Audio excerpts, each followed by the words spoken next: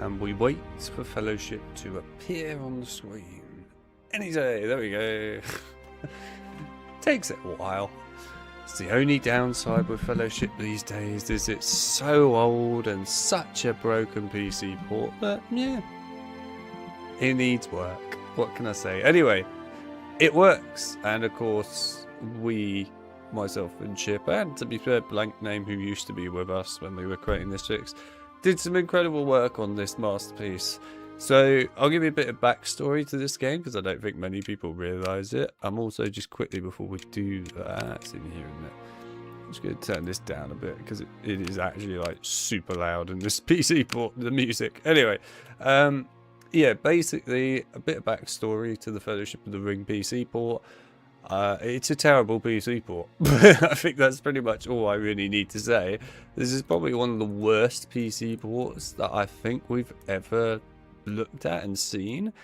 I'm not sure it takes #1 spot. I think Spider-Man 2002 takes that position, but this is definitely, I think, second worst. It was on live support for many years, the PC port of Fellowship of the Ring, like super live support, and when I say super, I mean people just had to get third-party software to try and make it work, and that wasn't guaranteed that it would work, by the way. So in the end, I decided when we were part of Fix Enhancers and like putting it together, I had enough of this and it was time for us to really just take a look at it. And we did.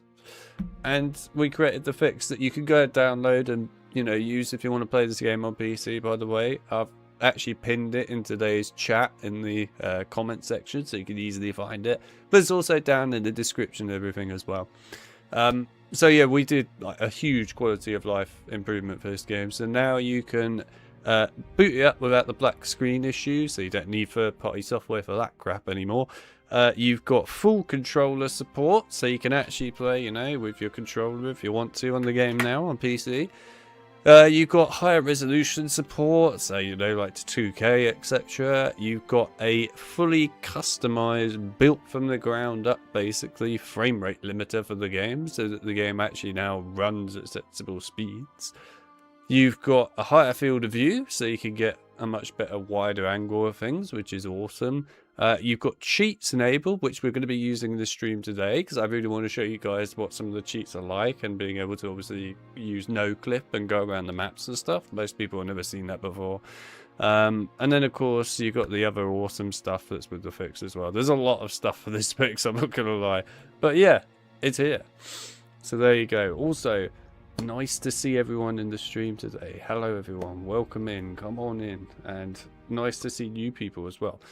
Just quickly before we start, I need to do this because someone outside has just decided they wanted to light a lovely fire, so now it stinks of smoke. So I'm just going to quickly shut this window. Give me a minute.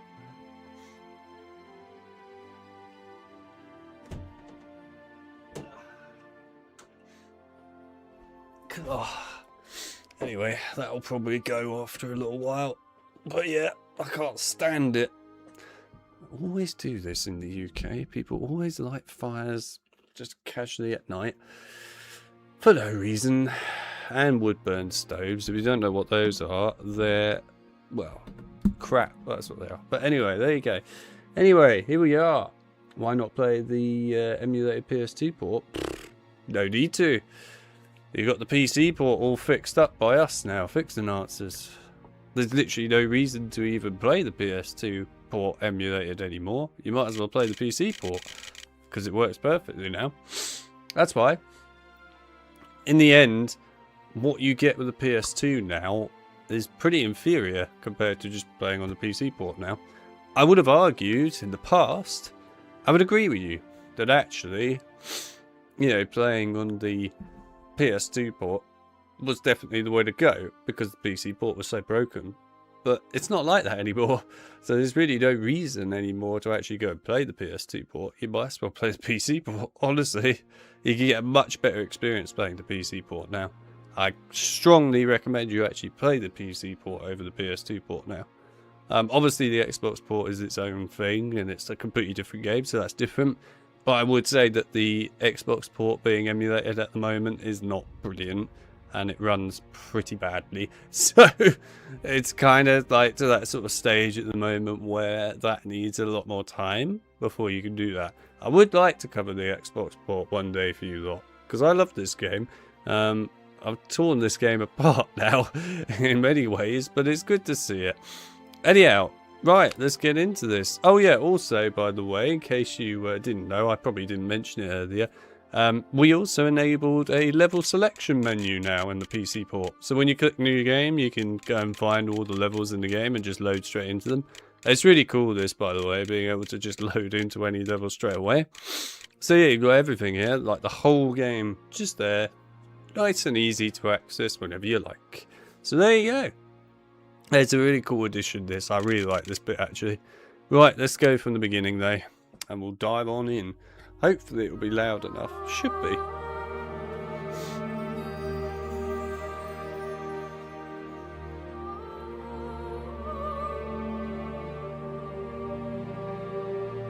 In the shadows of Mordor, the Dark Lord Sauron forged the One Ring to enslave all elves, dwarves, and men of Middle-earth. The free people of Middle-earth overthrew Sauron, but lost the ring.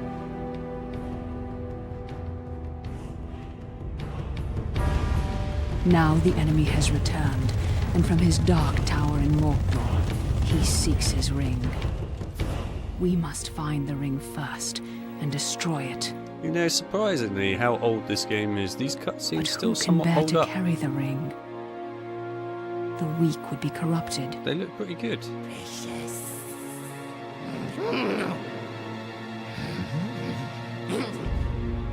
The powerful would become as great a threat as Sauron. But who can bear the ring? Count Dooku. But the thing is, like, you know, Welcome back, Gandalf. they could look Will we awful, have but they don't look fireworks, that awful. elvish lessons, Blimey, tales of that's ancient quiet. Numenor? Today we must talk about a shadow of the It's past. going to be quiet for The this ring bit, you I'm afraid. inherited may be very dangerous. Uncle Bilbo's magic ring? Magic rings, I'll turn it up as after you the call cutscene. them, were made by elves. But this ring, I think, was made by another. Give me the ring. Funny you should say Yoda. Gandalf in this game actually is Yoda. Well, from the No. Clone Wars. It's the same voice actor. He's also the voice actor of Takeo from COD Zombies. Look closely. I see fine lines. Lines of fire. In a flowing script. What does it say? One ring to rule them all. One ring to find them. One ring to bring them all. And in the darkness, bind them. That's a This is coincidence. the one ring to rule them all. The ancient kings of elves, dwarves, and men used the rings of power to rule their lands. The Dark Lord Sauron created this ring to rule all the others. When he fell in battle, he lost it. A strange creature called Gollum found the ring and was corrupted by it. Bilbo won it from Gollum, and now it is yours. But the Lord of the Rings has returned, and all his thought is bent on finding the ring. Let's destroy it. It can only be destroyed when it was forged. In Mount Doom, the fire mountain in Mordor. That Sam voice. Take it there. Take it. No, do not tempt me. You can't tell me it's If not I funny. bore the ring, I would become like the Dark Lord himself. Then I must guard the ring. And I will help you bear this burden, as long as it is yours to bear. I'm a danger to the Shire. I must leave.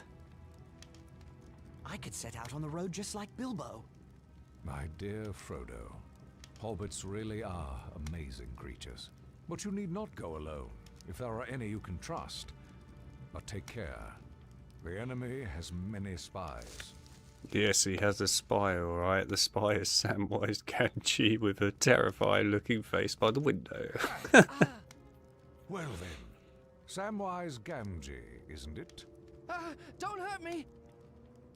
What are you doing at Bag End? Nothing, sir. Trimming the grass under the window. Oh? The sound of shears stopped some time ago. How long have you been eavesdropping? Eavesdropping? There ain't no eaves a back end. Don't be a fool. What have you heard? I love how he just drops him. Frodo, don't let him turn me into anything unnatural. He won't hurt you. Just answer his question. Well, I heard a lot I didn't understand about lords and rings and the fiery mountain. And elves, sir. I had to listen. I'd dearly love to see elves. Keep it a secret, Sam. Or I hope Gandalf turns you into a spotted toad. I've thought of something better. He will go away with you, Frodo. Me, sir? Go and see elves and all? Hooray! But where should we go? Towards danger, but not too rashly, nor too straight. And you mustn't vanish. Take time to settle your affairs before you leave. I could leave in autumn, on my birthday. Very well, but no later. Make for Rivendell in the east, and seek the council of Elrond Half-Elven. East. I'll tell everyone I'm buying a house in Crickhollow near my relatives in Buckland. I'll have to sell Bag End. The Sackville Bagginses have been trying to take over this place for years. A shame to let them have it. Indeed. And now I must go. I have much to attend to. As do I. See that Samwise Gamgee does not talk, or I will turn him into a spotted toad. You can trust Sam. Oh, yes. Not a word from Sam Gamgee, and that's for certain. Once you leave, travel as Mr. Underhill. The name of Baggins is not safe outside the Shire. And do not use the ring, for it can corrupt the most innocent heart. I understand. Farewell, Gandalf. Elves! I'm going to see elves! Farewell, Frodo. I'll return by your birthday. He sounds so But enthusiastic, Gandalf Sam's did not voice come actor. back. And as the nights grew longer, I decided I might have to leave without him. On the morning of my birthday, September 22nd, I set out for one final stroll around the Shire. I had to say farewell to my neighbours and sell my home to Lobelius Sackville Baggins. I have to say, with Fellowship, it's kind of interesting for me because, like I said, I've gone through so many different builds and things of this game now, and looked at so much aspects surrounding its development and things. I would still love to talk to some of the devs one day. That would be awesome. But you know, like screens like this, for example, with this loading sort of screen, I guess you could say. With the actual story being described over a piece of art, it wasn't ever going to be like that originally. It was very different in the past. So it's kind of interesting how they just changed direction with that and went for something like this in the end. I'm not sure why they did that specifically, but there we are. There was also meant to be a lot more cutscenes in the game as well, which didn't make it in, which is a shame. Right, I am going to quickly turn up the audio because it is kind of quiet. I think it's on this. Whoa, jeez. Yeah, I think it's that. I will also just put that up to there. Hopefully that'll be alright. Should be alright. Right, there we go. So here you go, part of the PC experience now. Look at how smooth that is. Look at that. That's just for turning your mouse. So just to make it clear, I know it sounds nuts that I'm promoting the fact that the mouse turns like this properly. But for so many years on PC, this game, if you turn the mouse, it would just go, oops, sorry, it would go like that pretty much. It just ran like crap. Even if you cap the frame rate like normally with other cappers and so on, it would still not feel good. But now, because of the custom frame rate limiter being put into the game, it was just so smooth. I mean, look at that. It's perfect. You literally can't complain in any capacity. It plays really well. There's a nice solid field of view here. Much better than it used to be. So much available. It's great. I love it. Honestly, I do love it. It's just so much nicer with the fix. It makes this game so much more bearable to play on PC. It makes such a difference. It really does. I'll show you some of the no-clip stuff in a minute as well. I will say this much, the fix is obviously built and you can use it and download it because obviously I've linked it and stuff. And I do recommend, if you're going to play this game on PC, you use the fix we've done. If you don't use it, you're only making your life worse. So I honestly recommend it. But you know, it's not a completely finished fix, so to speak. There's still some other little bits we're going to look at in time and maybe try and improve upon.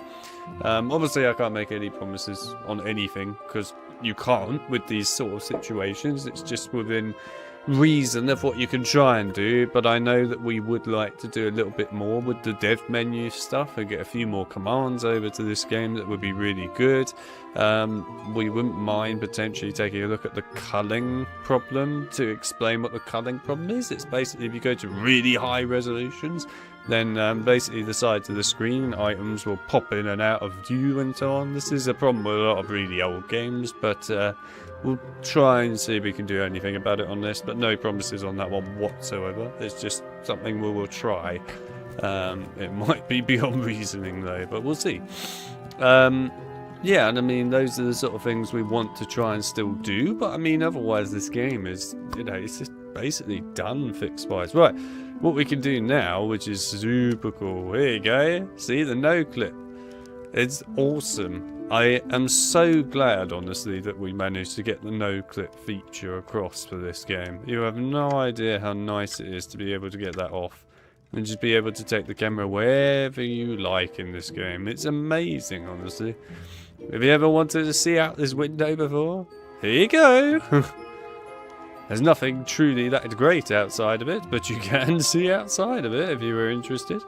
And yes, they even left bits of the doors and stuff out here. Because why not, I suppose. But yeah. I think you can put photo out here from memory. I will try it. Yes, you can. Okay, I need to be somewhat careful because obviously I don't want to walk off and kill myself. But yeah, you can walk around out here and stuff. It's pretty cool.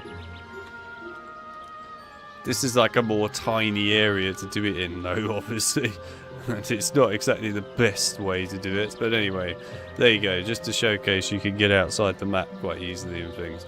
But yeah, I mean, you can like look underneath the maps quite reasonably well and so on. There's all sorts here, right? There you go. There's a nice piece of wooden floor there as well.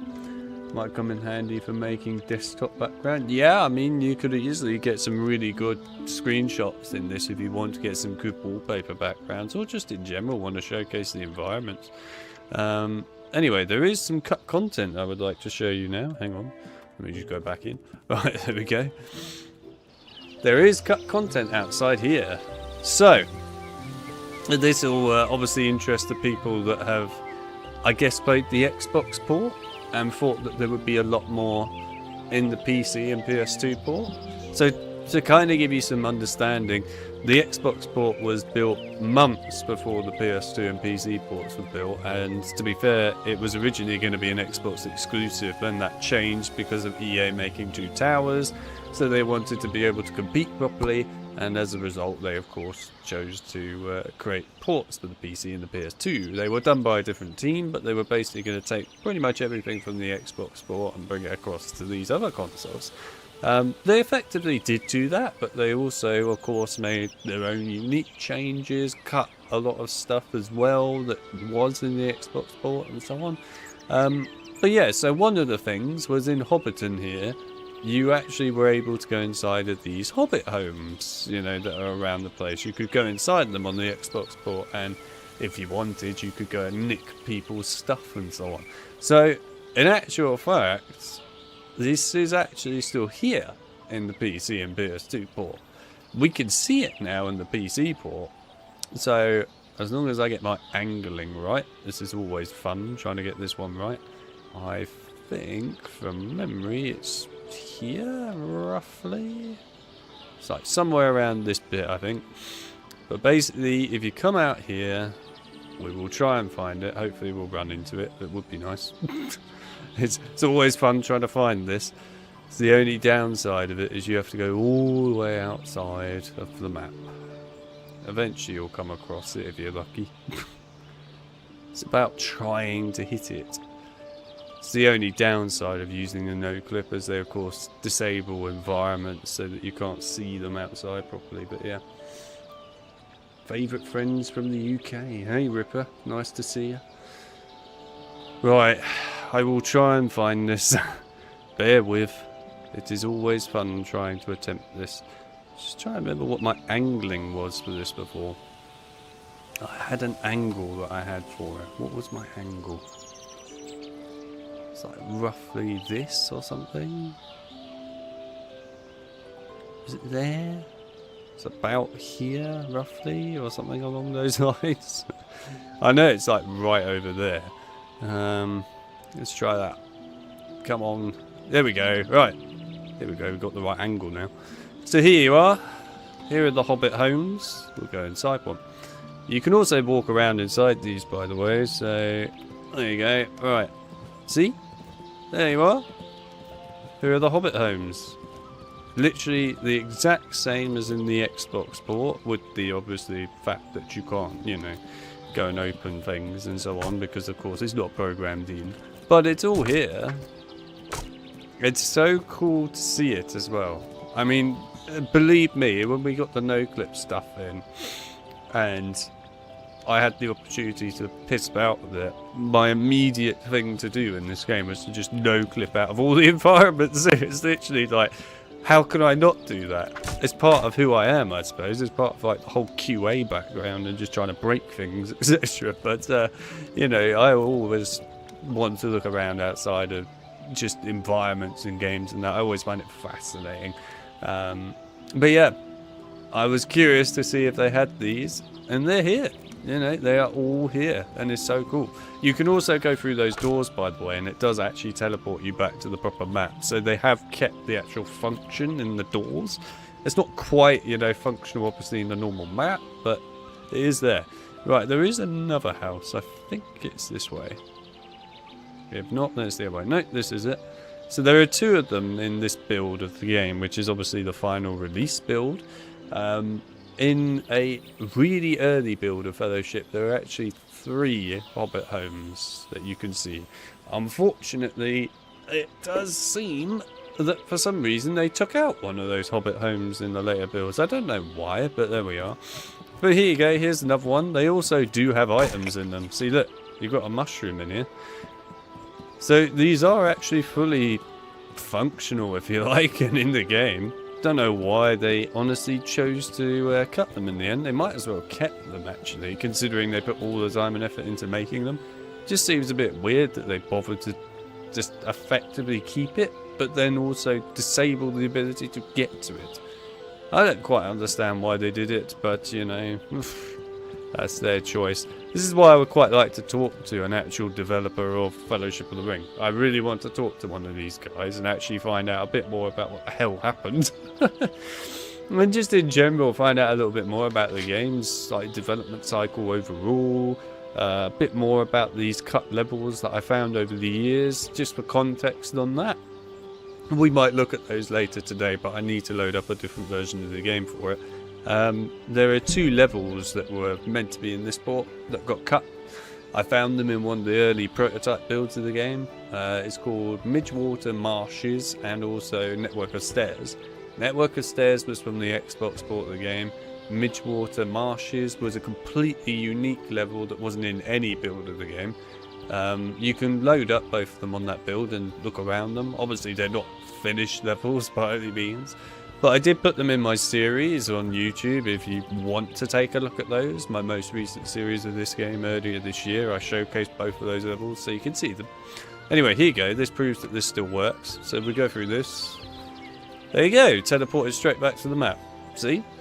So they kept the function for the most part in. Obviously you can't go through it again, you know, from here if you wanted to, which kind of sucks. But, you know, that's just the way it is. But still, it's nice to see that, you know, you can find these sort of things, and I love that. Even after all these years, it's weird how much time I could happily dedicate to looking at a game like this. Now, this lovely platform, you can actually brute force this platform and make it work properly if you want, but, you know, I could just do this now. Oh, the game thought it had me. Oh yeah, we can see inside Frodo's face. Why not? There you go. A curse for everyone. Enjoy the lovely eyes. Anyway. Yeah, it's cool. Also, nice to see you, Winch. Welcome to the stream.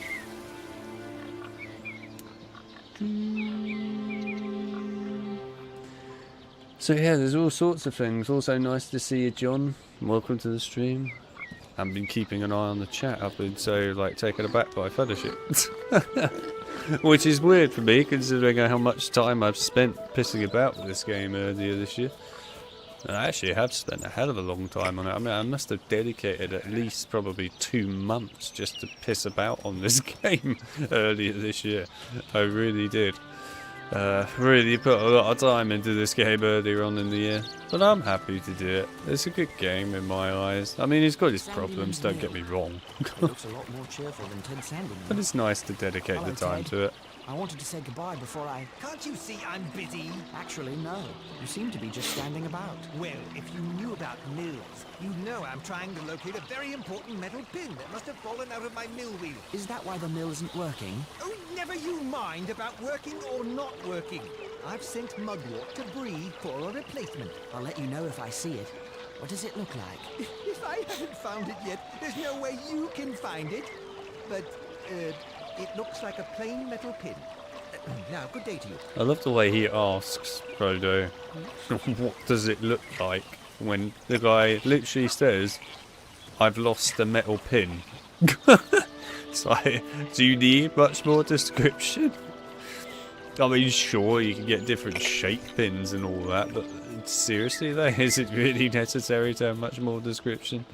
Oh dear. Anyway, I have found like lots of different secrets outside the levels, like I showed you there with the Hobbit homes and so on. But you know, there's probably stuff outside these environments on this game I still haven't seen. Obviously, if I had something like a map editor, I'd be able to see those instantly. Sadly, we will probably never have that for this game, and I'm not expecting us to ever have it. But you know, there could be more stuff outside these maps that I just have never been able to find, because obviously you kind of have to guess where they all are. Hello there, Hal. Oh, hello, Frodo. You have a beautiful day to begin your trip to Crick Hollow. Yes, Bought it on indeed. PC for I'm £2. too old Nice. for such long walks. I can't even climb high enough to fix my weather vane. What's wrong with it? The thing's stuck. Sorry to hear it. That rascal Sancho Proudfoot was throwing sticks at it. Now it won't turn at all. I'll take a look at it before I leave. Well, that'd be fine with me. The ladder's right over there. Best part about this is I could just not bother going up and just do this. Oh, a little lower. Still a little lower. Oh my god, come on. There we go. Right. There we are.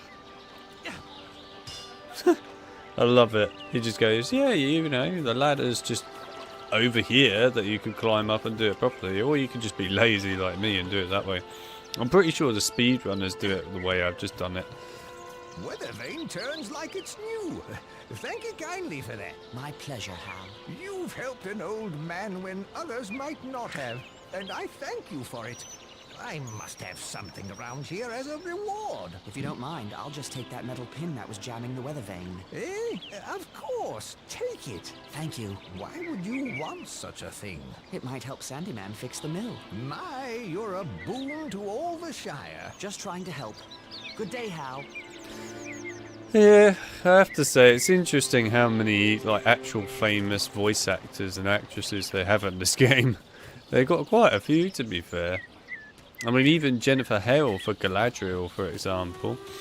You know, all sorts of different voice actors and actresses were in this game. It's kind of sad that really they never got a chance to do more in Lord of the Rings, but there we are. Expedition 33 is currently 20% off on Steam. Oh yay, fabulous. Just what I want. I think I'd rather play this. Hello, Milo. Hello, Frodo.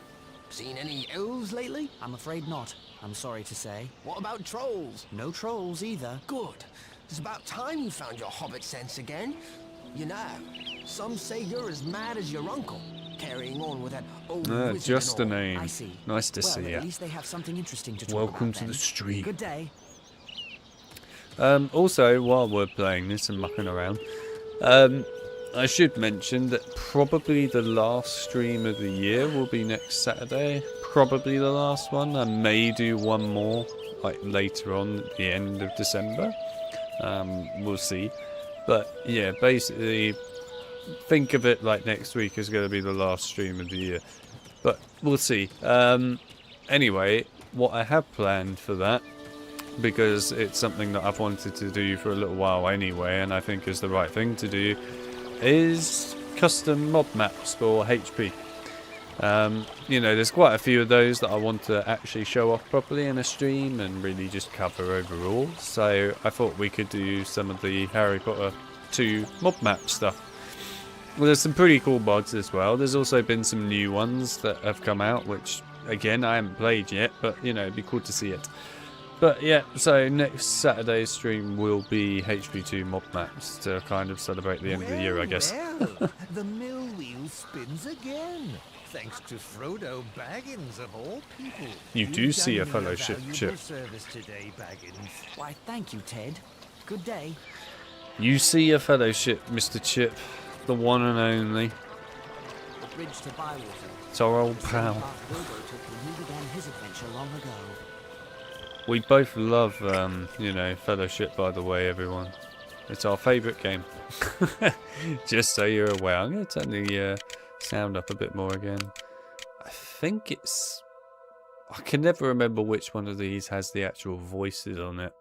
I think it's that one. Jesus Christ, my ears. I think it's that. I could also turn this on just for everyone's sake so they can read it. Problem with turning up the music volume is it gets super loud on this game when it wants to. So anyway, I'll show you around the map quickly before we go over to the next area, so that people can actually take a look at it in more of a like interesting view, I suppose. Obviously certain maps are going to look a lot more interesting than others, as I'm sure everyone probably knows.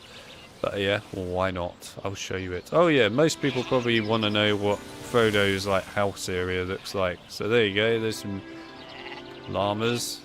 Hello. The tree.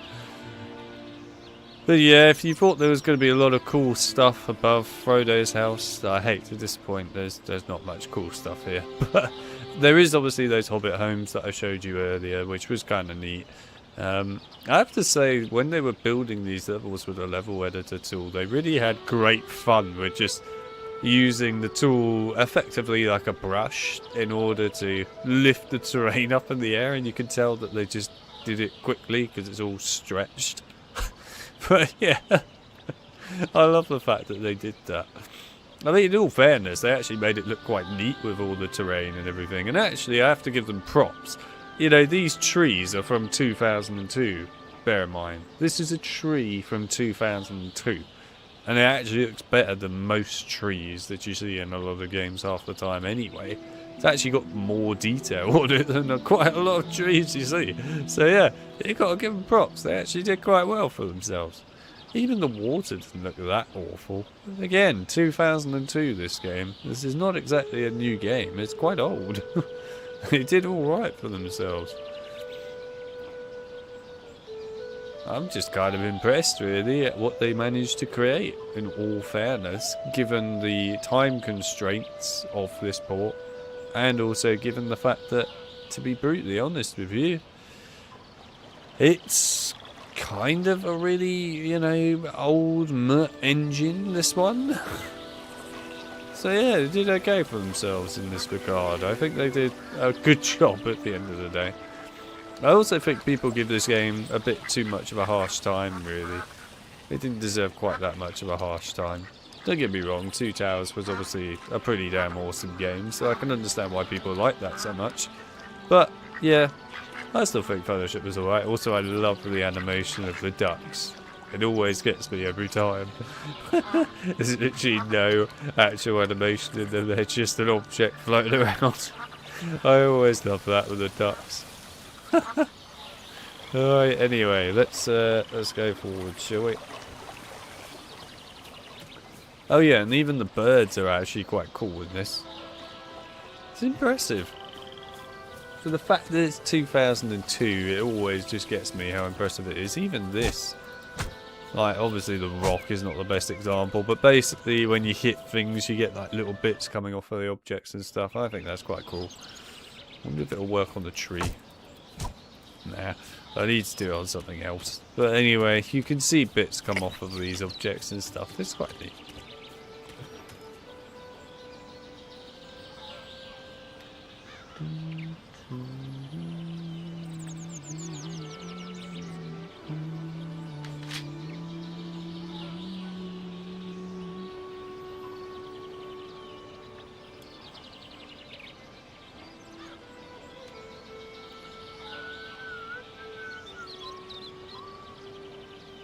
I did see there was a comment above Winch's Hey Chip comment, which was about mods, but I didn't get a chance to read it, and I can't scroll up, unfortunately, with this game. So, yeah, I'm not sure what it was, but anyway, in regards to mods being on Fellowship, you'll probably never get that far in life, so don't expect that.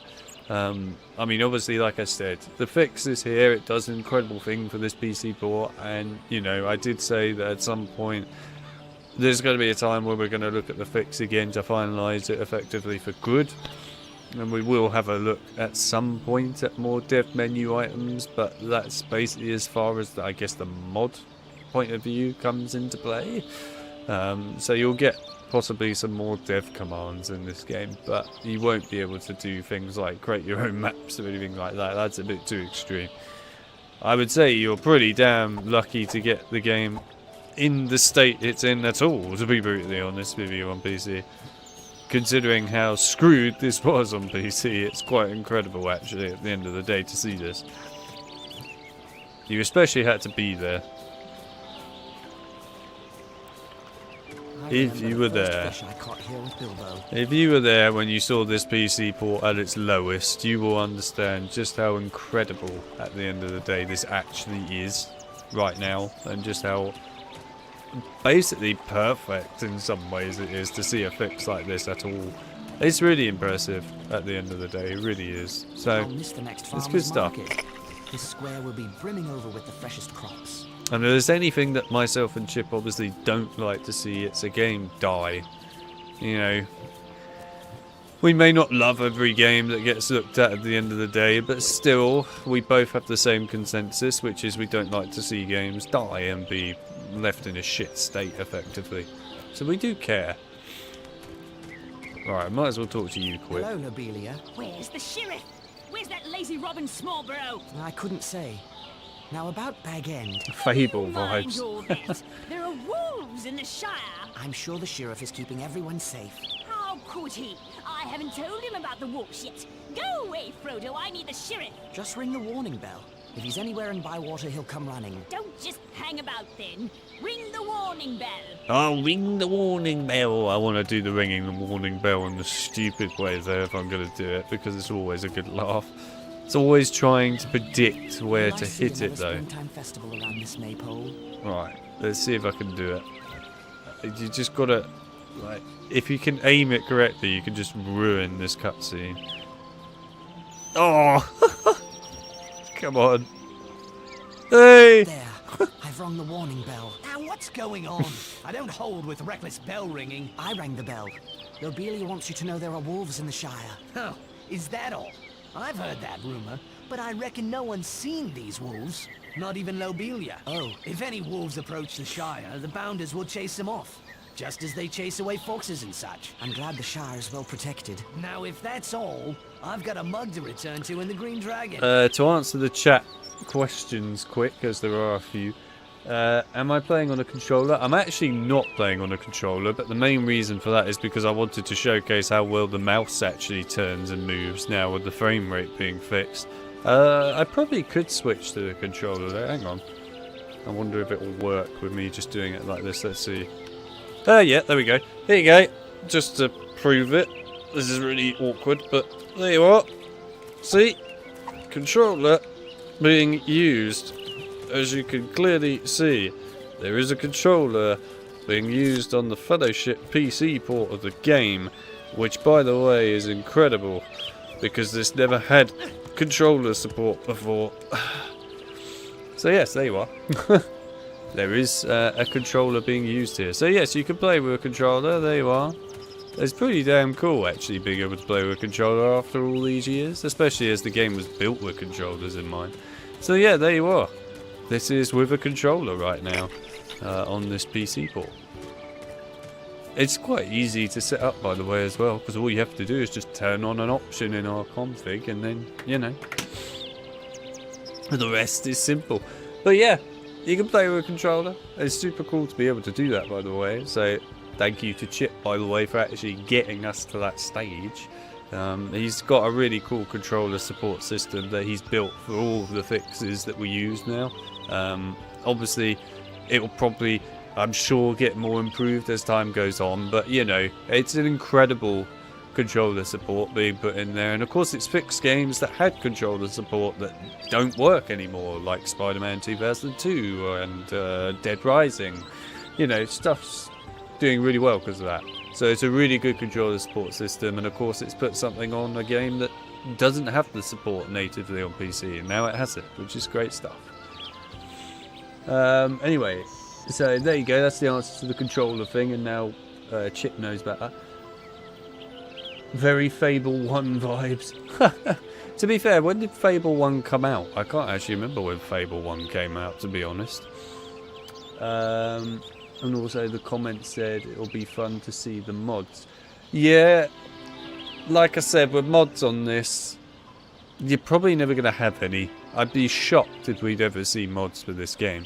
You'll have a fix, obviously, and you'll have dev commands and things like you do right now, and hopefully a little bit more in the future with the fix. But I think to see any actual mods come to Fellowship on PC, it would be...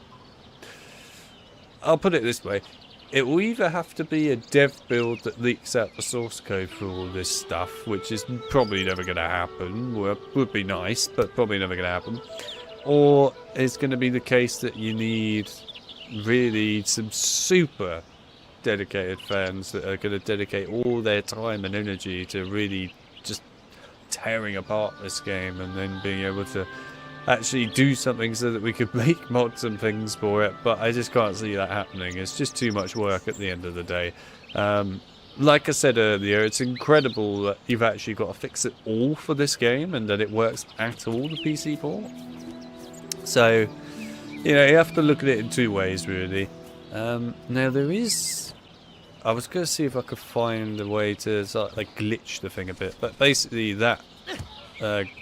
in over there, normally you go through that door obviously and you can go into it, but if you go over this side you can actually fly into it another way and then glitch the map. Someone finally came to his senses and rang that bell.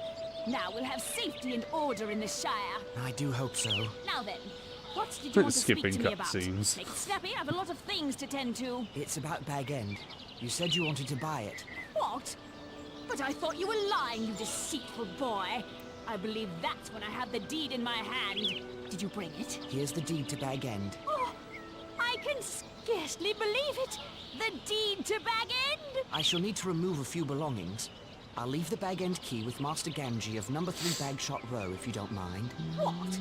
Gamgee? That dirty potato grubber and his son might Did he? wander all of Oh, Bag End in the if dead he of meant night. HB mods, then Yes. yeah. Yes, Obviously, a like I very said, good next day week's indeed. Saturday stream will be You will HP2 mod so maps. happy. Bag End at last. Oh, why you consort with that kind, I'll never know, Frodo. Having farmers and dwarves and wizards for company. Yes, she has got and the never deed in her inviting your hand. own flesh and You can blood to totally see tea. that. Honestly. See, there's a deed in the hand. I tell you what, there you go. Just to make your nightmares even worse.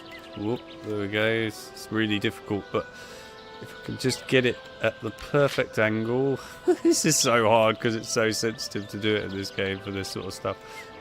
You just got to like try and get in at the right angle, and it's so difficult. It's so sensitive. Oh, there we go. Lovely stuff. Enjoy. Remember, she's got the deed in her hand.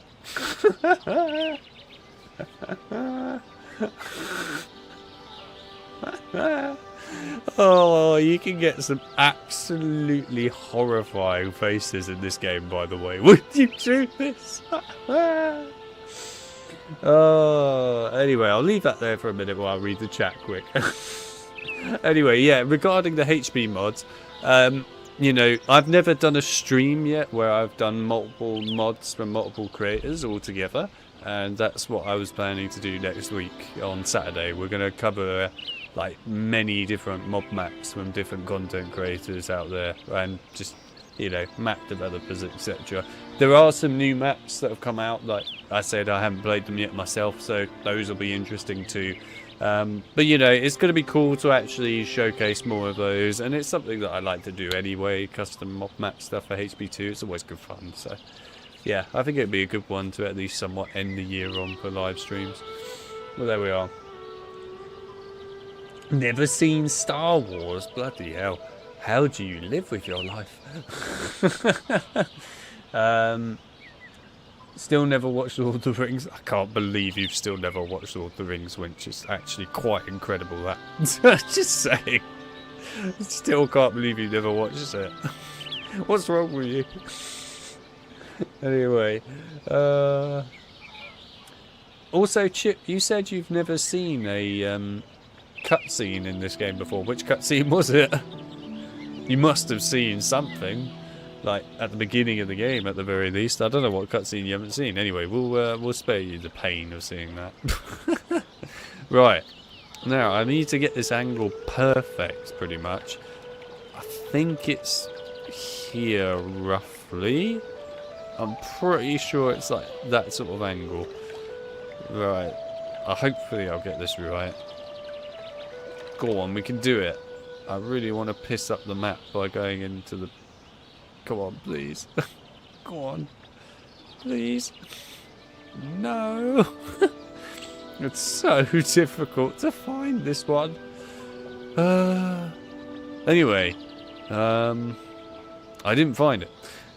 It's okay, I'll just do that. Alright. It is around here. It's something like this. Is it here?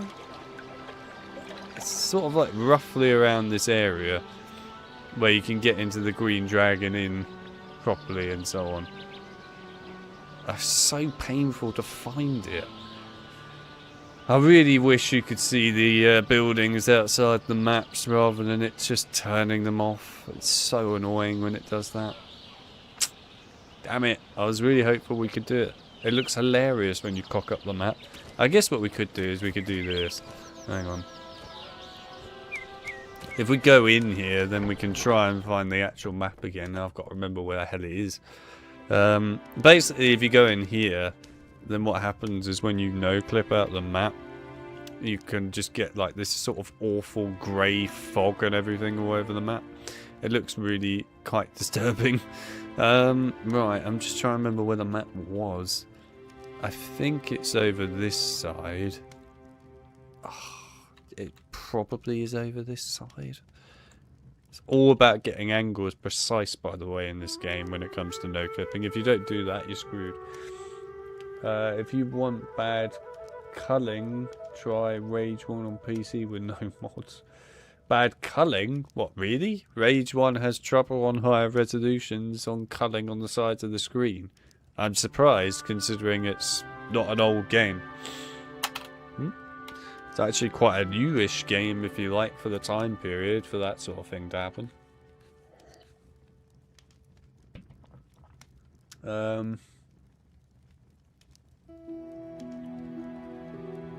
What the last Pringle sees. Dear me. At least it's not got as bad culling as Battle for Naboo. That's true. Yeah. Myself and Chip had a good one with that. Oh, there we go. Right, we made it. Oh, here we go. Would you like to look at a haunted version of the environment? Here it is. Look at that lovely environment. What you didn't know in Lord of the Rings is that Mount Doom actually blew up early and the entirety of Middle-earth just got covered in grey fog everywhere. God, look at how horrifying it makes the environment. Look at it. I feel like I'm walking in an Amnesia mod map or something. This is the best part about it, is you could go and talk to someone and they just go, "Good day." Hello, young Baggins. Hello. Cheers on your birthday. Thank you kindly, Daddy Two-Foot. I haven't seen your wizard friend about lately. I do miss those fireworks. So do I. I remember the day when all those dwarves came to Going call into on the Mr. boys. Bilbo. Dwarves and a wizard. Life is quieter now. But yeah, I the don't know culling in about Battle for quieter. Naboo was awful. You hear such long... Anyway, we don't need to listen to all this. Yeah, I mean, the culling in Battle for Naboo was god awful. You really had to keep that at a sensible resolution. But this game does have pretty bad culling if you go to higher resolutions, of course, on the sides of the screen. Like I said before, when we come to updating this fix again one last time, we might have a quick peek at that, but that's about it. I'm not promising anything on that side of things, nor is Chip. All I can say is we'll have a peek, hope for the best. That's about it. There you go. Is this essentially Lord of the Rings one game? Lord of the Rings has loads of games, but this is the first game, if you like, based on the book. So what they had at the time is they had two companies. They had companies working on the movie games, and they had companies working on the books. So the book guys got Fellowship of the Ring, which is this, Hobbit, and they also made a strategy game, basically, War of the Ring. Then EA got the rights to doing the movies, so they did Two Towers and included a little bit of Fellowship of the Ring from the film inside of Two Towers, just because they had to, I think. Then they did Return of the King, and then I think Battle for Middle-earth 1 came next. Then after that, they finally got the rights to doing book-related stuff as well as movie stuff. So they then did Battle for Middle-earth 2 and Rise of the Witch King, which were based off of basically book and movie kind of material. Then they did Lord of the Rings Conquest, which of course was mainly the movies with sort of a Battlefront style to it, basically. I think, was there something else? Oh yeah, the Third Age, which was again kind of a mix between sort of the movies and the books, I guess. It's kind of what they went for.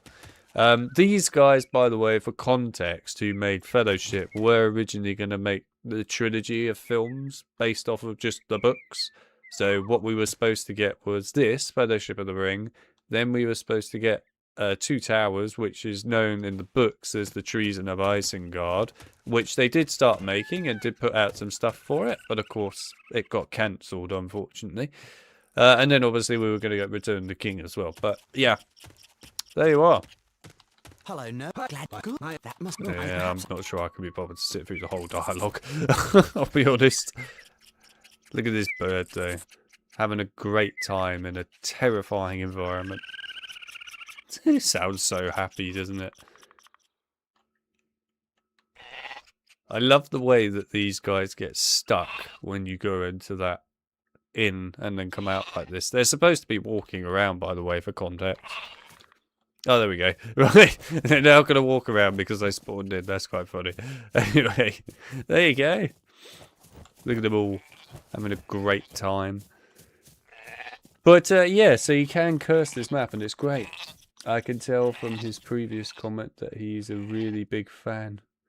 What, the Expedition 33? Yeah. I totally love it. I haven't even played the game at all. I've seen gameplay of it and everything. It's not really my kind of game, I'll be honest with you. But yeah, you know, each to their own, I suppose. It's just not for me, though. It's always cool looking around under these maps and things, just to see the development styles and things. I mean, look at all these lovely, lovely spikes on the side of the environment. Alright, anyway, we've cursed this area long enough. Let's move on. Hello, Frodo. How are you doing? Having a good time? Yeah.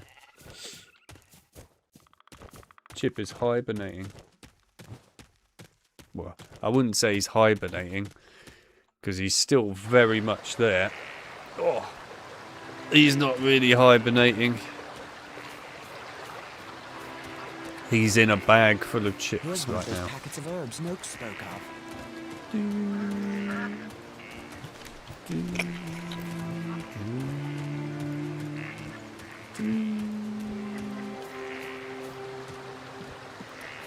But anyway, yeah, you can obviously currently download the Fellowship picks from either GitHub or PC Gaming Wiki now, by the way. We've added stuff to PC Gaming Wiki all of a sudden because we needed to. Hello there. Good day, lad. You're a Baggins, ain't you? Bilbo? Frodo. Bilbo? Baggins. Live in that grand place atop the hill. Bilbo's place. How you been, Bilbo? Frodo. Frodo, right. Well, not time to chat. I'm off to Bree. on an errand for Ted Sandeman to get parts for the mill. Haven't you heard? The mill is running again. What lock? Did Sandeman fix it? I found the pin. So I've you to thank. And thank you I do.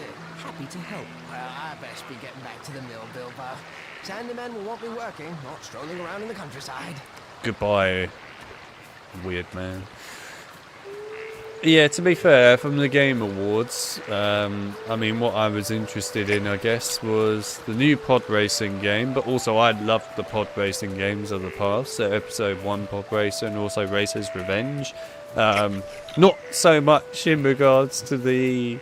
I can't remember what it was called. Bombad Racing, wasn't it? Yeah, that's it. That one's a special case. It's something, that game, but I'll put it that way, it's something. I'm not so much a big fan of the, Bombad Racing, but the other two I absolutely loved. I played them so much when I was a kid. And, when Racer's Revenge got put on the PS4 back in the days, I was really excited and played the crap out of that. Obviously, Episode 1 Pod Racer is also on PlayStation, as well as actually also on PC, so that's cool. I would really love it if, to be fair, Aspire, at the very least, if not Night Dive or somebody, could, put Racer's Revenge on PC at some point. That'd be nice to see. But yeah, I mean, we'll see. But still, the new one looks kind of cool, and I hope it will be a really good game, especially with online support nowadays as well. You could do a lot with that, so I'm kind of excited for it. As for other games, the Tomb Raider reimagining of the first game looks like it could be okay, but I mean, we haven't seen a lot yet, so I'm questioning it. I don't know, it might be good, it might not be, who knows. Don't really care for the other Tomb Raider, Catalyst or whatever it's called, much. I still haven't played Shadow of the Tomb Raider and stuff, so I don't care that much about that. I played the old Tomb Raiders. Then also Resi 9, of course, I'm particularly excited for that game. Really looking forward to Requiem. I like Resident Evil a lot though anyway, but yeah, I am looking forward to Requiem, big time. Then there's the Fate of the Old Republic, which obviously there's like barely anything shown for that, but as a die-hardcore KOTOR fan, I'm pretty damn excited to, of course, see that there is something in the KOTOR era finally coming back, and I'm really excited to see what they do with that. Hopefully it will be really good. Thank you. It is also being led by the guy that was like the lead designer for KOTOR 1 back in the days as well, so I have faith that they'll probably do something good at the very least. Obviously there is of course the actual KOTOR remake, and now the rumoured KOTOR 2 remake that's apparently being made, with the cut content and stuff, thanks to the legal documents that happened lately, thanks to Aspire and Disney having to go to court. Obviously, I love KOTOR 1 and 2, like they're two of my most loved games of all time pretty much, other than Time Splitters, so for me, I'm very excited to see KOTOR 1 and 2 get remade, but at the same time, it's one of those things where you really have to get it right, in my opinion, with KOTOR remake. You've got to get it right. If you get that wrong, it's going to be an absolute killer. So it needs to be done right, so hopefully we will get some really awesome remakes of those, and especially as they are, quite honestly, some of the most iconic Star Wars games of all time, and actually the most iconic RPGs of all time. So, yeah, big deal. Okay, go. I think I have time. I have time. Okay, good. Yeah, I have to say that, out of Star Wars projects, it's actually looking pretty promising there from the remake perspective and so on at the moment, and new games. It's looking better than what it has been over the last few years, let's put it that way. So hopefully it'll be good.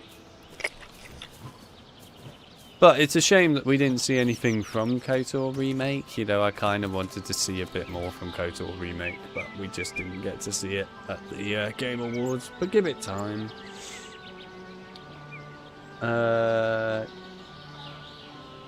Also, yeah, the Forest 3 is...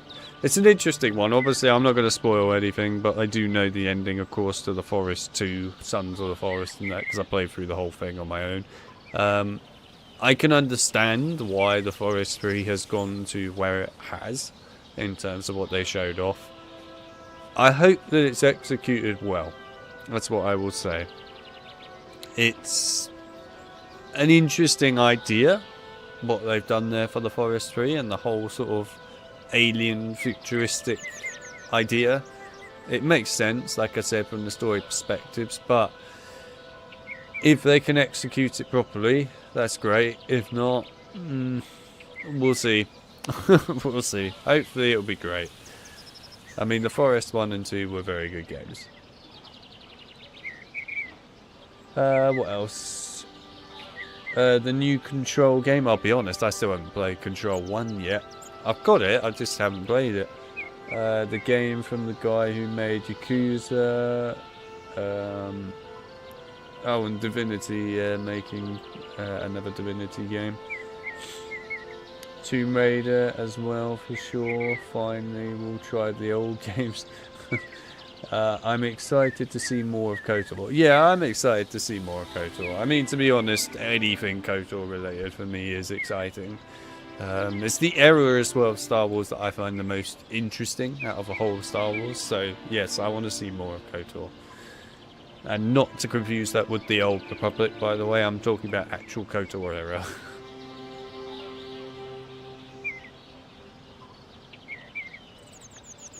Top 5 RPGs of all time, those two. They are great. They are really good. I like this as well. Also, thank you for saying well done. Let's see if we can glitch this. I think we can. If you come up to this on PC, this is exclusive, I think, to the PC port, by the way. You can just walk up to this and interact with it, and you'll just get put into the fail cutscene anyway. That would be Yeah, there we go. Well, we have a Love it. burglar in the fields. Burglar? All done with your mushroom thieving? Or would you prefer to take it up with the lads? No. I mean, right you are, sir. Now off with you, or I'll have the lads dispose of you proper. There we are. We got caught when we didn't get caught. Did I get caught on purpose, though? I mean, I couldn't say I got caught on purpose. I wanted to showcase a lovely glitch on the game where you walk up to this and interact with it. It doesn't work, by the way, if you try and do it again. It's literally a one-time thing. So, for context, if you get caught by these wolves, then you get that cutscene properly, and there's a lot more to the beginning of it and so on. And obviously, you don't just look at a wooden gate. I guess. Anyway. Also, for more context, on the Xbox port, of course, you can actually come in this area and walk around here, and you actually do like a whole sneak section. Obviously, in PC and PS2 port, you don't get to do that. So, here you go. There's an example of what it looks like here. Obviously, you can't come in here normally, but it's still neat that it is actually here, and that they bothered to actually create it. Also, this guy has a really disturbing problem with his eyes, if I can get in his head, that I kind of want to showcase. Old Maggot, or whatever his name is, Farmer Maggot, isn't it? Ooh. It's so difficult to do. So hard. I don't know if it's actually any better on a controller. I haven't thought about this. Is it any better? No, it's no better on a controller. In fact, it's actually worse. So, let's just do it with the keyboard. Come on, let me in your head. Sounds really wrong saying that, but let me in your head. Please. I need to see your eyeballs. People need to see the eyes. This is where we really need that dev command that slows down your speed in the game. Oh, there we go. Right, that's good enough. There you go. Just for context, again, this character is the only character in the entire game whose eyeballs just randomly bounce up and down like this. And don't ask me why that happens. I don't understand why it happens. It's weird. Am I going to do this with all the characters? No. But I can do it with some of them. But, yeah. I mean, it's so weird. I mean, if you look at his eyes, you can... Actually, hang on, I'll do it like this. You can see them here, look.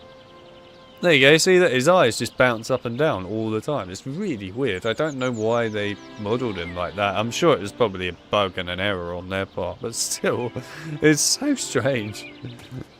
But yeah, you can walk around in here. It's kind of cool, see?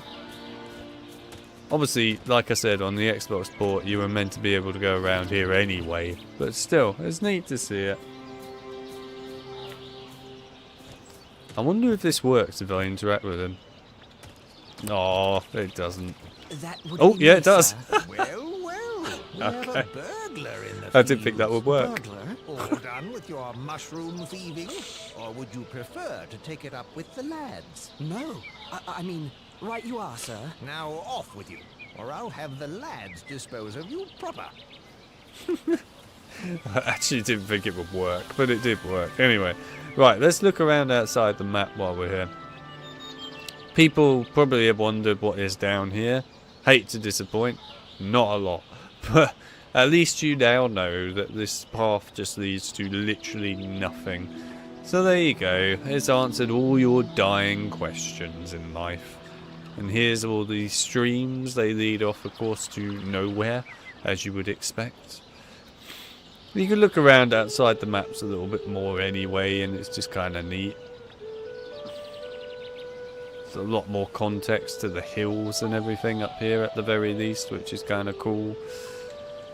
They actually did kind of do quite a bit to this terrain as well. I mean, there's a lot of stuff that I think most people probably wouldn't even think about looking at in general when they're playing this, let's be honest. But it's just kind of cool to see that they've actually really put a lot more than I thought they would in terms of detail to the actual outside of the areas. Yeah, in general, most of these areas, right, you're never going to see. So it's kind of crazy that they put all this effort in. I mean, like, look at this tree here, for example, right? So, just, if we go down here, that's what you see of that tree, alright? If you go up the hill a little bit, that's still all that you see of that tree. If we go close to the tree, though, they actually bothered to model all of these dead leaves and everything around it. You know, they really actually gave a crap about putting that texture on the floor and everything. Yet, you literally can't see it. If you're down the bottom, you can never see this. So it's kind of cool to see that they actually have put a lot more effort than you think outside of these levels that you just don't see. So yeah, I'm alright with that. And here's a close look at the wolf. It's actually kind of terrifying, not gonna lie. Where's the other one? There it is. There you go. They also have no eyes, just to make it even more horrifying. They actually have no real eyes. It's just a big blur. It's still terrifying. Right, anyway. Is there anything else to show off on this map? Not really. I think that's probably it. Yeah, I think so. From memory anyway, I'm pretty sure that's it. Right, anyway, we'll drop ourselves here. We're off to do the Nazguls next. And that's, of course, the part of the game where most people failed. I was Sancho's age, but I never took an old man's medicine. Yes, the Nazgul stuff or the black... Oh, he's actually still loading it like this. I didn't think it would. Okay, I've permanently broken this environment now. The skybox is just forever dead. I didn't think it was going to break like that. I know that it breaks, obviously, but I didn't think it would stay broken. I've literally permanently broken young this. Baggins. I have found these herbs for you. Thank you, young Frodo Baggins, for bringing me these herbs. Please, take this as a token No of worries, my mate. gratitude. I'll give you these herbs. Not herbs. These herbs. Imagine that in Resident Evil. Jill, use the herb. The what? The herb. You mean herb? No, the herb. Oh, man. Problem is, Noakes doesn't have his green herb until I give it to him. And then he also, to be fair, doesn't have a red herb, or a blue herb, or a yellow herb. Okay, none of that. Still can't believe that he actually says herb in this. Thank you for bringing me these herbs. Oh, I really hope they do that in Resident Evil one day. Instead of saying herb, they just go herb.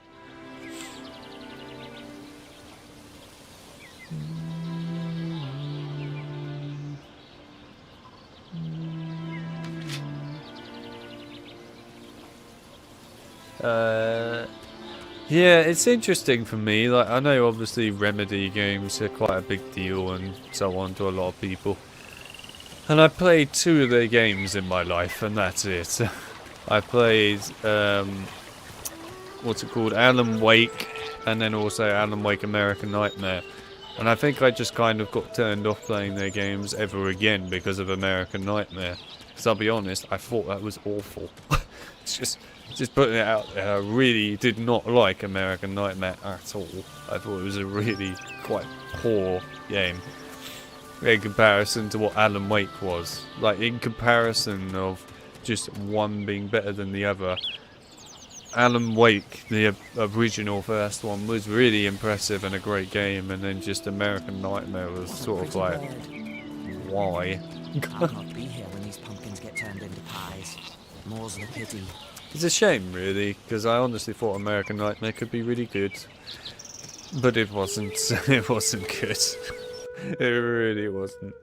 But you know, at the end of the day, I do own Control, and I should play that at some point because I know that people praise it very highly.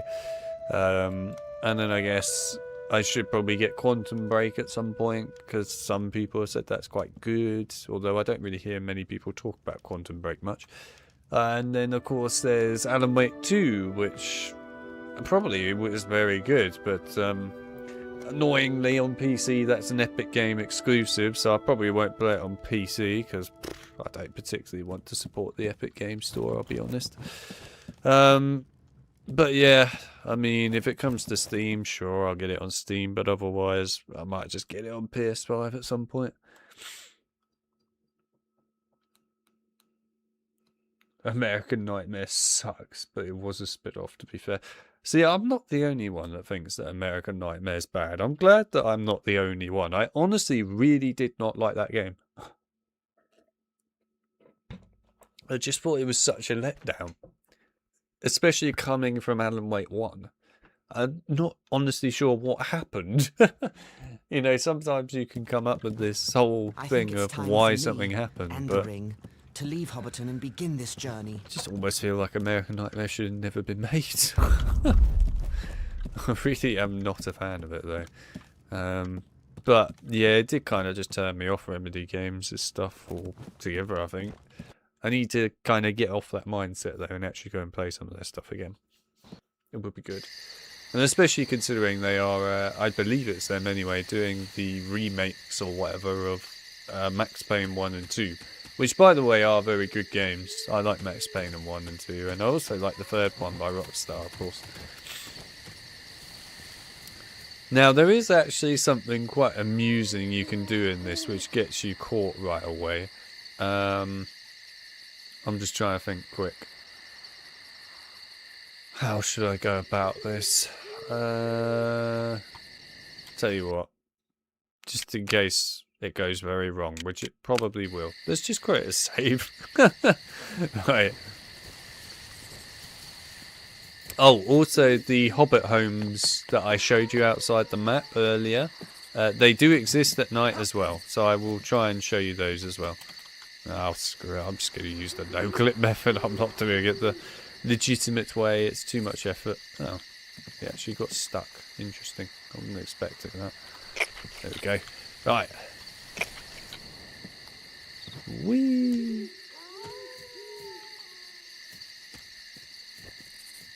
Now, this is where it gets fun. So I've got to somehow glitch this again. I did a short on this, by the way, where you can just completely bug this out. If you just sort of plant Frodo in a cutscene. It looks really stupid as well. I think it's roughly here. Yeah, there we go. There you go. Enjoy the broken cutscene. No, Mr. Baggins has gone away. Left this morning. It's a good cutscene, this, as you can see. Why is none of my business? Or yours?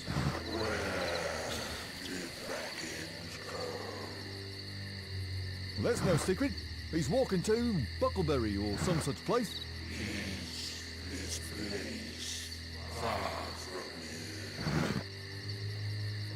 Yes, quite a ways down the East Road.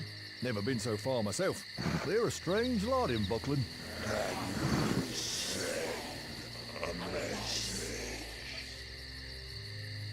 No, I can't give no message. Now, good night to you. Just completely breaks the whole cutscene, that. And you get 2 of these Black Riders constantly running about here and things anyway. But yeah, it breaks it more. Evening, Master Gamgee. Good evening to you, Frodo. A peculiar rider came asking after you. I don't wish to make his acquaintance. Nor me. Sent shivers up my back just to hear his hollow Love it. voice. Where's Sam? He was waiting for you. But that dreaded Pippin Took came to collect him. Said they would meet you at Maggot's farm. There's something about a shortcut. What are they up to? They didn't say. But Pippin seemed quite pleased with himself. And Sam was none too happy about it. He'd better not be up to mischief. Well, here's the bag end key for Lobelia. I guess I'll meet Sam at Maggot's farm. Good evening, Master Gamgee. Oh, I thought I might just be able to get around it then. Anyway, we lost because of it. It's alright, I saved it anyway. So that's fine. But, yeah. It's absolutely amazing bugging out that cutscene. I love it. It's just so stupid. It's great the fact that you actually get the whole like dark black from the Black Riders going across. It just ruins everything. Right, let's see if I can find these Hobbit homes again quick. So that you can see them at night as well. I think roughly here. There we go. Right, here we are. They're still here. You know, the Hobbit homes have, by the way, been developed completely for nighttime. You know, this has been made, fully made for nighttime appearance and everything. They actually bothered to do that, and yet it's still not actually, you know, playable properly in the game, which is nuts that these are here like this. I mean, it's just crazy. Look at it all. Everything is here. It makes you question, doesn't it? It makes you question so much. Why? Why cut this when you've actually gone through all the effort to actually make it? It just seems silly. So strange. I love the field of view being a bit wide there. Anyway, yes. I don't get it. I honestly don't know why they cut these, because they are fully there, fully modelled, fully ready to go. It seems so stupid. Obviously in night time you can't, you know, do the triggers because they haven't bothered to make it. They made it on daytime obviously, but not night time. Right, let's go this way. Get back to the proper map again.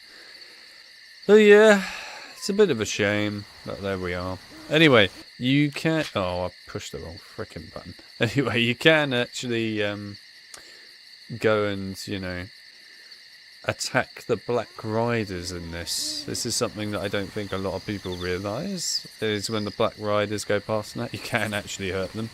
I'll give it a go. I might semi-fail at it, because it's quite difficult to do, but I will see what I can do. Right, let's actually do this cutscene properly this time, so that we don't... Oh, for fuck's sake. So that we don't fail it. It would help if I could actually press the right key as well, rather than constantly pressing the wrong fucking key. Right, there we go. Right. Well, hello, Gavin. Welcome to the stream. Nice to see you. Well, that's still terrifying. The ring race scene gave me nightmares as a kid. Good stuff. You could get more nightmares now. Why is none of my business? Right, let's just skip through this. I don't know. Where? What are they up to? Well... Oh. Alright, let's get out of here. So, I want to really showcase the... hang on, let me save it while I do this. So if you go out of the map, so we'll take over here for example, you can actually attack the ring wraith. You just need to kind of get them to come close. Come on, come close. Bit closer. Please come closer. Come on, come up to the fence. The fence, damn it. No, come on. There we go. Right. Now. Not too close. Oh my god. There we go, see that, you can attack it. Oh my god. I can't get too close because otherwise it will see me, but... Oh, come on. Hit the fucking force. Oh, it's literally impossible when it glitches out like that. But anyway, you got to see it. You can actually attack the ring race, which is really cool. And I think that's something that most people obviously don't realise. Obviously, you know, naturally you're not going to do it, of course, because, well, you're not supposed to really go and attack them, let's be honest. But it's cool to see that you can do it, and I'm quite impressed that it actually works. I'm also going to turn off the controller quick because it's bugging up some of the commands. But anyway, yeah, there you go. It's a showcase of being able to attack the ring rapes. You can actually do it. It is possible. Is it something I recommend you do? No. But yes, you can do it. You do have to glitch out the map though and everything. By the way, that area where I was at with the fence, you can actually glitch out to that area normally anyway, if you want to do it. So it is actually possible to glitch out of that. You have to climb that ladder to that top of that tower and then jump off that way.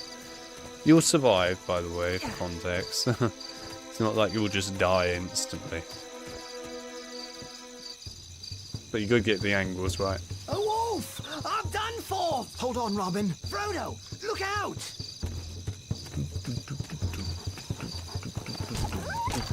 There's one thing that I really like about this game, it's its music, to be honest.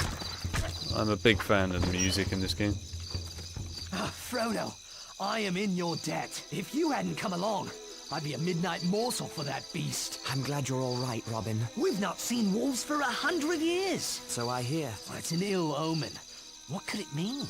That I'd better get going. What? Oh, right you are, Frodo. And I should get back on patrol. Yes, but tell the other sheriffs to watch for more dangers in the Shire. Yes, of course. I'm still shaking from that beast, you know. I have to go, Robin. Just Frodo not giving a shit anymore. It's just like, yeah, whatever, mate. I saved your life. Now go away. Anyway, at least the skybox is working again. Can you kill them later on in the game? You can obviously attack the actual Black Rider when it's riding the Nazgul at the very end of the game, but it's only the Black Rider that you can attack at the very end of the game. So the actual horse, no, you never get the chance to attack the horses and so on, only the Black Rider. And that animation, by the way, when you attack them is for the horse, not the Black Rider specifically. So I assume that at some point they were going to have it so that you could attack the horses and everything, but obviously it never made it into the game. But yeah, well, I mean, it made it into the game, but you know, not properly into the game where you can actually use it for a good reason. So there you are. Yeah, the only time you attack them is at the very last level where you shoot basically the Black Rider on the Nazgul. A Nazgul.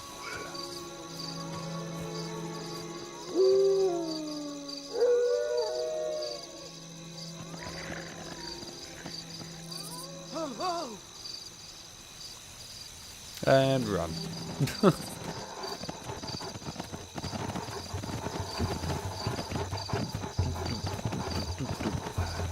So you can use the one ring in this bit, but there's just no point.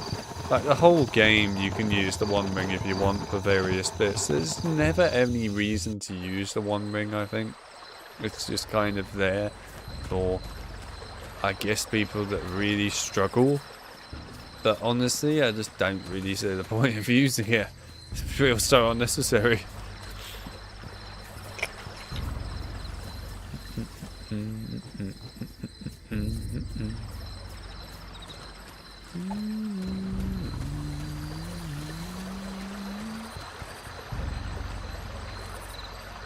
The composer for this game's soundtrack gave a talk at your university. Oh, that's cool. Yeah, I was saying earlier that the soundtrack for this game, I really like it. I must stay hidden. I think it's a good soundtrack, actually. I will admit, I don't know if I've heard other stuff by the guy that did this. Maybe. But yeah, I am a big fan at the very least of what he's done here with Fellowship, because I think he did a good job. Damn you invisible barriers, you're not helping. Please keep moving. God damn it. Not helpful. Still not helpful. Come on. Damn you invisible barriers. Right, there we go. Come on. Go. There we are.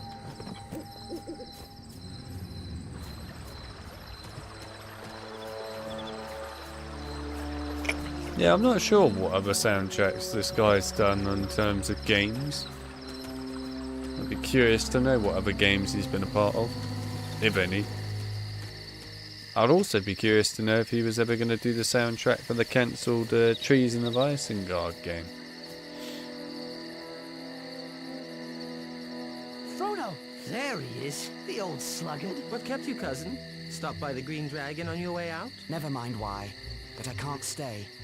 I have to leave right now for Crickhollow. You mean Rivendell, and we're coming with you. You thought you were so clever, but our conspiracy outsmarted you. We know all about the Ring and the Dark Lord, so we're going to protect you. But how did you know? How could we not know, with you muttering, "Will I ever see that valley again?" You really have the Sackville Bagginses to thank. I was practicing sneaking up on Bilbo one day when he heard Lotho calling after him. Bilbo put on the ring and vanished. We kept our eyes open after that. We spied on you and Gandalf. How? Well, through our chief conspirator, until he got caught. And Gandalf did say, "Take those as you can trust." It seems I can't trust anyone. You can trust us to stick with you to the bitter end. We've kept your secret better than you did. But you can't trust us to let you face danger alone. Even though we're horribly afraid, we're coming with you. Or following after like hounds. Dogs! No, Sam. Hounds. Maggots, dogs! They're coming! Grip! Fang! Wolf! Come on, lads! An old maggot, too, by the sound of it. So much for stealing some mushrooms before we go. What's all this chatter at this hour of the night? Speak up! Good evening, Mr. Maggot. Well, if it isn't Peregrine Took. God, his You're eyes are still lucky I know bouncing. you. I was about to set my dogs loose. Terrifying. The most outlandish fellow rode through here, asking strange questions. Here, who's that with you, Pippin? Well, you remember Meriadoc Brandybuck. Allow me to introduce Samwise Gamgee and... Frodo Baggins. Good to see you again, sir. Baggins. Now, isn't that strangest of all? What do you think that stranger was asking about? He came riding up on a black horse in black cloak and hood, and he asked for Baggins. Oh, that would be a different Baggins. I told him all the Bagginses are in Hobbiton. He says Baggins is heading east on foot. And now Frodo Baggins shows up on my farm. The same Frodo Baggins who was one of the worst young rascals around, I might add. Frodo's much better behaved these days. Where are you headed? To my new home in Crickhollow. I can see you're in trouble, Frodo. You should never have gotten mixed up with those strange Hobbiton folk. I wager that outlander has come for the gold Bilbo brought back from foreign parts. Well, I think it's time we were going. No, he'll be waiting. You ride out in my wagon, hidden from sight. Thank you, sir. It's a pity I've been in terror of your dogs. I've missed a good friend. Indeed. Shall we go now? I'll ready the wagon. Farmer Maggot's wagon carried us safely away from his farm and into the borders of spiders Buckland. now. But the Black Rider was still thundering along the East Road. We decided to go south and cut through the Old Forest. Merry had been in the Old Forest and knew a little of its ways. It's a dark, mysterious place, but not as dangerous as a Black Rider. He did talk about other games he was working on, or going to work on, but it was 10 years ago. I wish I could remember which ones he mentioned. Yeah, I mean, it would be really awesome if actually you did remember what he mentioned. I honestly would love to know if he actually was going to work on the soundtrack for Treason of Isengard. I mean, obviously, Treason of Isengard did actually have music done for it to an extent, because they obviously released that trailer to showcase, well, Treason of Isengard. Actually, quite a lot of it, to be honest, that game. you know, with music on it. So whoever was in charge of music on that game did do something for it. I mean, it would be amazing to find someone who actually worked on Treason of Isengard. The problem with that game, which is what makes it so difficult, is that there's nothing for it except for a trailer. That's it. Nothing else. I've spoken briefly with like various people that worked on the Hobbit 2003 game and Fellowship and that, just like in general emails and that, asking them if they were a part of Treason of Isengard, and every single one of them has never been a part of it. So it's really difficult because I'm struggling to find any devs that actually worked on that game. I would really like to find a dev who worked on it, but I just never find anyone. And it's not like there's a list, by the way, online anywhere of who worked on it. So that's what makes this really difficult. But who knows? Maybe at some point we will eventually find someone. Merry, Pippin, Sam, where are you? Oi! Frodo! We're over here. And lost by the looks of it. These trees have a mind of their own. Stay where you are. I'll find you. Now this map, I have to confess, going outside of it is kind of cool. It really is pretty cool, actually. So we're going to do that in a minute, but we'll just do this to get the tree back in place. In case you're wondering, the tree just kind of teleports. I can't really showcase that easily, can I? Not really. Nah, I was trying to see if I could showcase it with the field of view stuff, but no. This forest, it's as if it had a mind of its own. Yeah, basically the tree model just teleports back and forth.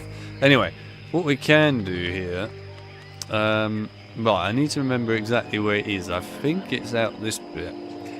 There's like a cutscene at the end of this level where you see all the hobbits around the campfire. And it's somewhat over here, I believe. Is that still... yeah.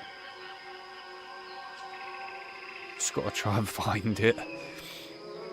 But there's this big island, effectively, that you can find with it all on. Okay, that wasn't it. Where... I know it's out there, it's just about finding where it is out there. It's got to be around here somewhere or something. Again, it's about remembering where these exactly are. Which is easier said than done, by the way.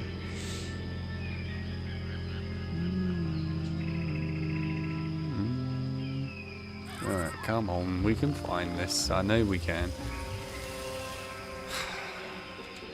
Unless it is further over this way. Ah, there it is. There we go. Yep. There we are. Right, here you go. So this is like the sort of secret area, if you like, of this level. This is where, like I said, you have this sort of teleporting area where you teleport with the hobbits to a campfire. Here's the area. So this is like its own unique little spot where you have the campfire, and the hobbits, of course, all sit around it at the end of the level. But yeah, this is the whole area. They actually, you know, went to town and fully built this entire area. And it's huge. I mean, sure, it might not be the most incredible thing in the world, but the fact that they actually went and modelled the whole of this area is pretty nuts, considering how much there is to it. Yeah, they really did put quite a bit around this, considering it's just a little campfire bit. Kinda nuts. But there you are. That is the campfire bit. You can also walk around in this area as well. I won't do that because otherwise I probably won't find my way back to the map again properly. But yeah, that is the cutscene area. So there you are. A little bit of you know, insider stuff for people that want to see it. Oh, and I guess if people really want to see it. There you go, that's the gate. It goes to absolutely nowhere. Just to make it nice and exciting. The actual like main map of this is massive. I'll go through like a good chunk of the actual like mission first before we do it. Then, you know, I'll start flying around so I can show you off the actual area properly. There's quite a lot of outside stuff to this area as well.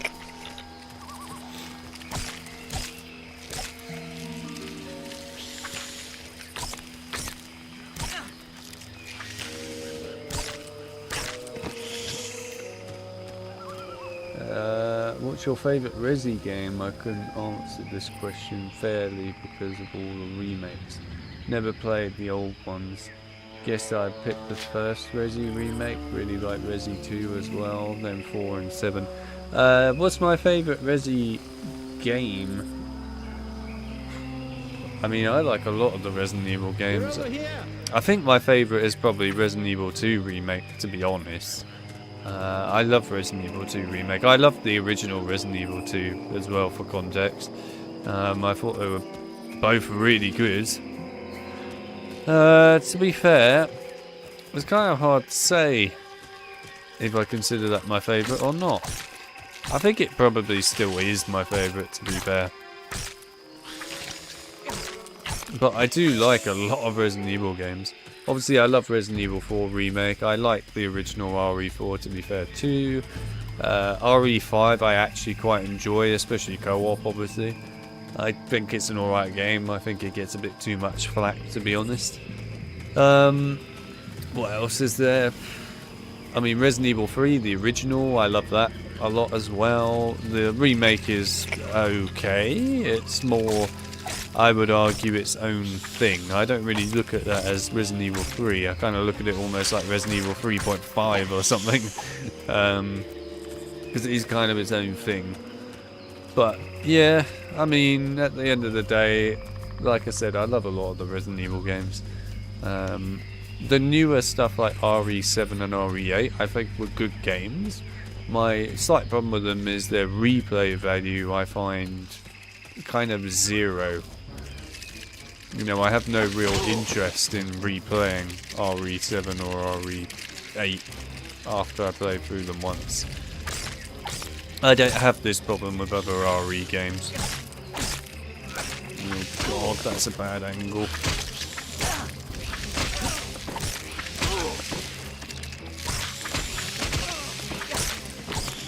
There we go.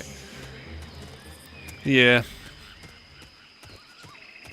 I mean, what I will say about RE7 and RE8 is they're both very good games overall. You know, their stories were decent. And to be fair, the gameplay of them was very good too. And obviously I love the horror in them, of course. But, you know, the one thing I would say you get with other Resident Evil games, especially the old ones, is you always got these cool unlockables every time that really made it feel worthwhile replaying the game again and again and again. You don't really get that with RE7 or 8. You do get unlockables, don't get me wrong, and so on. They're just not that exciting. You know, there's a lot more exciting unlockables than the other games in my view.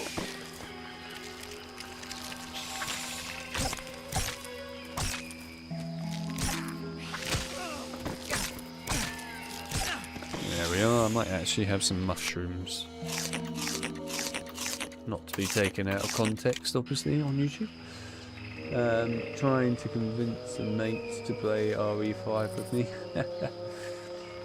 Agreed in that regard. Resi 2 probably has the best replayability factor. Oh, it really does, actually. RE2, you know, it's got loads of replay factor to it, and I love that.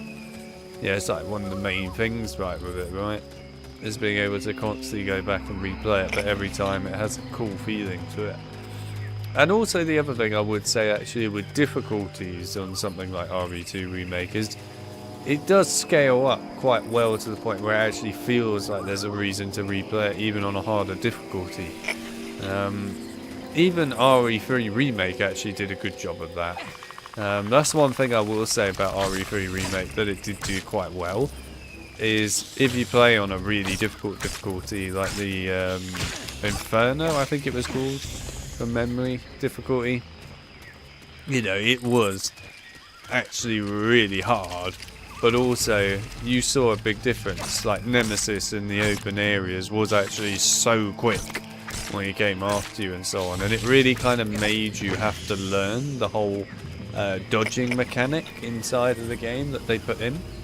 So for people that don't know, RE2's sort of protect yourself mechanic is basically stab a zombie, put a grenade in their mouth, stuff like that. RE3 took away that kind of mechanic and instead went for a effectively a quick time mechanic. where you react by pushing a button quickly or whatever. But it also had RE3 this sort of perfect dodge mechanic to it, where basically if you dodge at the exact right time, then it means that you get what's called a perfect dodge, where you can effectively roll out of the way without getting hit and semi-slow down time a little bit, if you like. But yeah, that's the kind of mechanic you have to get exactly right on that really hard difficulty with Nemesis, because otherwise you're gonna get hit. So yeah, it was cool that they actually made you learn that a bit more.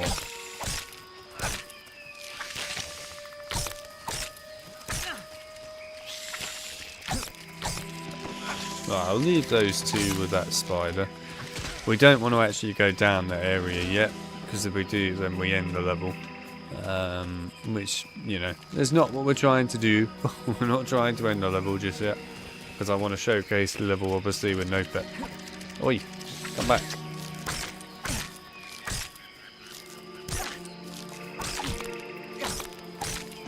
Ah, screw it, you two hit it enough. It's good enough for me.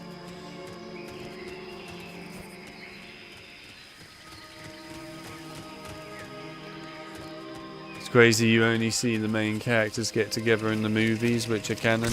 It's true, yeah. To be fair, in a lot of ways I'd rather you don't have that in a game, really. I mean, the closest I guess we ever got to that was sort of RE6, where you got a lot of characters all together. And yeah, I mean, RE6 anyway is just not a very good game, I'll be honest. It was a very bad Resident Evil game. Probably one of the worst, if not the worst, RE mainline game at least. I honestly would put it up there as probably one of the worst Resident Evil games of all time, actually. I really didn't like that game. But still, when you saw all these characters come back together again from the past, it just kind of felt a bit forced. You know, it didn't feel like there was actually much of a reason for them to be together, particularly, and actually make it worthwhile. They also don't really stick with each other in RE6. They sort of briefly run into each other and go, "Hi, see ya." That's about it. But yeah, I don't know. I kind of like the fact that we don't have RE games with all these main characters together. I'm not sure it's a good idea to do that. But you know, with something like RE Revelations 2 as a factor there, where you get two characters together right from the past, like Claire and Barry, I thought that was good, especially as those two characters don't get enough love anyway, in my opinion. So yeah, you know, you've got something like that at the very least.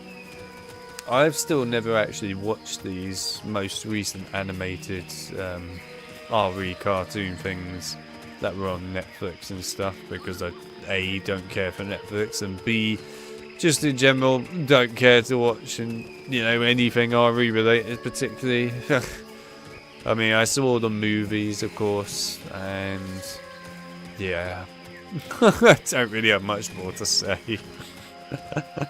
In particular, I obviously quite like the first RE movie. I thought the first one was actually good. I think with the first film tried to do their own thing, which I preferred, and as a result it was kind of unique and just actually well executed for the most part. But then for all the other films they just tried to tie in every aspect of the games, and to be honest it just doesn't work. And it just comes across as a bit, again, forced, but in a bad way. Right, we're going to look around the environment now. It's a shame. I just kind of wish the films had done their own thing entirely. That would have been good, really, but here we are, I suppose.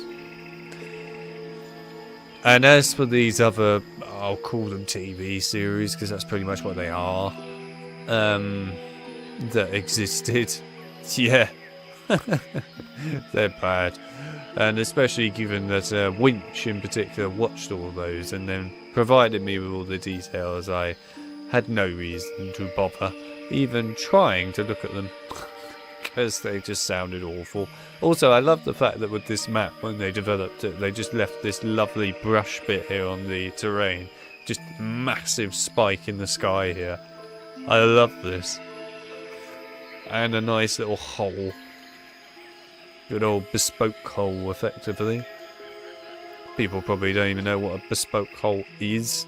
Granted, I wouldn't expect people to understand what that is, but here we are.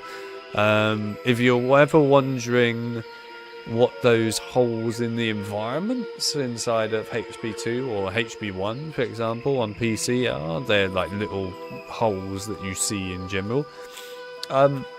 They're a bespoke hole. There's like a hole in the environment, basically, where there should be a texture properly going across, and it's not. This was quite a common thing, by the way, on Unreal 1 games. In fact, most Unreal 1 games, I believe, have bespoke holes. You'd be hard-pressed to not find any without them. But, you know, at the end of the day, I guess you could argue that they you know, improved upon their problems with Unreal, of course, Epic over time. And, yeah, well, you know, you, you, of course, have modern Unreals, which don't really have that problem. Which is good, by the way, it's a good thing. Anyway, this map is huge, this one. There's a hell of a lot of stuff going on. All sorts of weird design, terrains, and so on in this. I mean, look at this. I do love this bit. Just this huge, giant spike here. It is absolutely fabulous, this. It's so pointless, this bit, as well, because, of course, you would never see it. Obviously, it's a mistake, but, you know, it's kind of funny. There's so many things that they just put outside of this map. It's quite a big map overall in general, this. There's a lot going on out here, which you don't see for the most part. So they really did actually put the effort in to go and model a lot of this map. But you're just never going to see most of it. It's kind of a shame, really, but there we are. Right, anyway, here we are. Yoink. Right, let's see if we can get these mushrooms quickly. Quickly, I want the mushrooms. Hi, Sam. Give me mushrooms. No! I really thought I might get the mushrooms then. I never thought potatoes could smell. Anyway, so here's good. that environment that I showed you earlier when it was outside the map. Where is this place? Very close to the Withywindle Valley. But we shouldn't get any closer. Why not? The Withywindle Valley is said to be the strangest part of the whole forest.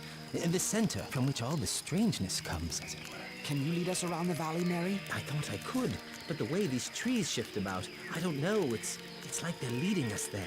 Mary thought he knew his way around this forest. But how can anyone find their way when the forest won't stand still? Do you know one of those trees stuck a branch out at me? Nearly tripped me, it did. I'm sorry I led us into such a dangerous place, but at least we've shaken off that Black Rider. Oh yeah. Speaking of awful, that new Silent Hill movie is looking like straight up garbage. To be honest, I liked the first Silent Hill movie. I thought that was alright. It had, again, kind of its own thing that it was trying to do, which I think was the right move, rather than just trying to completely link it to the games. Obviously it did link to the games to an extent, but you know, it still did a lot of its own thing. And it worked. I actually think Silent Hill 1's movie was generally a really good film, and actually one of the best video game movies probably in existence. The second film was awful. I really hated the second film. I thought they really fumbled on that one. And now we got this new one, which is basically just Silent Hill 2, the game as a film. And from everything I've seen of it, I'm not interested. Just not interested at all. I think if they're going to make movies of these games, they really just should do their own thing. As far as I'm concerned, video game movies tend to shine when they try to just not copy the game or try and be the game in general. If they just try and take aspects of the games, sure, that's fine, but then they do their own thing with it, it works out well. And overall, you get a decent film. Obviously, you can do that and completely screw it up. A great example of that is Doom. Doom the film. Oh boy, what a film that was. That's one of those movies that you just kind of... You just watch to laugh at it, really. There's no other reason to watch it. And to be honest, the first person sequence in that film is pretty cool. I thought they did well with that, but that's it. The rest of the film is awful. And then there's this other Doom film they made, Annihilation or whatever, which is just absolutely dreadful. I didn't even watch the whole of that. I just watched a little bit of it because at one time it was like free or something on one streaming service or something, and I just couldn't be bothered to watch the whole thing. It was so bad, but yeah. I don't know. I've never been a massive fan of these video game movies, and I just think they're really bad, and to be honest, shouldn't really be a thing that we bother making. It's best to just stay away from it. Not unless you know what you're doing. There's also apparently now meant to be a Call of Duty movie being made, It's and cool under the willows. God help it. Less flies.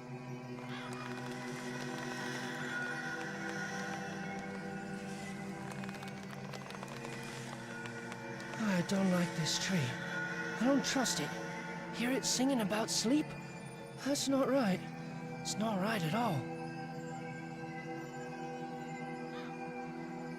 What's We the can't point sleep there? yet. We must get clear Yeah, of this I agree. place. If you're not going to honour the theme of Silent Hill 2, which by the way is really important, that's like the whole context of the game, then, you know, you shouldn't really make a movie of it. Which is true, I don't think you should make a film of it if you're not going to honour the context. There's just no reason to. Don't mind me abusing the boss's mechanics a little bit here. As you do.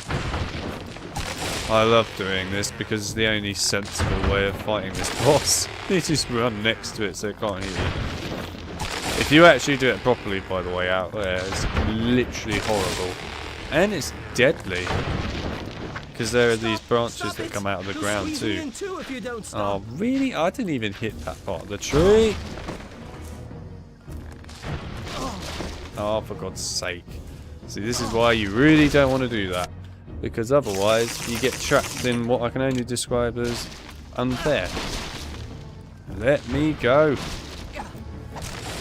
Right, there we go. Right, get in. Right, that's fine. I can take the hit. I just want to get back to where I was. There we go. That's so bullshit trying to do anything out there. It really is unfair. So you have to do this. I was surprised it counted me as hitting the actual main part of the tree though earlier. I guess I must have accidentally semi-clipped it. But yeah, when you get that cutscene with them, that happens when basically you hit it in the wrong way. Whoa! Steady there, little fellows. Where be you a-going to, eh? Puffing like a bellows. What's the matter then? What's the matter? Now, I've just tell been me what's your trouble. literally hit My in the friends are face caught in that willow by a giant tree. tree. Old Man Willow. Old Man I Willow. know that rhyme for him. I'll chant his marrow cold if he don't behave himself. You let them out again, Old Man Willow. You should not be waking. Eat earth, drink water, go to sleep. Bombadil is talking. Thank you. Yes. Thank you. Very much. Well, my little fellows, you shall come to the house of Tom Bombadil. Where? Time enough for questions around the supper table. Come now, and help Tom find lilies for fair Lady Goldberry. After that, we shall sit down to a table laden with cream, honeycomb, and white bread and butter. What are we waiting for? The sooner we find lilies, the sooner we can eat. Goodbye, Tom Bombadil. I'll see you in a little bit. You have fun, mate. Oh, and they're off. Alright, see you later. Silent Hill 1 is one of my favourite films. Oh, I hear a spider. Where is it? Oh, it's over there. I'll let them deal with it. Anyway, Silent Hill 1 is one of my favourite films of all time. I've probably watched it 30 times. It is a really good film, Silent Hill 1. It's one of those video game adaptations that honestly I think they did a good job on. Basically that and Resident Evil 1's movie I personally think are actually decent video game films. They're the sort of films that I want to constantly see out of video game adaptations rather than just shit. To be brutally honest with you, because that's what really you see most of the time. And if you want an example of a shit movie, it's Doom. Doom is truly awful. Oh, but it's funny awful. That's the thing about Doom. It's generally, if you go into that film and you're expecting it to be good, I don't know why you're expecting that. Because you shouldn't be. It's a dreadful movie. And given that it's got, you know, various people like The Rock in it, you can already tell it's probably going to be a comedy. Even though Doom is meant to be serious. As soon as you see The Rock is featured in it, you think, right, so it's going to be a comedy film then. No offence or anything to The Rock, but in all honesty, everything that he's in it tends to be hilarious. Sometimes it's not even intentional. Like, for example, when he was the Scorpion King, right, in the Mummy film. You know, it's not meant to be hilarious, it's meant to be a serious thing, but he just looks and acts hilarious in that. I can't take it seriously. But, yeah, I mean, it's basically him and the whole of Doom. I just can't take it seriously. But like I said, the first person shooting section in Doom is actually pretty good, to be fair. I swear that 99% of people don't even realise what Pyramid Head is and what he means. No, they really don't. In fact, not even just people. That goes for development studios as well. I mean, look at the, you know, Silent Hill game Homecoming.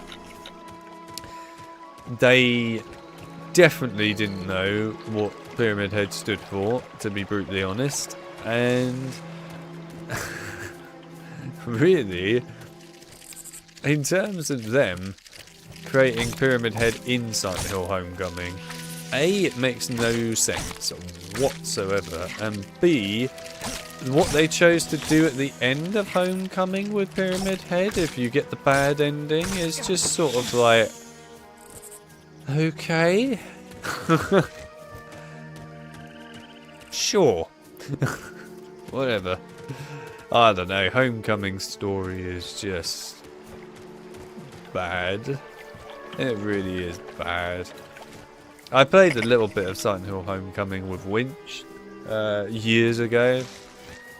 And then when Michael and Phil, my other two mates, came around here, I ended up finishing the game with those two. I'll be honest with you, the bit that I played with Winch was the good bit. After that, I kind of wish I had never played the rest of it. Because it's terrible. It's one of those games where the beginning is okay, and then after that it just goes so downhill. It's unbelievable how much downhill that game goes. It really is. I mean, even the combat. You know, the Silent Hill combats, right, are supposed to be not difficult, but at least a challenge. And in Homecoming, you can use the base weapon, right, which is the knife, and just do this consistent attack at all times throughout the entire game. You can go up to any enemy, by the way, a boss, and just go swipe, swipe, spin, and you can just do this attack forever. And you can never get hit, pretty much, at any point while doing this. And you can just do this for the whole game. There's like literally no reason to ever have any other weapon. It's just... It really... I mean, it spoke volumes for the combat design in that game, honestly. I just couldn't believe that that was a thing. Oh, man. It was a game at the end of the day where when it was over, I just sort of went...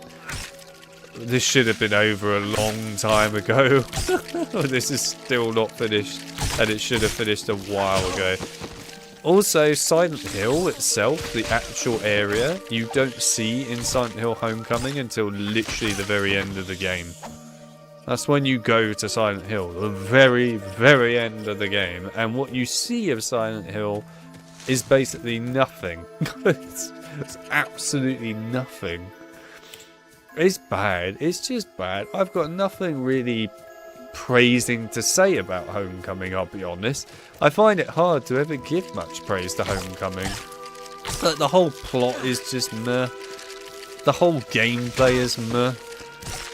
The fact that they put in old enemies that don't belong in the game whatsoever is meh. There's just so much wrong with Homecoming. I don't know really what happened with that. Not a fan. But there we are. Hey there, wasn't this game initially based on the book itself rather than the films? That was EA's territory due to copyright. Correct, Vault Dweller. Yes, I was mentioning this earlier on in the stream that this game is based entirely off of the book and EA's games were based off of the movies. So yes, this is entirely based off of the book. This has not got anything to do with the films. And to be honest, I'm kind of glad that it's based off of the books. Because, you know, in my opinion, you get a lot more content in books anyway. So it's kind of nice when you get to see more of that in games. It's the same thing with the Harry Potter games, by the way. Like the early Harry Potter games, right? Where they did a lot more stuff from the books inside of those early games. And they were much better off for it. Whereas, of course, the later Harry Potter games, they based it all off of the films. And yeah, it suffered because of it. The Rock finally got a proper acting role in Smashing Machine. Only movie he doesn't play himself. Love it. Oh dear.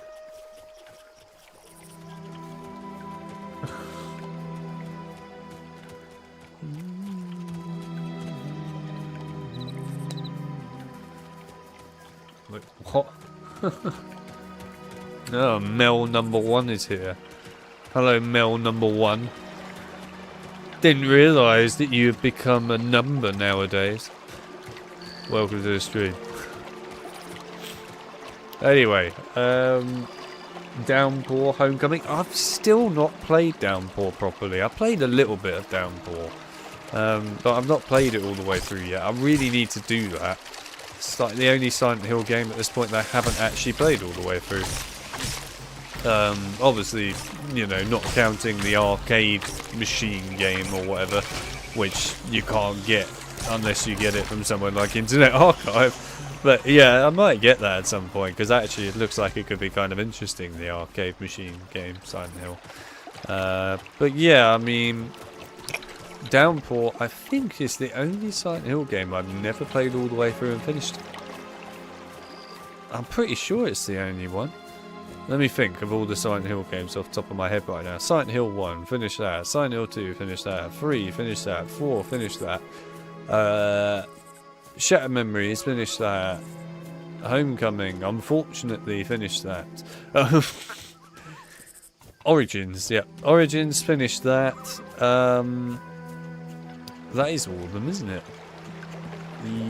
Yeah. Well, obviously there's the newer ones, of course. So, Silent Hill 2 remake, yes, I finished that. Really good remake, that, by the way.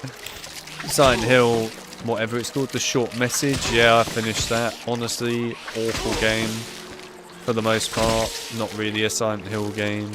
I mean, for something that was free, I guess it was alright. Could have been better, but, you know, it was alright. Is it something I would ever really want to play again? No. But yeah, I finished it. Silent Hill F, in all fairness, I haven't finished that yet. Pretty much at the end of it. I've just never got the will to want to finish it. I'm not a big fan of Silent Hill F, I'll be honest. I thought it would be a lot more than it was. Let's put it that way. And to me, most of it doesn't come across too much like a Silent Hill game. The big thing also that I'm really not a fan of in Silent Hill F is the combat. I really think they fumbled on that. But just in general, I find the game quite boring, actually.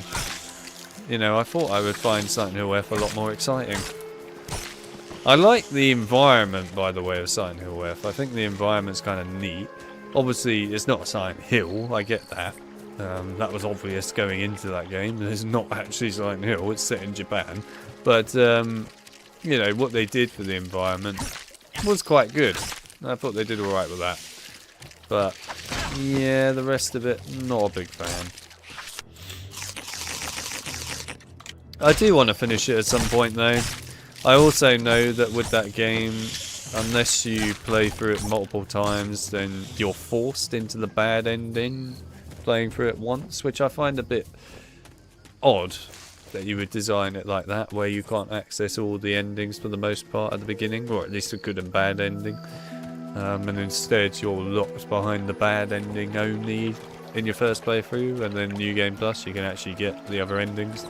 Seems a bit of a weird design choice in my opinion, but fair enough. Still, at least they've entered some sort of like, I think, gameplay design or something like that now. I haven't looked at it in much context, but they've done an update to it now where basically if you complete the game you can now just quickly skip to the part that you want to get to in order to get the other ending, which you could argue is like cheating the game and that, but if you're not a massive fan of the game and find it a bit boring, it's actually quite a good idea. And I might abuse that mechanic because in general I'm not a big fan of the game, so yeah, I might do that just to see the other endings. But there we are. The true number one arrived. Step aside, Fly. Is Fly even here still? He is still here, I think. Thank you for putting 3 hellos. If you put 1 hello, that would have been infuriating on my territory. Infringing even on my territory. Damn right. Downpour is semi-open world and you can go inside the apartment from the room. I know about that Easter egg where you can go in the room apartment, yeah. I do need to play it. I really should play it. That's something I need to do. Anyway, we can look outside the map quickly before we go and talk to Tom Bombadil. There's not too much outside of this map, just so everyone's aware. See, this is why we really need to get this dev command in from the game. There's a dev command in the menu that we haven't got in the fix yet, but we really need to get it in, which basically gets rid of the fog sort of like render status a bit. This is awesome, this, look at that. Anyway, it makes it so that the fog basically is further away so that you can see a lot more of the environment rather than not being able to see anything. It's much better, to be honest, and I would really prefer to have that in this game because it makes it a lot easier to see. Obviously, in the earlier builds, like the prototypes and stuff, you can turn that command on, and it makes a huge difference, by the way, because you can actually see all the maps without tons of fog on them, and it just makes it a lot nicer to look at. I get why they put this much fog on, by the way, back in the days, because obviously consoles were not powerful enough and so on. But yeah, you know, by today's standards, this sort of fog level is a bit unnecessary. So yes, it would be good to turn it off a bit. But there we are. Anyway, there's the context. I think you can actually see... Yeah, there you go. You can see that waterfall going through the environment there.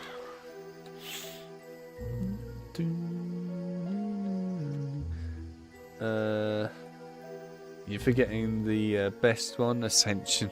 I've never played Ascension and I'm never going to. I don't even know if Ascension's still around, is it?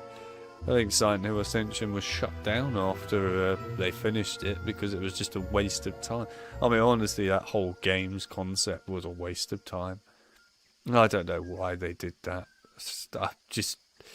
There's no point in even building that game as far as I was concerned. The fact that it was one of these stories that's determined by what players determine. I mean, all I have to hear is that to tell you immediately that players are going to choose the worst stuff.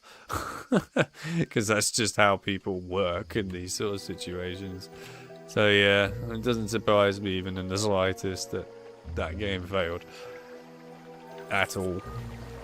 Here's the back area, by the way, if people wanted to see what happens when you go through this rock bit.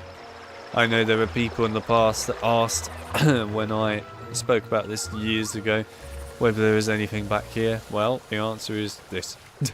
Not a lot, basically. But they did bother to actually great a fair bit there, which is quite impressive considering, again, you don't go back here. So there you are. But anyway, where's Tom Bombadil? Tommy, where are you? There he is. Sorry, not that. There we go. Hello. Fair lilies for the fair river daughter. Come, let us go to meet her. This game gives me nostalgia. Damn right it should give you nostalgia. Now you should play it. Laugh and be merry. I am Goldberry, daughter of the river. Here's my Goldberry. You are still afraid, perhaps, of mist and tree shadows. Fear nothing, for tonight you are under the roof of Tom Bombadil. Who are you? Who are you? Don't you know my name? It's the only answer. Never watched Lord of the Rings. You're the second person to say that. Young and I am old. Eldest, Unbelievable. That's what I am. Tom was here before the river and the trees. Tom remembers the first raindrop, the first big people, and the first little people. He was here before kings and barrow-wights, before the elves passed westward, and before the seas were bent, before the Dark Lord came from outside. His precious ring has no power over Tom Bombadil. And now, merry friends, it is time for our supper. We ate our first good meal in a long time, singing songs and telling tales until late in the night. We slept peacefully and were refreshed enough to continue our journey. Keep to the green grass as you go, lads. Don't go meddling with old stone or prying into the houses of old dead barrow-wights. Here's a song to sing should you fall into any danger. Oh, Tom Bombadil, oh, by water, wood and hill, by the reed and willow, by fire, sun and moon. Hearken now and hear us, come Tom Bombadil, for our need is near us. Thank you, He Tom looks so Bombadil. happy. Speed now, fair guests. North with the wind in the left eye and a blessing on your footsteps. Make haste while the sun shines. Farewell, friends. It was a merry meeting. So it's interesting, actually. This character, Goldberry, does actually have broken eyes. If I can just... There we go. So if you look at her eyes, they are actually broken. They didn't fully actually finish modelling the eyeballs. So she's got these just destroyed, broken holes in her eyes. And actually, you know, when I was younger and I saw this on her eyes, I always thought, has she just got some sort of like magical eyes or something? You know, I thought that the devs might have been trying to design her eyes so that she had some sort of magic in them, but nope. It legitimately is a mistake, but it's quite a funny one to see it when you're close up. But there we are. there's the error. And yeah, Tom Bombadil was cut from the films. It's kind of sad actually that Tom Bombadil got cut. So was Radagast the Brown, the wizard, as well. He obviously made it into the Hobbit films, but you know, he was cut from the actual Lord of the Rings movie. And yes, Mel, you and Winch are in big trouble. The fact that you've never seen a Lord of the Rings film is disgraceful. Actually disgraceful. Unbelievable stuff, actually. Also, in regards to Mel's comment earlier that the game has similar vibes to the HP games. I mean, I guess you could argue it has that sort of graphical sort of feeling, sure. Gameplay wise, no, obviously, but yeah, I mean, to be fair, this is actually, it's one of these games where you either like it or you hate it. It's just kind of how it goes. I grew up with it, of course, so I do obviously have nostalgia for it, and obviously having gone back through this game many times and looked through the different developer builds of it and so on, it's quite incredible for like a younger sort of soul, if you like, inside of me to see all this stuff over the years. Always been quite neat, that. And obviously, you know, working with Chip on fixing Fellowship has been quite an incredible journey and experience to this game, actually. Overall, you know, I have to say I've actually kind of enjoyed looking at this game in more detail over the years. There we go. Enjoy that lovely face while you're at it. What can I say? Tom Bombadil's always very happy.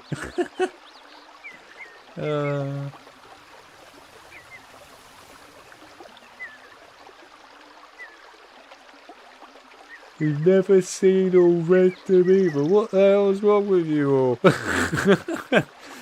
What is wrong with you? How have you never seen Lord of the Rings? What's going on? Why? What have you never seen Lord of the Rings? Oh, dear me. Anyway, at least you get to see this. Well, this is an extra if you like, but you get to see the actual game. Why?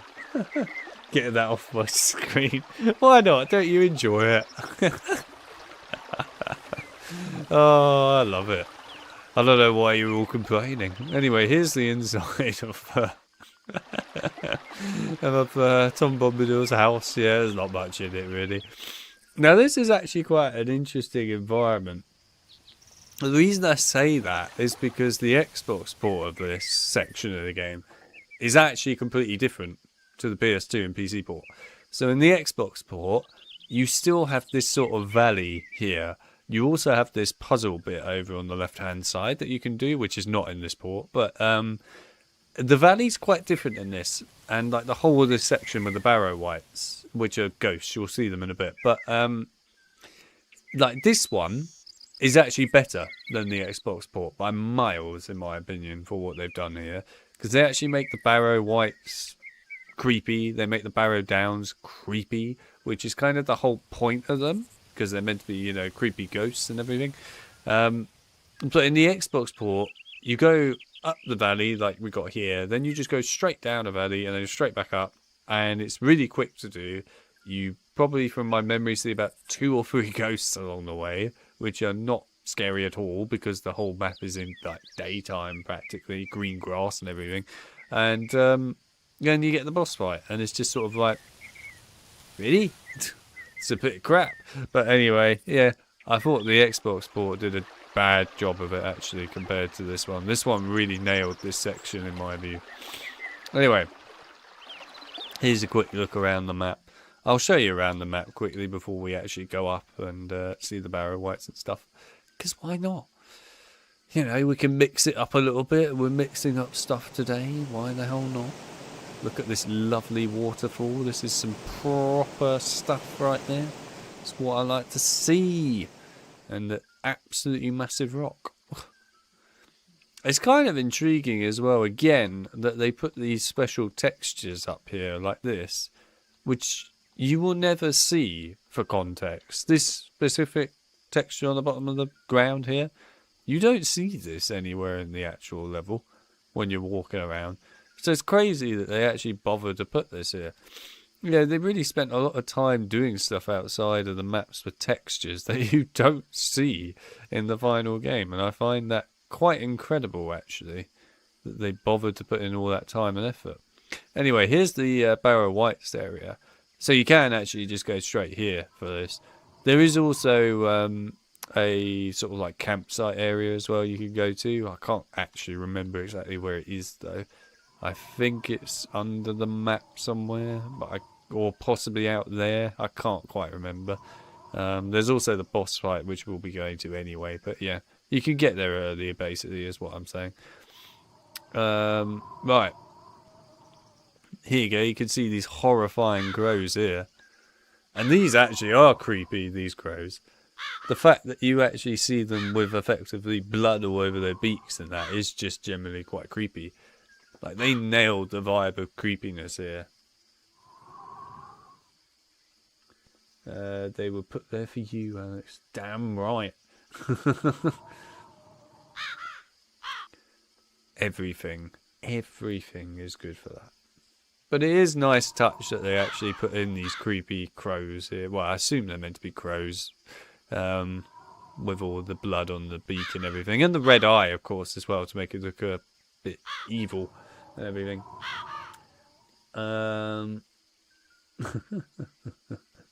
I like the way Winch has been disturbed by Tom Bombadil, by the way. I like it when Winch gets disturbed by these things in games. It's good for him. He needs more disturbing material. To be fair, I haven't seen much of the game so far, but the spiders were reminding me of the spiders in Chamber of Secrets, except there was no Ridger's Emperor spell. Yeah, they're quite different spiders in this game, to be fair, compared to in Chamber of Secrets. It looks so cool. I mean, this is going to surprise you, by the way. So the barrow wights normally, like I said, they're ghosts that pop out of the ground and attack you in general. Most games, right, when you have ghosts, they are loaded in from another area outside the map. You've probably seen this if we go into something like HP, earlier games, like Philosopher's Stone or Chamber of Secrets. You'll see these, I like to call them developer rooms, where they basically put the characters inside of those rooms, and then when you get to a specific event in the game where they are meant to appear, it then takes the character from that room, the game, and then loads them into the proper map to do the cutscene with them, and then they either stay there, or they obviously disappear, and then they go back to that room. And that's usually how you do stuff in games most of the time, and it's a good idea. In this game, for the ghosts, I was surprised by this. They don't actually load them outside the map. They just leave them under the ground. So yes, there you go. That's all the ghosts just casually chilling under the floor. And there's a lovely look at one close up. And yeah, it looks horrendous, i.e. horrifying, to be honest. But yeah, they're all just chilling underneath the map. It's kind of a strange thing to do, I'll be honest. But there you are. I guess that's what they chose to go for with Fellowship. But yeah, they're all here. Every single ghost is just casually under the map. They're all chilling here, waiting for their moment to strike. It is strange, I have to say, but it's a good idea in some ways, I suppose, if you want them to load in quickly. And given that there are a lot of them to load in at once, it kind of makes sense. It's just not something I was honestly expecting when I looked under the map originally. I thought that these guys would be in a room somewhere and just load in. But no, not with Fellowship. But it's cool that you can always tell where they are because of this. And you can see that, by the way, when you play the level normally. Right, anyway, let's, I guess, go back to Frodo. Hello. Tom, you frightened wench, I just want you to know that.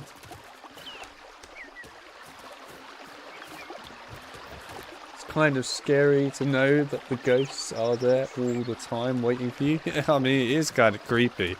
I honestly think they nailed the creepiness of this whole section anyway in the game, so the fact that it actually is kind of just even more creepy, I suppose, over time, knowing these things, really adds to it, in my opinion. Because it is creepy, you know, it's something that you don't really expect to see. So to actually, in the end, know that these ghosts are just chilling there, kind of horrendous, but there we are. So in games where you play in a gauntlet versus hordes of enemies, you're telling me there's a room of hundreds of them before they load in. Different games do different things, of course. What I was referring to there is more like the sort of old Unreal era engines and stuff like that. I believe the same was done in something like Clive Barker's Undying, where they have stuff outside the map and so on in their own little rooms. But usually, you know, they don't have hundreds of the same character in the room, no. But it varies, of course, like I said. Depends on the situation, really.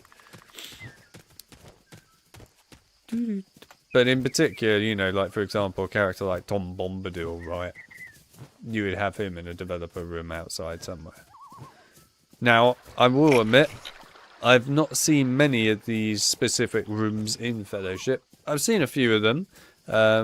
At Bree, for example, there's a big sort of open area dev room where you've got the Black Riders in there, you've got bed props in there, the Hobbits are in there, I think Aragorn's in there from memory, stuff like that. You know, different characters are inside of those rooms, which is quite cool.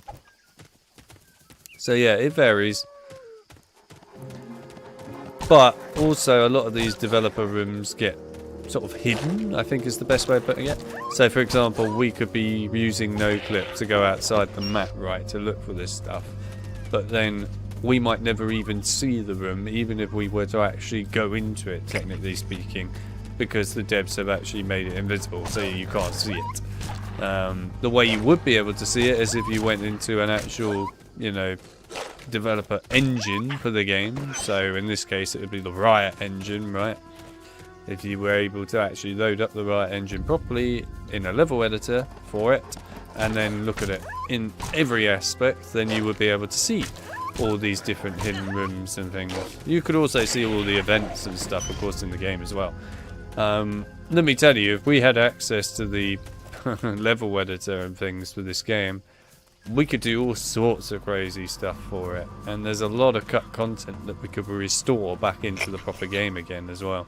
Obviously, like I said, that's never going to happen because, you know, we basically need the entire engine available and the source code and stuff for the game, and yeah, it's just never going to happen. But yeah, we've at least got some stuff available for this game. I do wish that we had access to the level editor and so on though, because honestly you could do so much for this game if you had that, and you could really just actually do a lot more for the levels.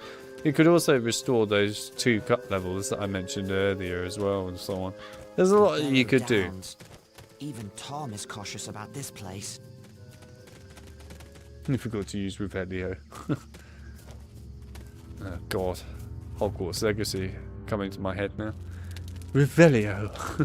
We're not far from the main road by my reckoning. Splendid. If we keep this pace, we'll leave the Barrow Downs by sunset tomorrow. Not soon enough for my liking.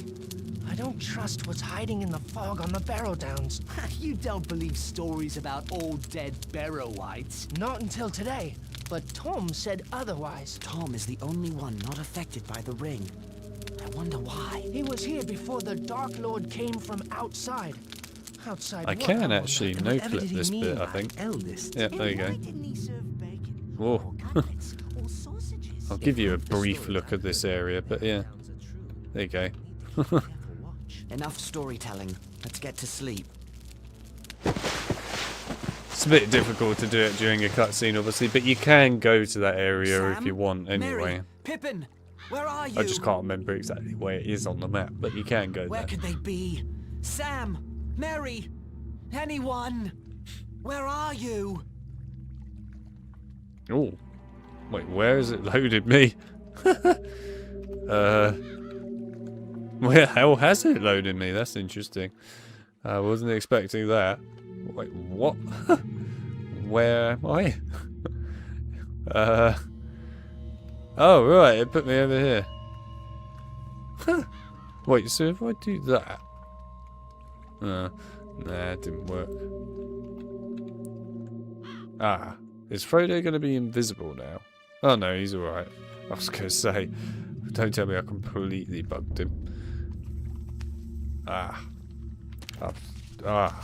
Yes, this problem. Yes, this is a bit of an issue. I remember this. I probably should have thought about that when pissing about with the cutscene. I tell you what, I wonder if this will work. It might do. So if I do this quick, will that fix it? I can't remember. It might do. It will not. Damn, I actually thought that would work. Right. Any ideas, Frodo? I can't actually remember if there is a way to genuinely fix this. I may just have to load another save. Which is alright. I can do that.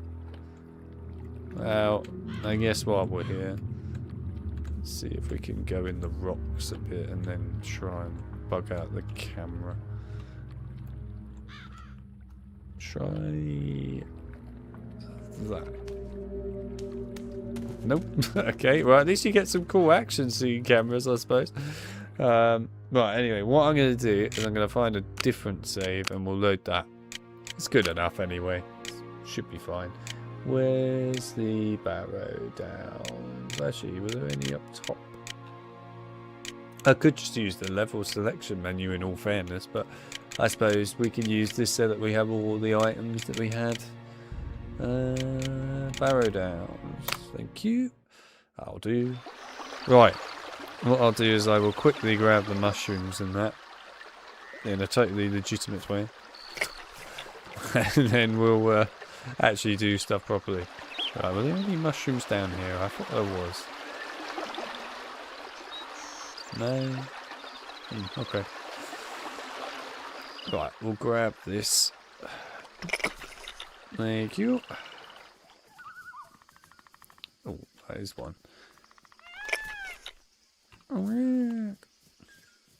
Might as well just grab all these health items while we're here, and then we'll just go straight back to that cutscene and look at it properly. Oh, alright. That's new. I don't think I've ever had the actual no-clip cam genuinely break out from me trying to use it somewhere like that.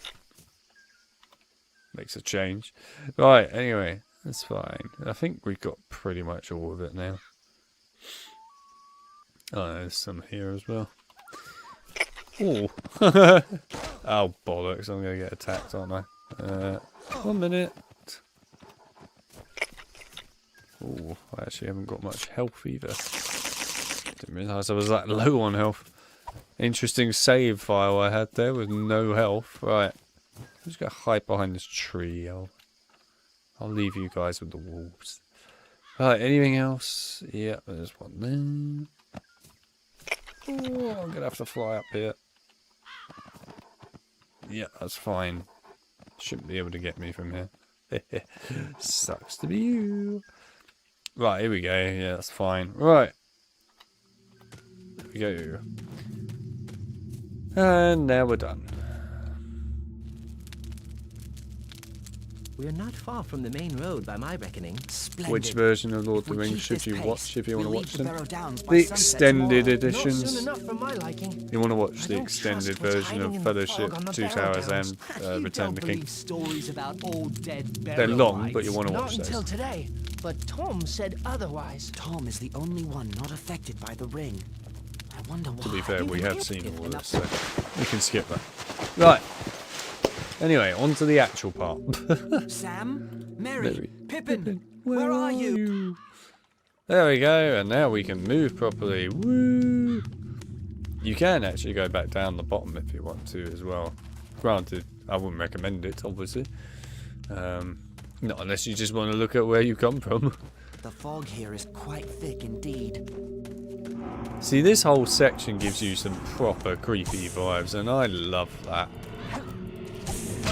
Ow. That's what I like about it. Some proper creepy vibes.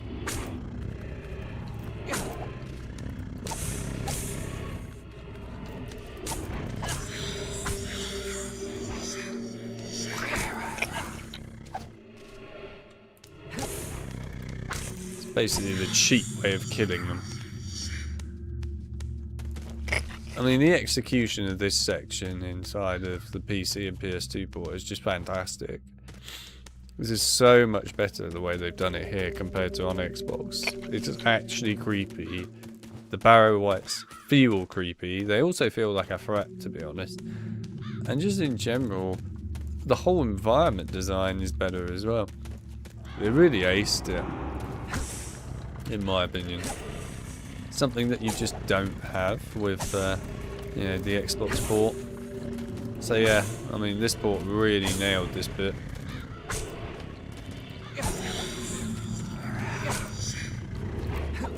That was close.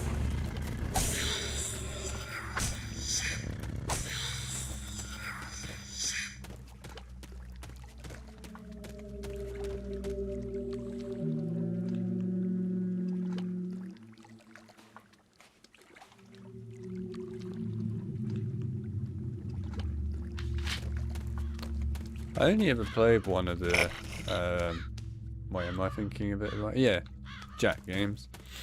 I only ever played the first Jack game, never played any of the others.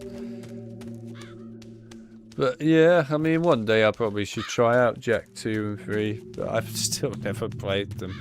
I've only ever played the first one. I didn't mind Jack 1 though, I thought it was alright.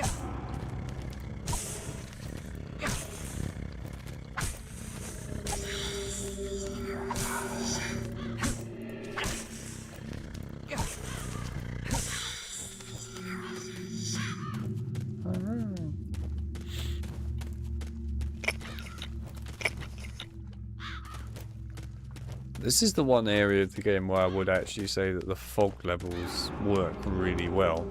And this is the one time where I think having fog like this is a good idea.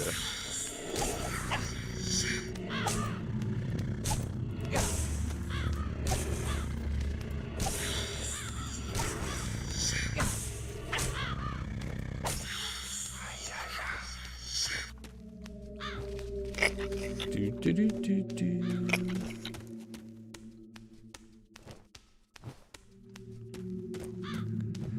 is kind of weird to think that all of these sort of games that everyone really loves, like Ratchet and Clank and Jack and Daxter or whatever, were all the sort of things that I mostly didn't play much of. I've still played them, like not all of them obviously, but I have still played them, just not much in my life. I think really my general focus when I was younger was more on actually adult games, to be fair. But also, you know, I had quite a focus on Crash in particular when I was younger. Crash Bandicoot and Spyro were my things when I was younger growing up, really. Especially Crash, though. It's a huge thing for me when I was younger. But also, in some ways, I think I can blame that a little bit on my brother anyway. Because it was like the thing that really my brother was really into was Crash and Spyro. More Crash, but yeah. So as a result, it's kind of what I got into as well. But it's true that quite a lot of the games that I played when I was younger growing up were all just adult games. It's kind of weird really thinking about it. Especially when you think that, you know, when you're really young, you're probably going to play all these kids games. Like, for example, a lot of people I knew were playing things like freaking Shrek 2 or something. We have Shrek 2 on PS2 in all fairness, but you know, it's not something that I spent tons of time playing. So yeah, it's kind of weird. I don't know, it's just my perspective of life. I was busy playing all these different games to everyone else. I'm alright with that though.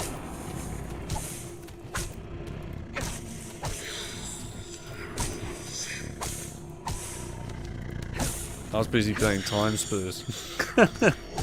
All these other people playing all these other games. Like freaking Finding Nemo, and there's just me playing Time Splitters. I'll tell you, by the way, Time Splitters is a better game than Finding Nemo. Just to put that into full context for you. Granted, I have no idea if Finding Nemo was even remotely a good game at all. I just know it was a big thing that people used to play when they were younger. Or Incredibles or something. All these games that were just like constantly being made back in the days. But to be fair, from what I played as Shrek 2 on the PS2, it was alright actually. Wake up, all of you! I've got to set them free. Get them out of here. It was a surprisingly good licensed sort of video game cartoon title. It was alright.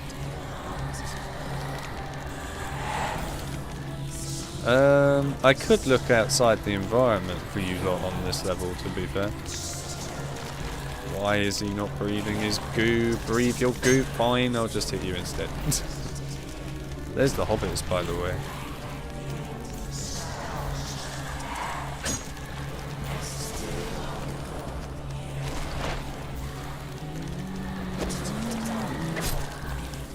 It's kind of weird seeing all this section in a game because all of this was not in the movies, by the way, just so you're aware. Right, I'm just gonna go into free cam quick so I can show you all stuff. Anyway, here's the map. It's pretty cool, eh? There is actually its whole like full-on box as well for it and everything. You can obviously go back to the main map again if you want to, that we were just at, by like flying up out of it, but I'm probably not going to bother with that. Well, I guess I could do it, we'll see. Here's the gold. So for context, basically the Barrow Whites, if you were to like stumble across them, they have gold inside their barrows, and basically they then effectively put you to sleep and then put you in a ritual where they then murder you. It's kind of a weird thing, I guess, but there you are. Anyway, these two are actually asleep, which is great. And then you get to Sam and you just see that. Ooh, this is so difficult to do. There you go. See, Sam is totally asleep. As you can tell, he is totally asleep. He's not awake at all. Look at those eyes. Oh man. Oh god.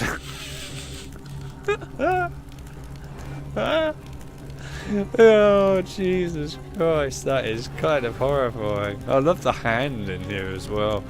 Good lord. Well, anyway, Yeah, there you go. Careful, Witch is going to shit himself. He probably is going to shit himself. I'm fine with that. It's all the more fun for me. I was trying to see if I could find one of those holes that the guy creates, but they've all disappeared now. Kind of annoying. Anyway, you can get a close-up of this dude. There you go. That's the Barrow White sort of like king, I think he's supposed to be in this. I can't remember, but yeah. Pick Dementors and multiply that by 10 times. I'm going to say I don't think Lord of the Rings had such creepy horror vibes in it. To it. I mean, film-wise, not desperately. Obviously, the bits that I would argue in the films that are kind of creepy are, I guess, to an extent anyway, Shelob in Return of the King, Mines of Moria to an extent in Fellowship, I suppose. But yeah, most of the creepy stuff is in the books and obviously games to an extent. So yeah.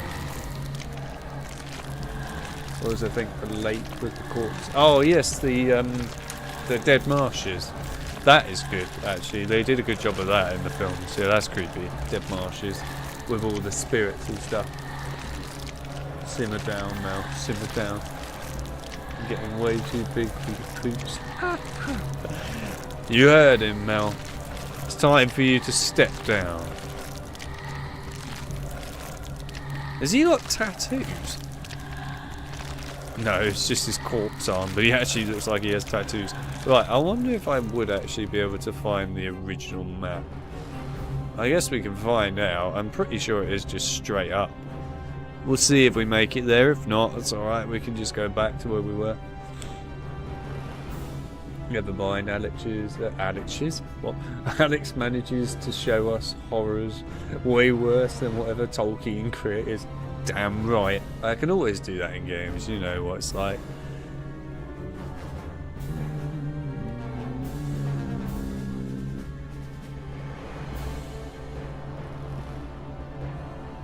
Played a Shrek game, don't know which, but I remember having a good time.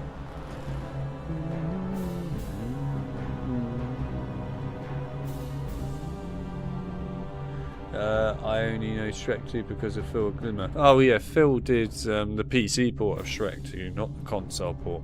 PC port is completely different to the console port of Shrek 2. The PC port was actually created by the devs who created the PC port of HP 1 and 2 and that, no wonder. But yeah, it's a completely different game. And actually, to be honest, the console port in that case was way better than the PC port. Granted, all I've seen of the PC port really is just the gameplay of it and stuff over time from Phil. Because I remember when Phil was working on Shrek 2 stuff, he actually shared it with me on the screen when we were doing HP stuff in the background. That was quite funny. But yeah, basically, the PC port is pretty inferior in comparison.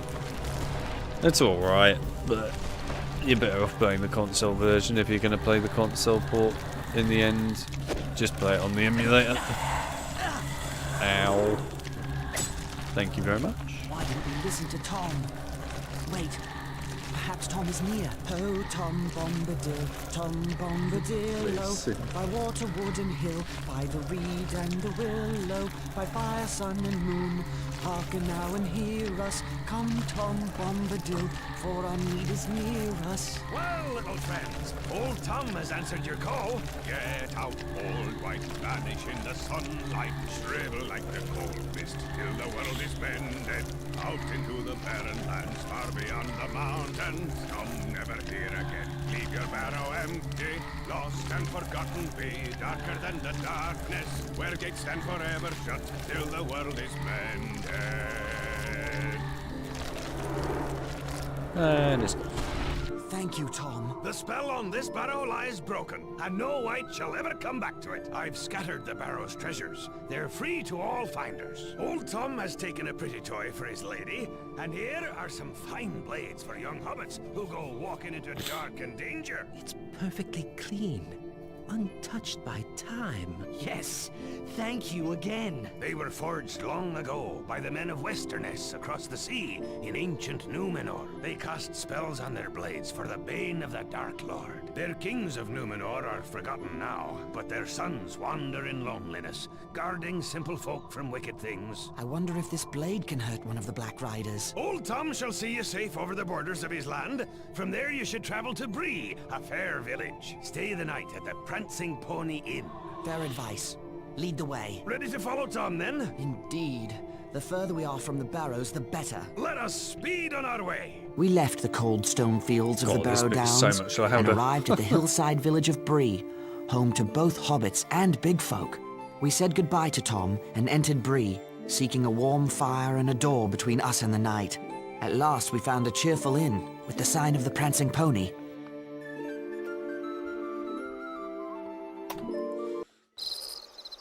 We surely aren't Right, we get to staying play in as this inn, are we? Aragorn Why soon not? now.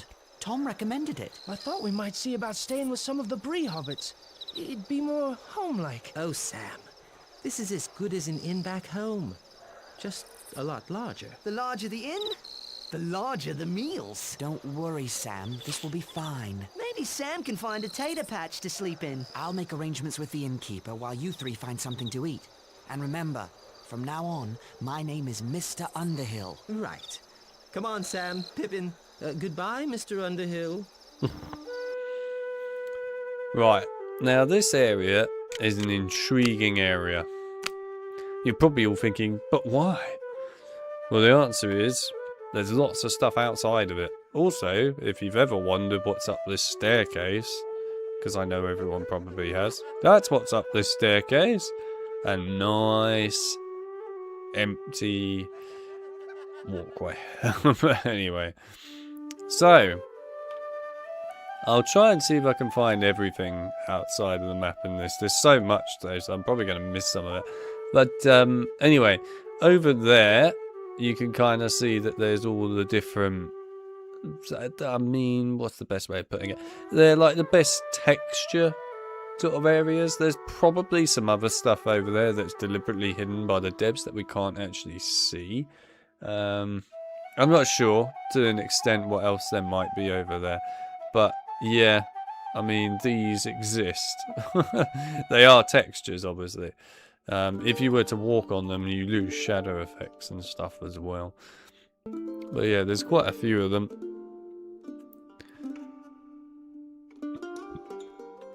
There's also, actually, I'm going to quickly go back again and go this way.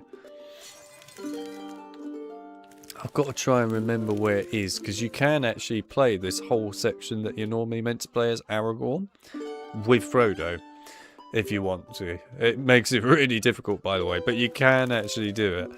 I'm just trying to remember where the main map is. I think it's out here. I think. It's just trying to remember where it actually is.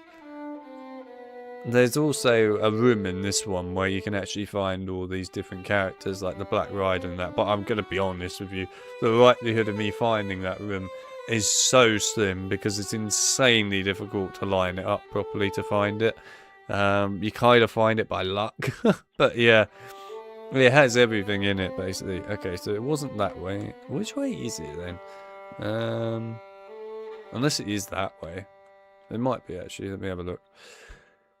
I really want to find the proper map so that I can just load into it with Frodo for you lot so you can see it. I'm just a fan of being number one. Yeah, you see, Mel just wants to, you know, brag in front of everyone at being number one. She wants to beat all the others, all the rest of you to her, or, you know, number twos in comparison. Where is the freaking main map? I'm sure I remember it being in a certain direction. We will find it. I will find it one day. Well, hopefully. I found it before multiple times. I don't know why I'm struggling so hard to find this.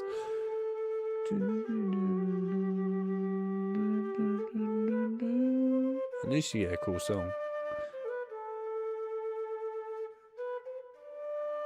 I'm content with being number 7. I was always creeped out by the lazy town characters. Well, there you go. Where the flipping hell is this? Oh, there is actually cut content in this area, by the way. For those wondering. Where is it? Ah. This is so annoying. I haven't looked for it for ages, and now I can't remember what the hell it is. We've been that way, haven't we? We've been that way. We haven't been that way fully yet, to be fair, and we've been that way. I guess I could try going further this way and see if it was this way further. It might have been.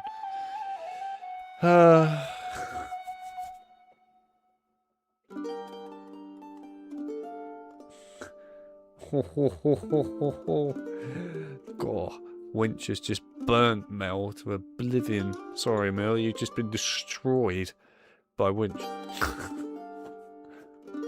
Are you going to take that sort of savagery? I hope so, because it would be fun.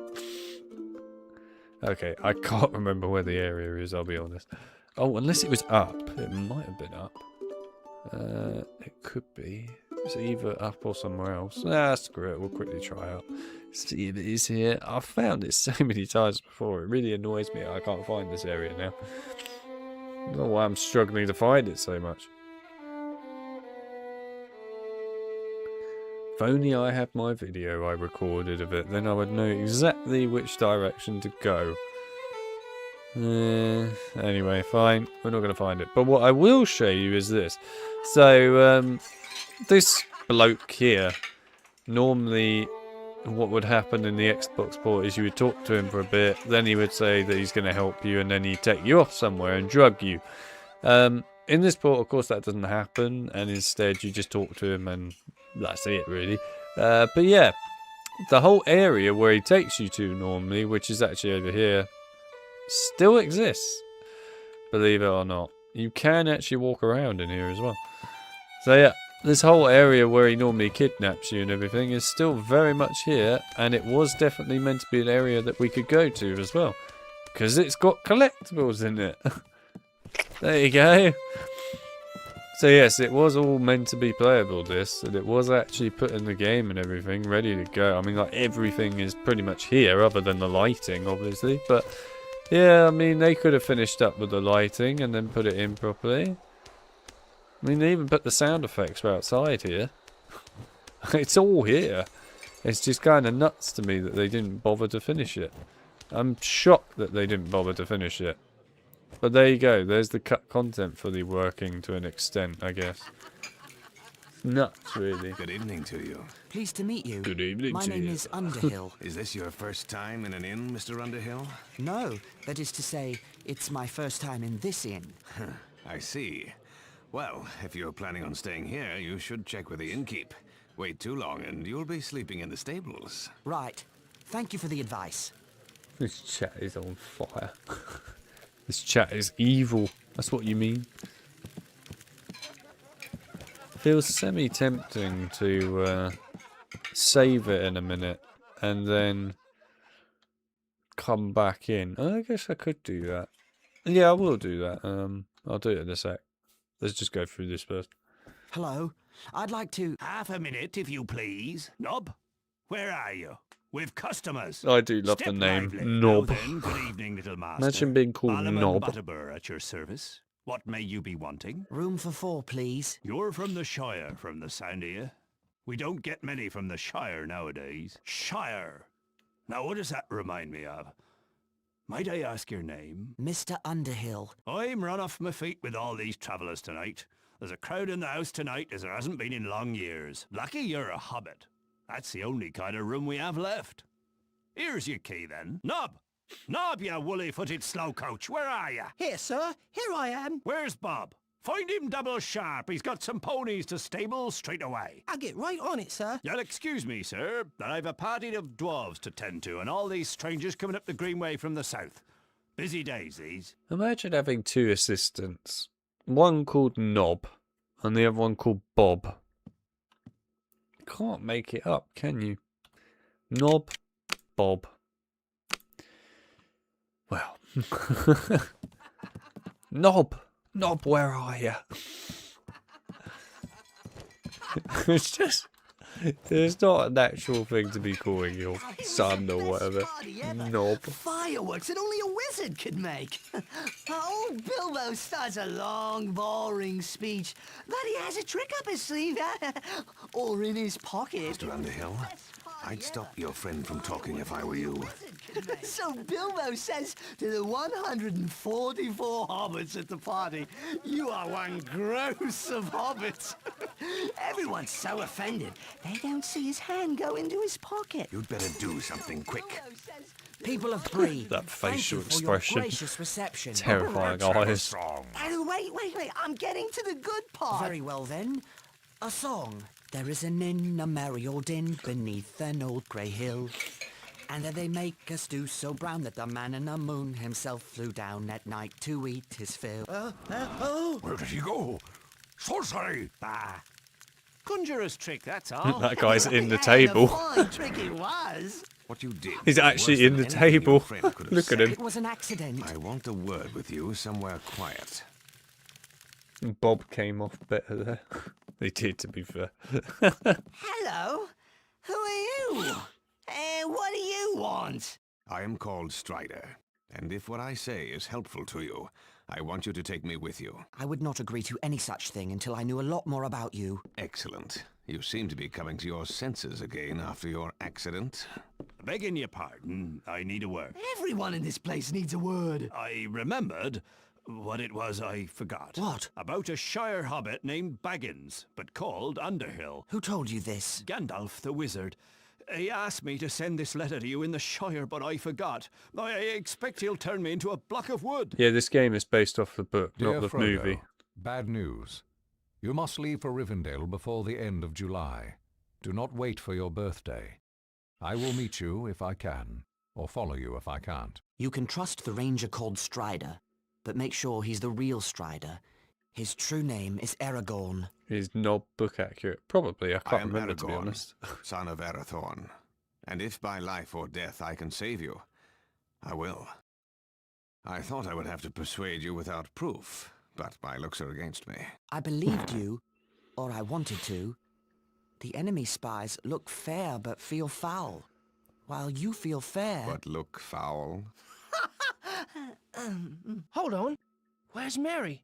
He's still not back from his walk. Stay here. I'll find him. And now we get to play as Aragorn. Woo! Yeah, I can't remember, to be honest, if Nob is in the book or not. Probably is. I haven't read the books in years.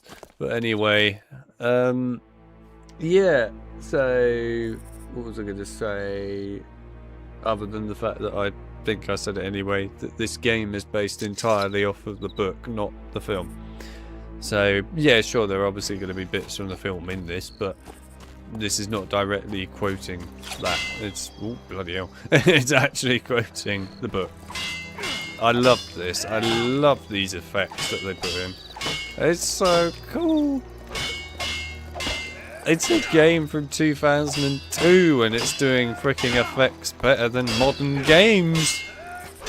There's no DOSS bollocks here, everyone. This is just natural shit. Anyway, anyway. Not dissing DOSS too hard, by the way. It is actually pretty cool stuff, but yeah. Anyway, I love the fact that you get these casual fellas over here that just chill out for no apparent reason here. I know they're used for like various flower pots and that. I just think it's quite amusing. It's also great that every house in this area is black. Look at it all. They're all shadows. Every single one of them is a shadow. It's kind of neat to see outside of Bree though. But like I said, you could actually play this whole section as Frodo if you wanted to. By sort of like no clipping out stuff. And I love the textures they use for some of these buildings. Just massive doors. I mean, look at that. That is literally just the texture of a door. Put on top. It's good stuff, man. It's good stuff. Feels much more charming than the movie. Had no idea it was so different, since it is considered one of the best adaptations. Yeah, I mean, to be fair, to make it clear, the movies actually did a really good job in the end, overall, of adapting the books, still in my opinion. And overall, I do think that the movies are very good. But yeah, obviously they are quite different sort of experiences, right, at the end of the day. The books have a lot of content in them that didn't make it into the films. It's a fact. And I mean, like the whole Barrow Downs, for example, didn't make it in either. It's quite cool how you get the sound effects here as well. Oh my god. The best part about those sound effects, I need to talk about this because this is just generally funny. So, I've been through all the sound files in Fellowship, so I've seen every sound file in this game now and listened to them. And I put some of these sound files in our Discord server for Fix Enhancers and that. I shared them a while ago, and I've shared them with Chip as well. We come back and forth over the sounds, just because why not? And yeah, all the audio sounds for like the chatter in the pub and that, you can tell they're blatantly just the devs went to the pub in real life and just recorded audio and made it sort of faded out so you can't hear all the words properly and so on. And they literally just went to the pub and went, right, let's just record what's going on here. And they've got like stuff like He's a Jolly Good Fellow playing in this game. You don't actually hear that, by the way, at all inside of this game. But they recorded it. They went to the pub and just recorded everyone in the pub going, he's a jolly good fellow, he's a jolly good fellow. It's like, okay. That's absolutely hilarious. There's one that I can't say because it's inappropriate for YouTube, of course, and Chips just mentioned there's a really hilarious one. I literally can't say it because you generally can't say that on YouTube. But yeah, the guy who speaks in it just says some very inappropriate words. It's just hilarious. It's just sitting in the files of the game. Then there was this one I found quite recently that I shared in our server, which was a disco song. You know, I managed to extract all the different sounds, like in terms of music and that as well.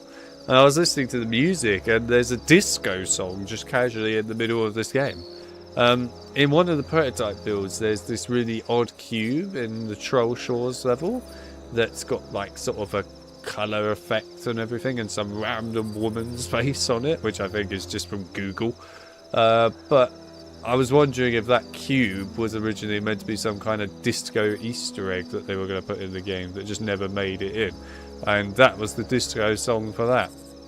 The only other thing I can think of is the disco song was meant to go with the fish sword that you get at the end of the game, but I doubt it. But yeah, it's actually quite a catchy song, the disco song. I quite liked it. But yeah, it's certainly something, alright. You know, you weren't expecting it in any shape or form. But there we are, there is a disco song inside of this game.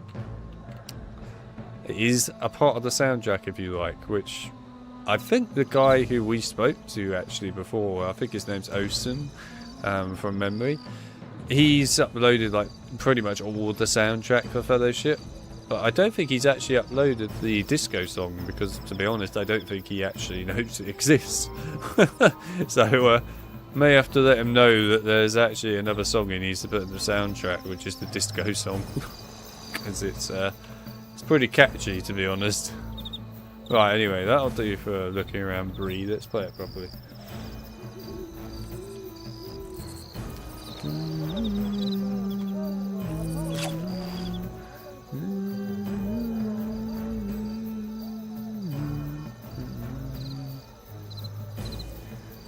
Imagine the audio if they went to a Weatherspoons. Great.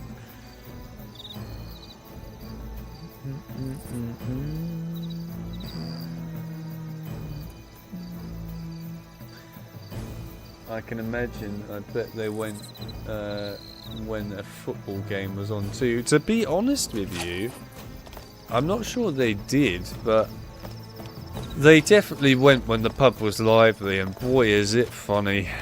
I mean, this game, by the way, is hiding all sorts of goody audios, actually. There's a lot of cut content again in terms of audio inside of this game's files. There's just so much hidden inside this game. It's like a never-ending rabbit hole, this game, actually. What do you want, Longshanks? None of your concern, horse thief. What? You gonna call me a horse thief? I already have. Now be gone. You've stuck your nose in the wrong place. I've seen you talking to the Shire rats. You want the reward for Baggins all to yourself. But you won't get it. And he gets kicked in the face. Oh, come on, do the stab. Ah, it's so difficult to do the stab on this guy. You can do this finisher move with Aragorn where you can just stab them in the chest quickly. It's quite difficult to do it though in certain situations. You just got to get the angle exact to be able to do it. It's just a slightly annoying part. I like playing as Aragorn though. We don't really play as Frodo much more in the game now, not until like later on at the end of the game. Now we play as Aragorn for a bit and then we play as Gandalf, i.e. Tom Kane, who sadly, unfortunately, of course is no longer able to voice act in that, which is pretty a shame. He did some amazing voice acting work on like games and the Clone Wars TV series and that. But yeah, sadly he can't do voice acting anymore, which is a shame. He also did the voice acting for Takeo from COD Zombies. And of course now with Black Ops 7 they brought back those characters and they've had to get a new voice actor for Takeo. It's a shame really, but you know, what can you do? There you are, Merry. Who are you? They call me Strider. I am a friend of Gandalf. Very well, friend. What should we do now? Return to the inn and find your friends. Tell Butterbur to lodge you in my quarters. What about you? I think it's time to throw these enemies off the scent. Beg your pardon? I'm going to collect some items to make decoys of you hobbits. You'll see. You must come with me. I'll see you safely back to the inn. I do appreciate it. These streets have suddenly become rather unfriendly. Come along. Oh, the wolves. My favourite. Oh no, don't put the sword away. We're literally about to go and fight a load of wolves.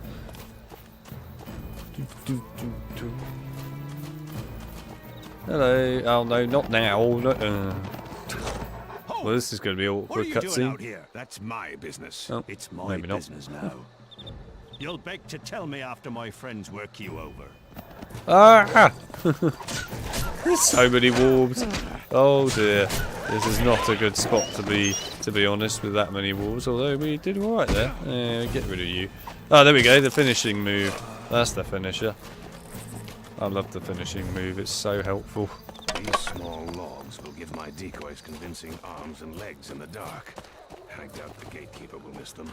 Oh, I really doubt the gatekeeper will miss them, Aragorn. It's not like you just stabbed him in the chest.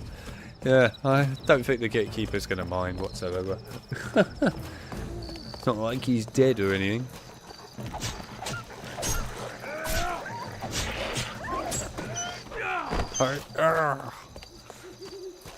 These rags will make my decoys more convincing. And now we get the bounty hunter looking dudes. Talk, you little mouse. Talk or I'll make you squeak. I don't know, no Baggins. I swear it. Little Mousie's about to get his hairy foot in a rat trap. Bold words for a filthy orc son of Mordor. I'll make you squeak too, Wanderer. Yes, you got to be careful talking about number one in the chat, Chip. Especially considering, you know, everyone is challenging the number one chat member quite a bit tonight. You know, she's had some stiff competition. She's had just a name. She's had literally winch and all sorts. Everyone is trying to compete for number one. My little decoys. I owe you my life, mister. Those men from the south, they were out to kill me. Find safer quarters. There may be more of those men about. Right you are, sir. Them dirty horse stalls can wait. All good things. Yes. It's all a big competitive thing though tonight. Serious competition going on, and I mean serious.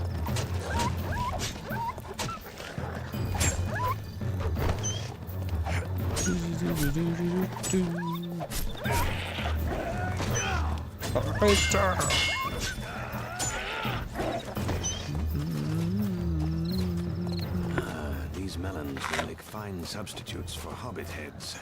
They will break convincingly in the dark. They will break convincingly in the dark. We have got all this stuff, yeah. Right, I wanted to show off some of these.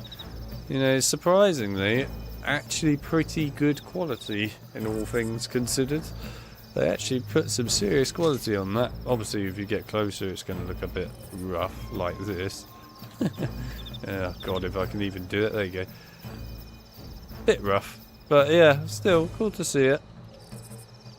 I love the wizard crackers. Jesus Christ. HP's already creeping in. The firecrackers, even. Good old wizard crackers. Aragorn has a dude. Also, I love the pies. Looking good, man. Looking good. Right, anyway, let's go.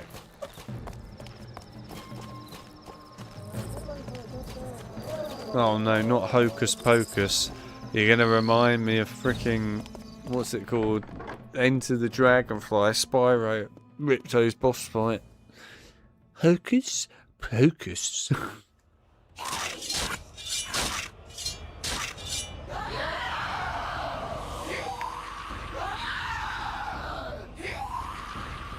What a day this has been. I can barely keep my eyes open. Black Riders, I hope this plan works. You should sleep, all of you. I'll keep watch in the night. We leave at dawn. Where will we go? Toward Rivendell. But not by the main road. Ah, I should have known. More shortcuts and long delays. The last time we tried that, we were almost eaten by a tree. My shortcuts don't go wrong. Early the next morning, I led the 4 hobbits safely out of Bree and into the troll-haunted wilderness beyond. We approached the hill that the elves call Amansul and that men call Weathertop. Why don't they wear shoes? Because, you know, who wants to wear shoes? Are you mad? It's good for your feet. Oh, shit. Have I still got the cut levels in the... I think I've still got the cut levels in the game. Whoops. I have, haven't I? I totally have. Yeah, that'll be why it's stuck. Yeah. I've got the cut levels in the game. Whoops. Oh dear. Oh dearie me. You know it's good when you forget that, of course, you've been pissing about with this game so much in your life that you actually forget that you've still got the cut levels in the game. So, for context, if you're wondering why it didn't load, it's because basically there's these 2 scrap levels that obviously you can, you know, piss about with and so on.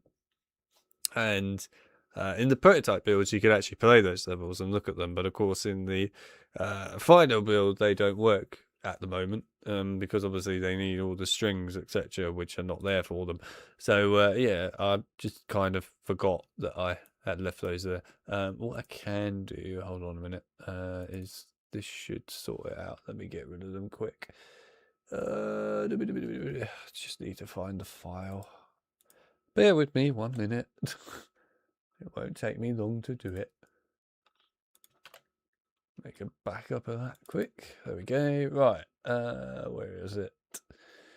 Midgewater Marshes. Let's just delete that from the level list. And Network of Stairs. Let's also delete that from the level list. There we go. Save that. Right. Okay. Now if we launch the game again, that should be all fixed. So no longer a problem. Right. Don't mind the problems at all. It's all good. Although I think we might have to load another save. Probably. What can we load quickly? Can we load one quickly? Damn it. No is the answer. Fine. Well, is there anything for Bree further down? Oh, there is. I wonder what this one has, actually. I'm curious. Surely on staying in this. Oh, I really thought we had it then. We didn't have it. Alright, hang on. We'll load this. That'll do. We'll have to do the Aragorn bit quickly again, but that's fine. Right, anyway, no worries. We can just skip every cutscene. And in fact, what we could do... Make this quick. Or make this ultra fast. It's like a speed run. Without intentionally being a speed run. There we are. Ah, there.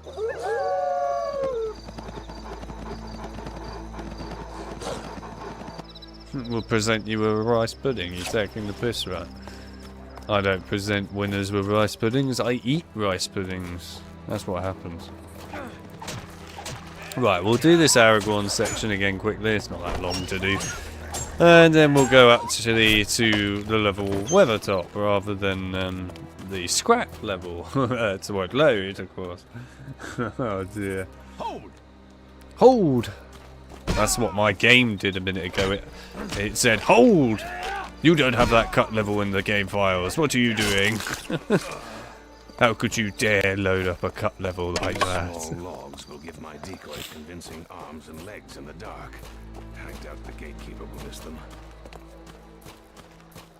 I mean, it is a false competition in reality, because it's true, I am #1 really, I suppose, but yeah, well, you know, at least you feel good about it, I suppose. Yeah, we're all being played. You damn well are being played. It's great fun. Think of the benefits here. You all think that you're doing well. Anyway, you're all desperately in love with this being #1 thing, and I don't even know why there's such a love for it, because you gain nothing from it. I'll be honest. You gain a little one icon inside the chat. This is this new system that YouTube put into place, which is like some sort of leaderboard thing that honestly didn't do anything. I don't really know what their real desire is with it right now. Maybe it'll do more in the future, I don't know. Oh, shit, it's him. None of your concern, horse Forgot thief. we hadn't killed him You yet. gonna call me a horse thief? I already have. Now be gone. You've stuck your nose in the wrong place. I've seen you talking to the JokerAlex. You want the reward for Baggins all to yourself. Mary's standing there, chilling out. Ow.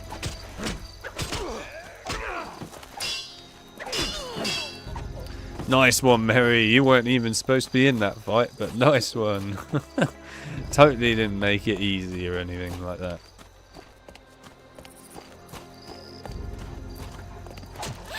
Wow, this wolf came a long way just to come and attack me, which is actually kind of impressive, I'm not gonna lie. Good on it.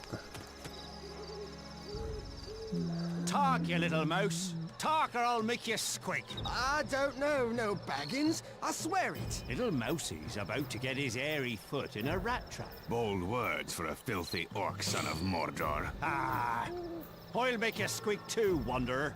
I'll make you squeak too, wanderer. And he's dead. Ow. No! Mary! You hit him. Don't hit him. I want to stab him. No! This guy is so fast at getting up as well. Ah! Oh, so close.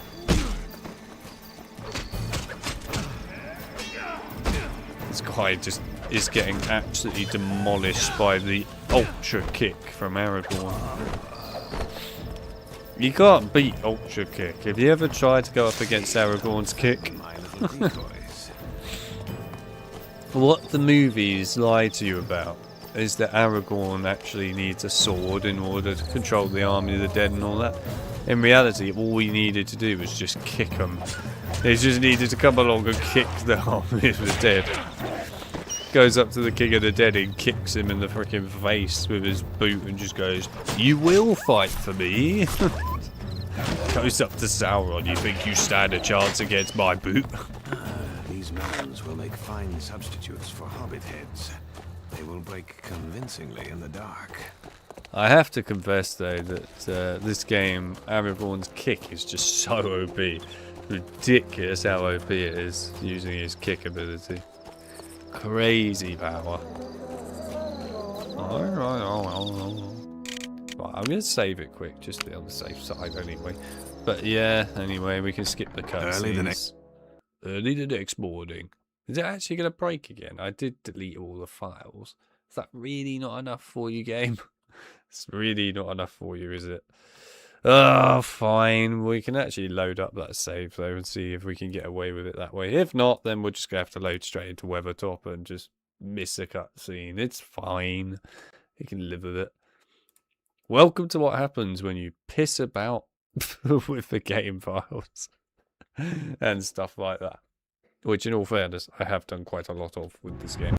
Right, well, let's see what happens if we do it. I'll tell you what, we'll load it up. I'll actually let the cutscenes play while I go to the toilet. And you lot can enjoy them. So enjoy the cutscenes for the moment. And hopefully it will actually load up Weathertop.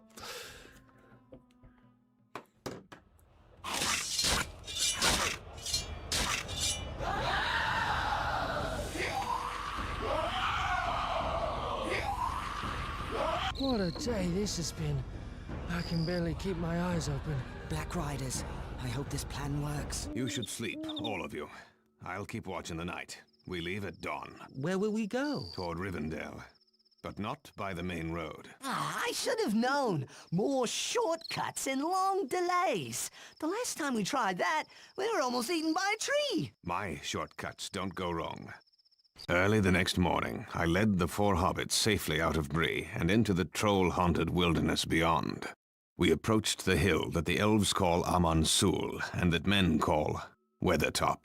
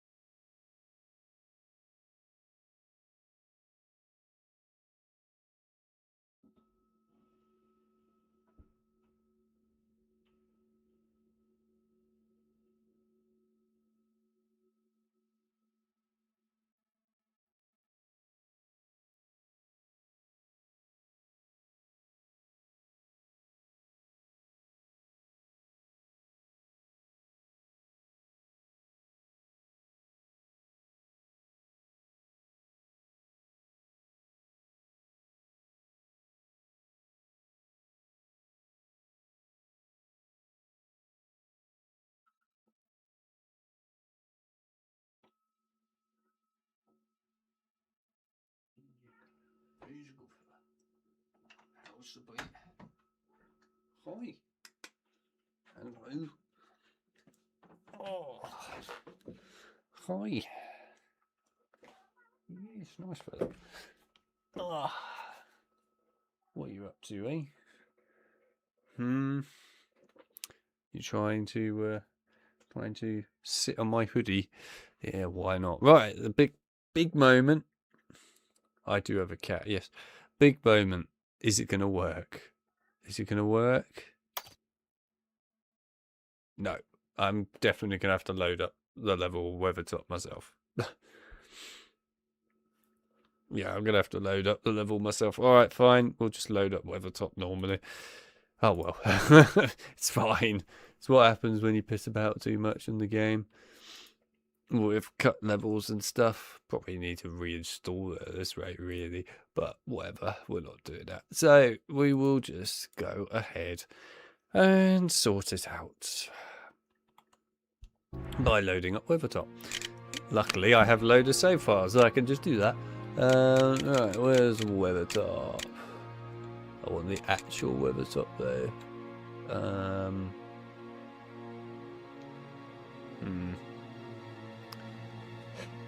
can't tell what part of Weathertop that's at.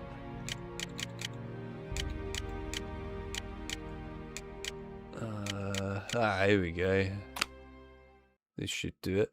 Load failed? What do you mean load failed? Seriously?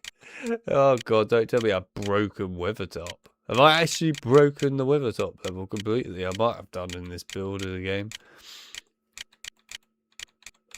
Have I really destroyed it? The only other thing I guess I could try is going in through the level list. If not, we might have to skip Weathertop. Come on, I must have a Weathertop one that works. Surely that will work. Is it going to work? No, it's going to crash the game. Okay. I might have legitimately broken Weathertop pretty badly. I think I've really, really broken it. Alright, let's try it this way. If this doesn't work, then I've definitely broken Weathertop. Let's try it. Is it going to work? Hey, here we go. Okay, we'll do it that way. That works. Fine. It's good enough. We won't have all of our items, but whatever. We can live without them. Strider, what's that light? I'm not certain. It's too distant to make out. But it appears to be coming from Weathertop. It's like lightning. We'll know more once we reach Weathertop. We need to reach Weathertop's summit quickly. If Gandalf is following, he'll go there to look for us. We might find Gandalf there. The hope is faint. And he's even less likely to find us on the paths I take through the wilderness. Perhaps the Black Riders won't find us in the wilderness either. Frodo, Samwise, come with me. Lead the way, Aragorn. Just, gonna do this quick. There we go. Right.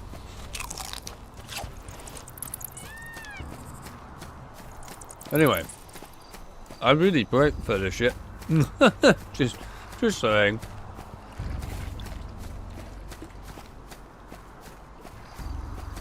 I did a full number on Fellowship there. Anyway, the good news is I got it working, so it's fine. And to make it clear, people that play the game normally and play with the fix and that will not have that problem. You will be fine. That is very much a... Oh yeah, it is. That is very much a me problem. Oh, really? I totally got that last hit on you. It's very much a me problem, that bug, and to be honest, it happened because I've been pissing about with the game files too much. It's part of what happens, by the way, when you do game fixing and stuff. You tend to break games pretty badly. It's quite common.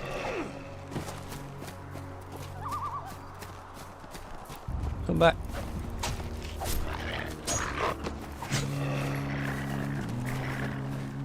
Oh, he actually got up. I thought I killed him, to be fair.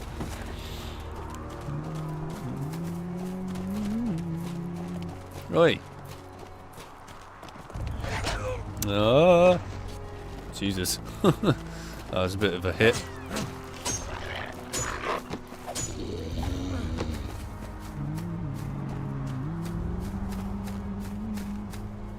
Alright, Winnie the Pooh. Are you calling Winch Winnie the Pooh? You should let him know this. I love that animation when they jump down, it's great. Looks hilarious. As they float down.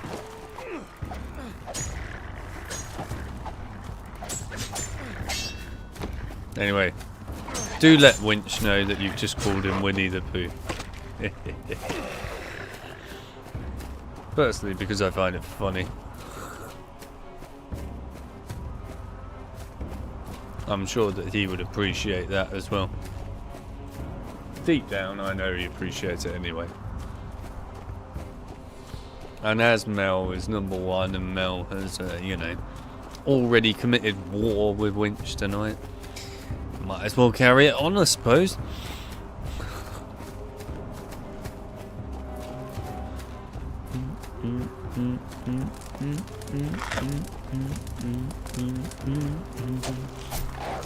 Ow!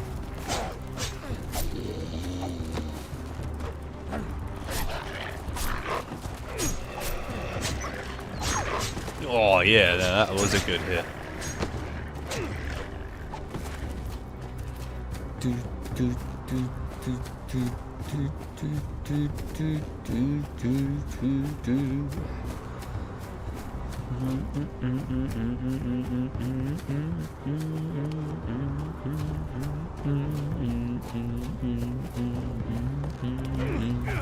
Come here. Oh yes, we got a finishing move on one of them. I'll take that.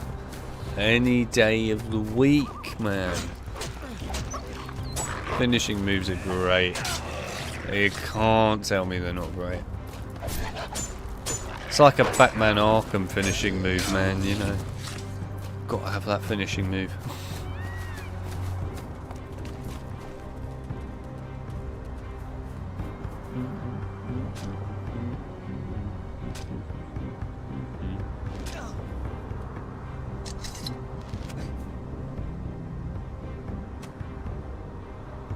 I like the noises the wargs make, that's brilliant.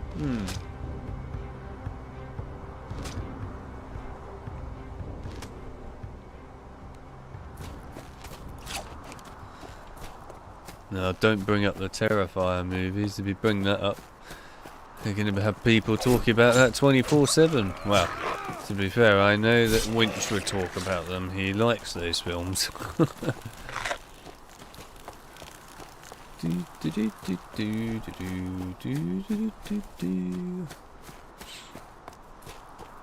Lead the way, Aragorn. Oh look.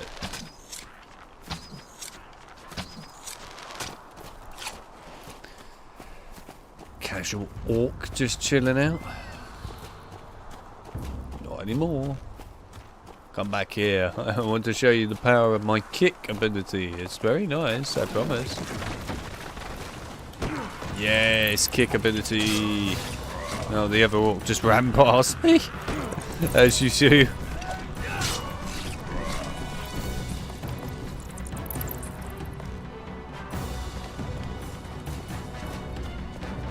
Awkwardy. Oh dear.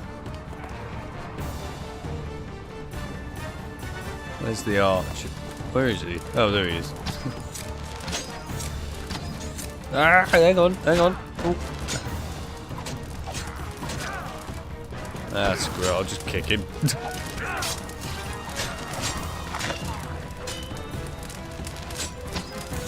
There we go.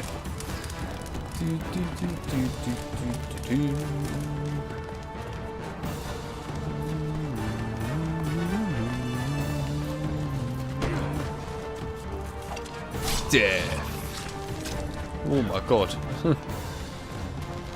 Don't you dare shoot arrows at me, I will abuse the arrow mechanic on you instead.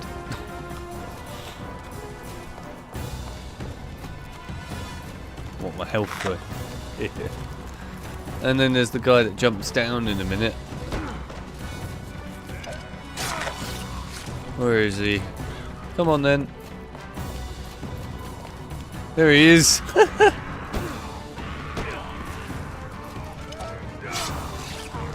Must suck to be you, mate.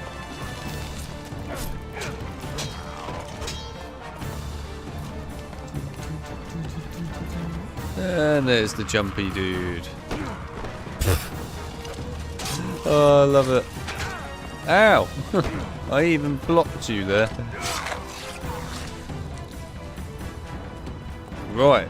Okay, just before I do this, in case it does actually break in this case, let me go and zoom out the map. Here's a closer look at the stone in Weathertop that you see normally, as most people don't get to see that very close, so there you go.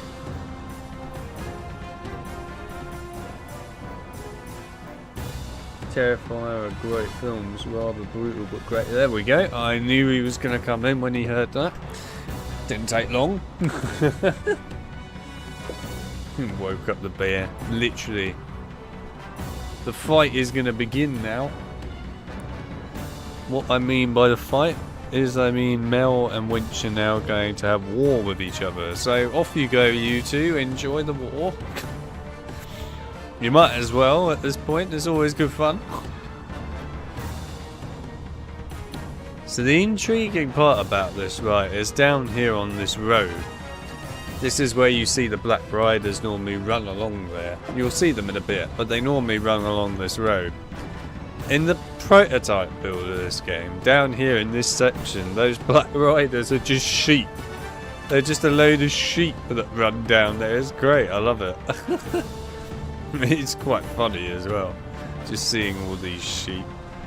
But yeah, there you go. There are sheep there normally. As for the rest of this map, it's mostly just hills. I mean, I can show you the starting area where obviously you saw in that cutscene, Aragorn and all that were. I'll show you it in a minute. It's miles out of the map. Also in the prototype builds, interestingly enough, you actually, believe it or not, end up seeing the... actually, I'll show you one of these close up. There you go. Looks lovely. But yes, you do actually end up seeing the... like the night section that you'll see soon as well, where the Black Riders try to kill Frodo and you have to defend him. That is actually originally in the early builds a part of this still, so they're all together in one map basically. And then they decided to change that and make it so that that night section with the Black Riders is its own level. I assume the reason they did that is just because it loaded in terribly before. Which, in all fairness, it wasn't great. So I can understand why they might have done it. Right, let's see if I can find this area. I vaguely remember where it is. You have to line up perfectly with a rock to be able to find this. Where's that rock? Is it this rock? I think it's this one. Is it this? I'm pretty sure it's this. You basically have to line up with this rock and then just go straight. And then you'll find it. It's miles out of the map, this thing.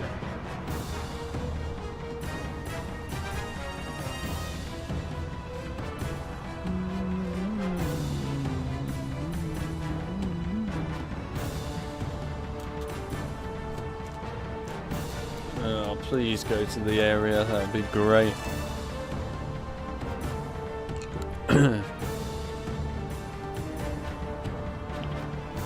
I basically recorded all of these different lining ups of where you go in order to find these secret areas in little videos.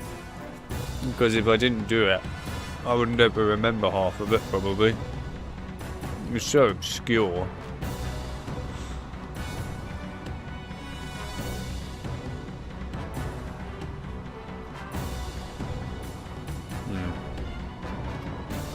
Quite got it.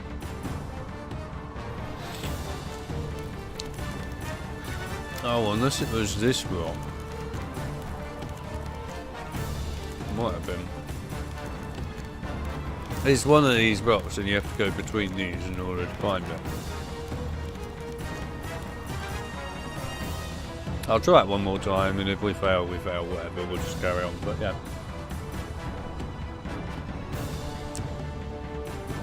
What is Fly planning? Probably planning to get number 1. What am I eating? I don't know. You'll have to figure it out. What do you think I'm eating? It's part of the quiz, right? What am I eating? The guessing game. At least I get some epic music while I'm trying to do this.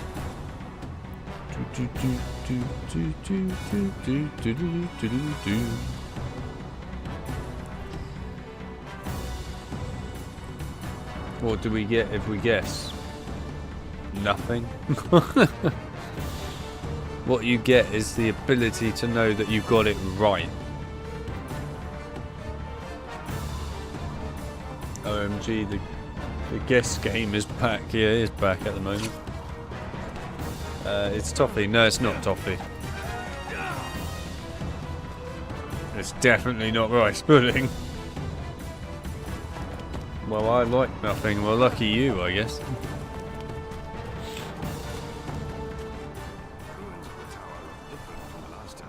Sherbet lemon. It's not a sherbet lemon, no. I'll have to do some video series at some point to show all these areas out the map properly. It appears to be a G and a 3. That's a G. It doesn't look like a G. And the 3 might mean a date. October 3rd was not long ago. Gandalf was here. If he was, he left in a hurry. Some Perhaps sort he of ran hard into candy? trolls. Well, that's correct. Or worse. Yes. I love the troll's entrance.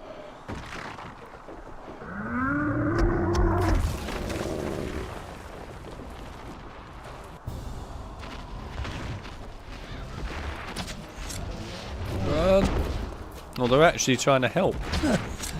I didn't even notice that those two are actually trying to help. Or at least Sam is trying to help.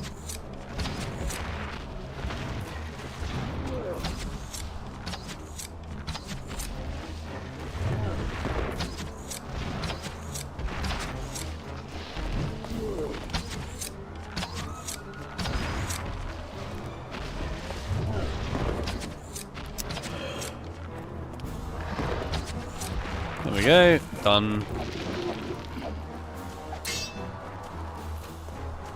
Hi guys. Look, down there, on the Great East Road. Dark Riders. Actually, what you mean to say, Frodo, is look, sheep. Oh, if you know, you know. Merry and Pippin are down there. Back to the camp, quickly! A mountain troll, you damn. Oh no, don't tell me this bit's broken as well. Oh, come on. Are we really going to be this annoying right now, Fellowship? We are, aren't we? Christ's sake, is it going to be like this for the rest of the game now because of me fucking about with the game too much? Probably is. Am I going to have to load every single level from inside of the menu select area?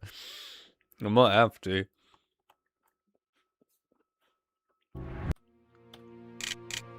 Oh well, easy enough to do, I suppose. Right, let's do it. Night Weathertop, there you go. That was easy.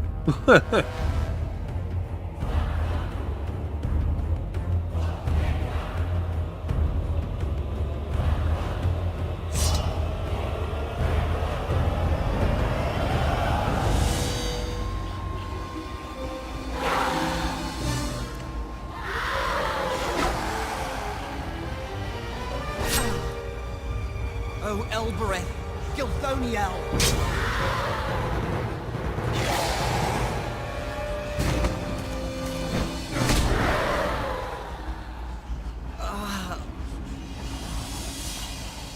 I see that Chip is going on about money then. I must protect him. Nothing new. Chip going on about money, that sounds pretty much like normal Chip actually. Come on, get rid of him.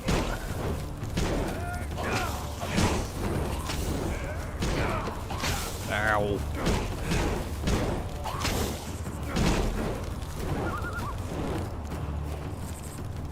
Get rid of you first.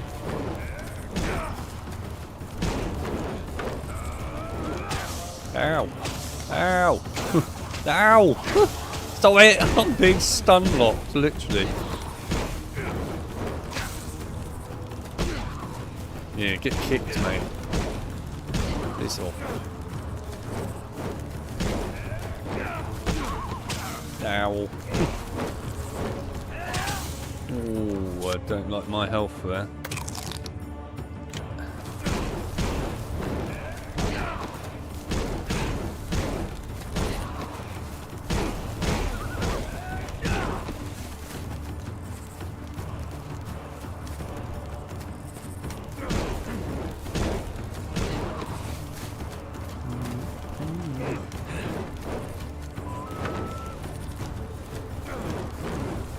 A lot of people don't realise this, but you can actually come over here and light the fire if you're fast enough in order to stun the enemies when they're next to it.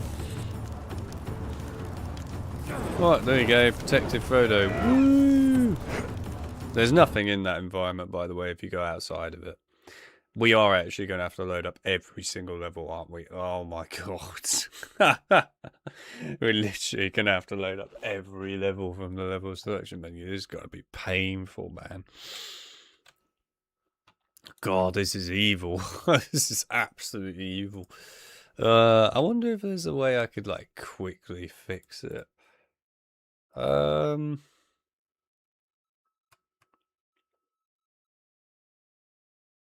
Meant to be as annoying as you can be. See, there we go. He's going on about money again.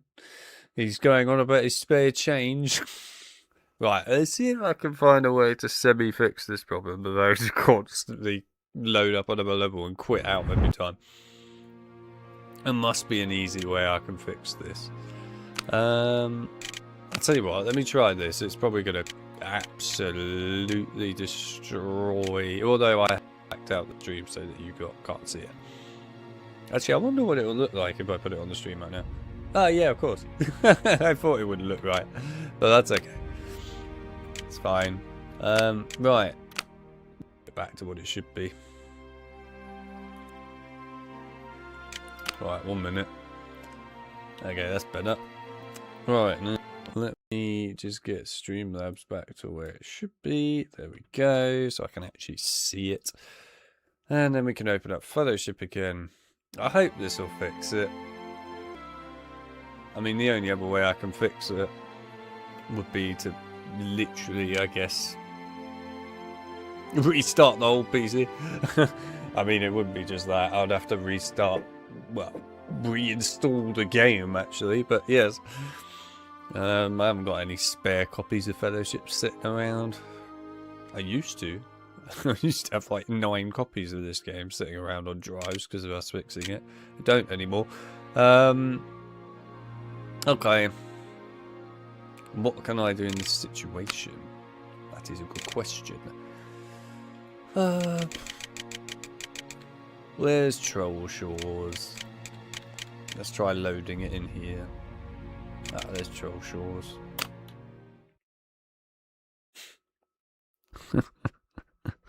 Oh, I love load failed. That's great. I love that. I was going to see if I could load a game to see if it doesn't, you know, completely break all the rest of it. Let's try that one. You going to work? Yes? No, you're going to crash. Okay. Fine. Fine, we'll do it through the freaking level selection menu. Alright. I'll do it that way. Alright, level selection menu it is. Where's Troll Shores? Here it is. We may just have to like semi-deal with this game breaking every time we finish a level. Best I can. We'll take care of him. Don't you worry about that. Anyway, nobody actually guessed the right answer, did they? As to what I'm eating. Anyway, out here there was like this big disco ball thing, or like square and stuff, but yeah.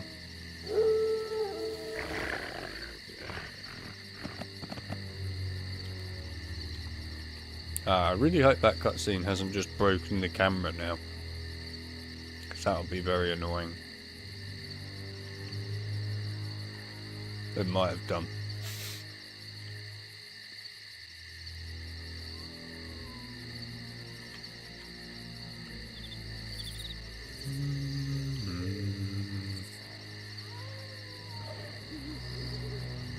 Here's that horse. Glorfindel's horse, just chilling out. Right, please don't break camera. Okay, the camera didn't break. You can actually attack the horse as well, look.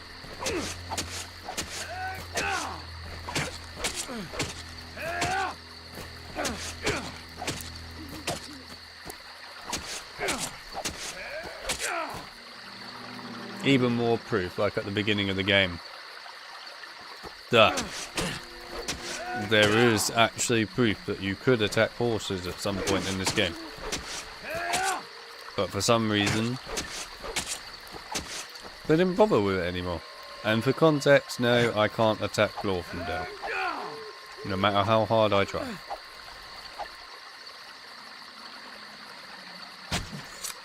Well, I can do this.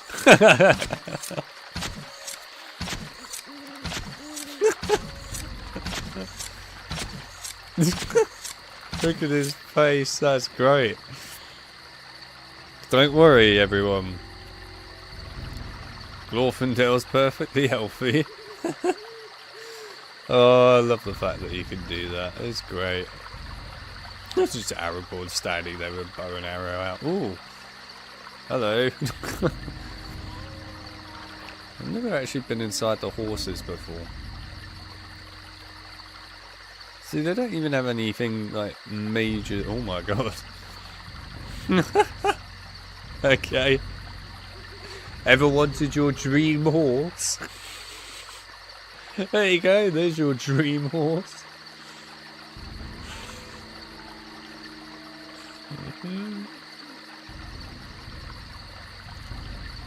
What are you eating then, Alex? Don't leave us in suspense. Well, you know, you've got to guess what it is. I can't just tell you what it is. That defeats the whole purpose of the entire game.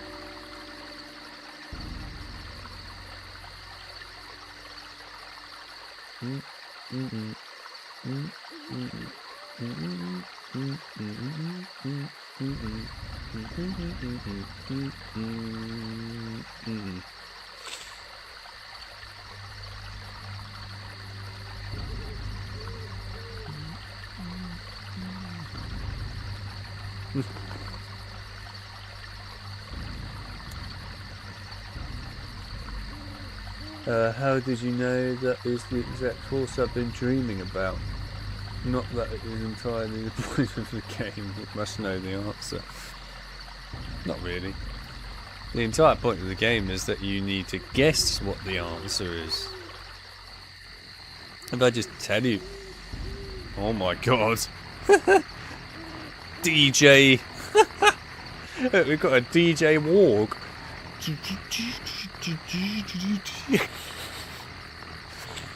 I've literally found a DJ Warg.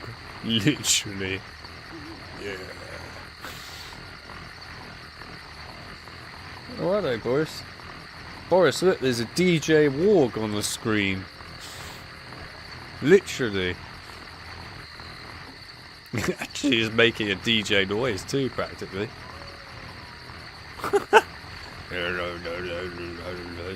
Literally. Hey, look, there's the trolls holding nothing. I love that. That's loaded in their hammers. Now, these guys I know look pretty horrifying inside, but they're well worth the showcase. There you go. I hope you enjoy. Look, you can even see the semi-tongue sort of like flapping about. Good luck to you. Feel like I'm talking like Hagrid now. Good luck to you, Harry. Just hold the right mouse button. If you put on the speed up option on Prison of Azkaban PC, all you hear is just hold the right mouse button. Just hold the right. Just hold constantly.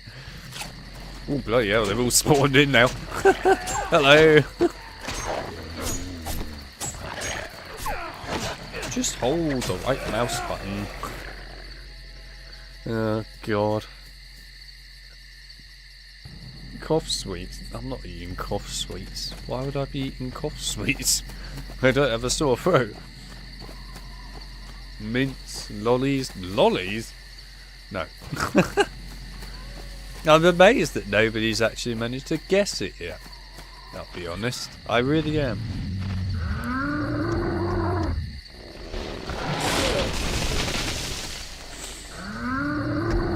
Not happy with you making fun of their DJing. No, obviously not. You know, I'm amazed that there's one person in particular who hasn't figured out what I'm eating yet. Who I would expect to know the answer right away. So I'm actually disappointed in him. And that's Winch. this troll is not helping matters.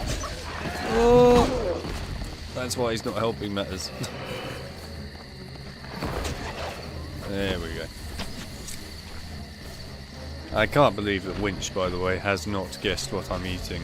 You should know the answer to this. That was out of the way.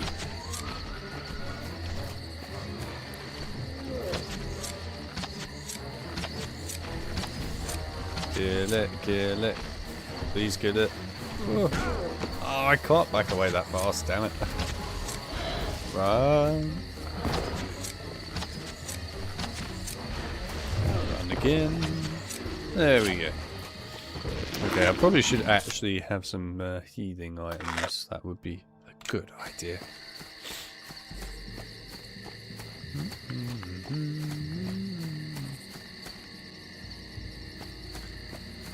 And Winch didn't even try to guess.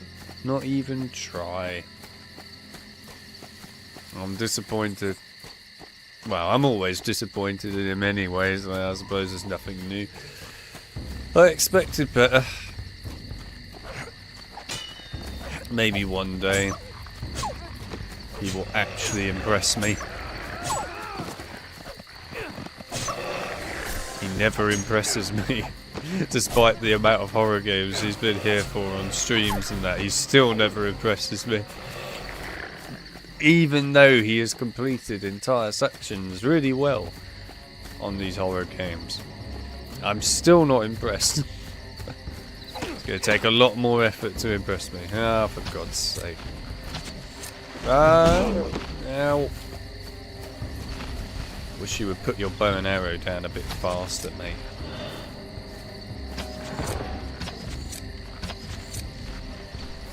Come on then.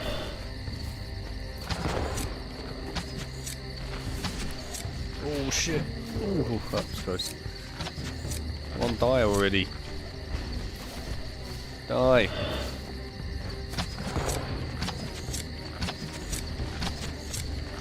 Ooh. There we go.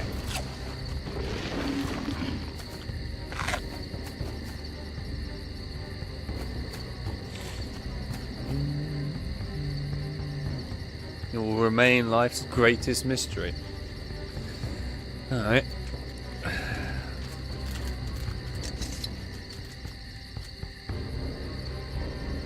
What's that? There you go. What is it? Guess. Look. Guess. What is it? See if you can use your brain cells to guess what that might be. Granted, I know that brain cells is quite a lot to do these days. Wait, what?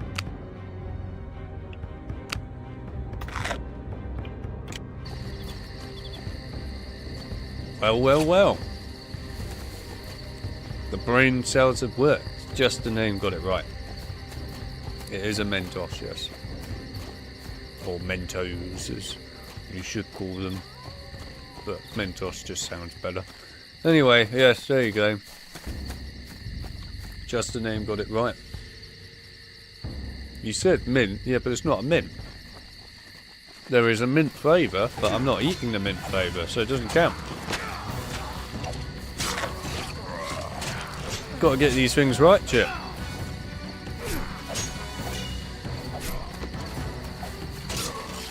And you got it wrong.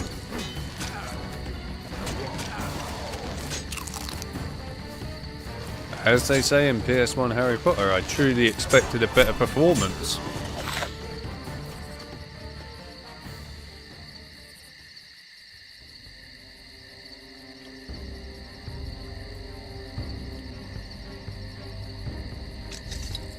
"30 years ago?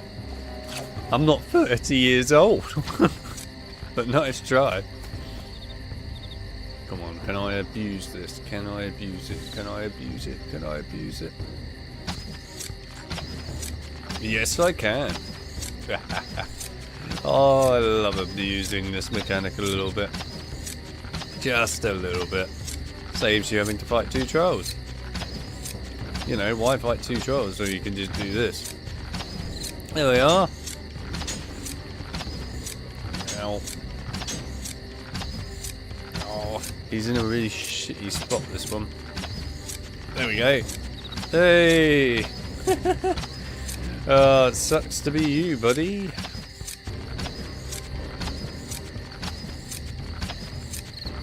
And he's dead. Right, well, that was easy. So, for the fans of Fellowship and all that, at an earlier build of this game, right over there, you actually saw the troll statues of the trolls from The Hobbit. They actually were originally meant to be just there in Fellowship. And in one of the earlier builds, they actually did model them and put them there. But then they got taken out for the final game. My guess as to why they got taken out is probably just because at the end of the day they got in the way. And they wanted to have more proper trolls for you to fight. Which in all fairness does make sense and adds up quite well. So I can kind of understand why they did it. Ow. Ow again. More ow. Right, now the question is, are we going to see much of the rest of the game in a minute before we have to restart it? We'll find out if my fix worked or not. I hope it worked. An elf! Magovan and Melon. What did he Might just as well say? let the cat Well out met, quick. friend. Or at least I think so. This is Glorfindel of the House of Elrond in Rivendell. Hail, and well met at last. We were told to look for you by Gandalf. No, Elrond received news of you from elves traveling near the Shire. As soon as he learned things were amiss, he sent out riders in all directions. Here, Frodo has a Morgul wound. He must get to Rivendell. Then he shall ride my horse, Asfaloth. His pace is smooth, and he'll let no rider fall from his back. Fly! The enemy is upon us! Fly to the ford! Ride on! Norolim! Norolim, Asfaloth!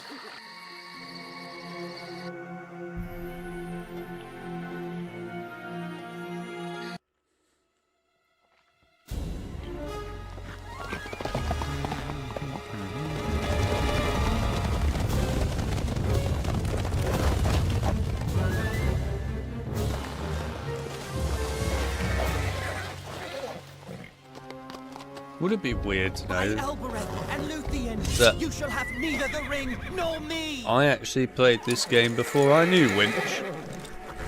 There you go, that's how old this game is. I played it before I knew Winch was even a human being. Weird times.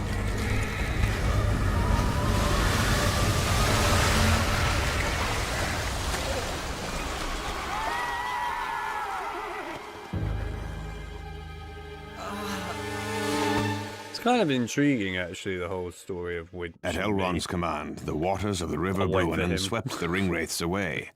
We entered the hidden elven valley of Rivendell. Elrond, the Lord of Rivendell, healed the wound made by the Morgul blade. Frodo awoke to a familiar face. So yeah, the context for us is, oddly enough, so I went to the school that we went to together. Sort of in, when was it? It was like the end of year 4 or something like that. I went there. And he then came basically, I think from memory, at the beginning of year 5 or something like that. And neither of us had actually been at that school for that long at all. And it's quite funny that the school then picked me in order to help show him around the place and get used to it, when I had barely been there that long myself. It's just, both of us, though, ironically, when going to that school, had both left other schools previously. So I had left my previous school before going to that one, and then Winch had left his previous school in order to go to our one. So, yeah, there's kind of an ironic sense there that both of us had sort of switched schools in order to then meet each other at this other one. And if it wasn't for me doing that, and I guess for him doing it too, then we wouldn't even know each other. So there you go. It's quite a coincidence in life, doesn't it? Anyway, now the big moment. Is the next level going to load, or is the game going to get stuck again and I'm going to have to quit out and do it? Go on. Please just load. Please, I beg of you, load. It's not going to load, is it? Oh, for fuck's sake. We're going to have to keep going in through the freaking level selection menu. Oh, every single time. Oh, this isn't going to get tiring at all. Alright. Time to just casually quit the game again. Bear with me.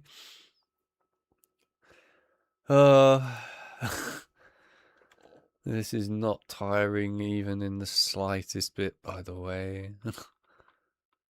No, there is nothing I can do about it.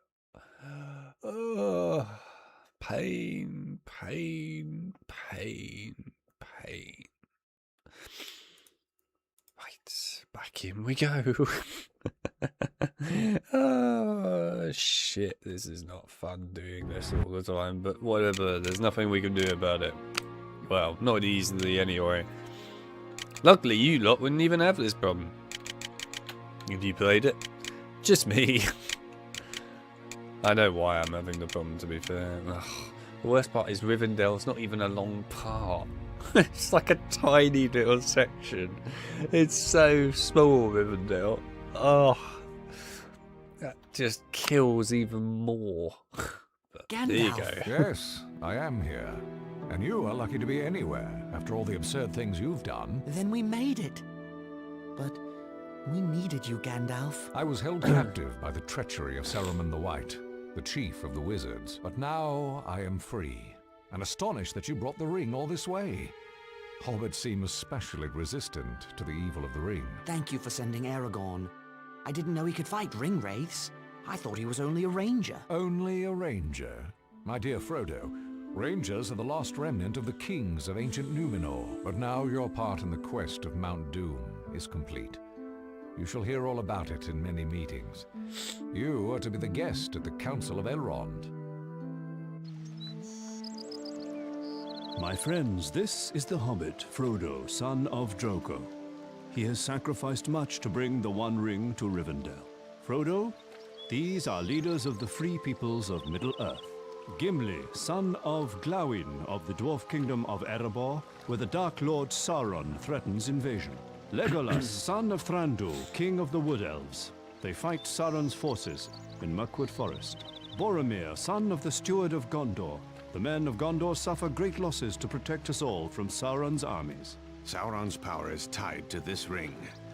We must carry it deep into Mordor and destroy it in the fires of Mount Doom. Destroy it? You would deliver our greatest weapon right to the doorstep of our enemy? We cannot use it. It corrupts all who bear it. The more powerful the bearer, the more dangerous they will become. I fear to take the ring to hide it. I will not take the ring to wield it. A dark riddle. Those powerful enough to enter Mordor dare not touch the ring. Powerful enough to enter Mordor? All the armies of Middle-earth joined together could not enter Mordor. A small force with stealth may succeed where a large army would fail. Elves have tried to join with dwarves against Sauron, but the dwarves prefer to hide in their dark caves counting their treasures. At least dwarves are not fleeing Middle-earth. But elves are sailing away to the safety of the West during our darkest hour. Enough. I say we use the ring as a weapon, for none of you is powerful enough to bear the ring to Mordor. I will take the ring, though I do not know the way. I think this task has been appointed for you, Frodo. If you do not find the way, no one will. You won't send him alone? No, indeed, since it is not possible to separate you from him, Sam Gamgee. Gandalf shall lead a fellowship of free people against Sauron. 9 walkers against Sauron and his 9 riders. Legolas shall be for the elves, and Gimli for the dwarves. For men there shall be Aragorn and Boromir of Gondor. For the remaining 2, I shall call for great heroes, like... Merry and Pippin! Hobbits are free people too! You cannot begin to imagine the danger ahead. Neither can Frodo. And neither can I. Even the greatest lords of the elves could not force open a passage through Mordor. I would rather trust Hobbit friendship than ancient power. Very well, then. The Fellowship of the Ring shall set forth to Mordor. The story is about marriage. You what now?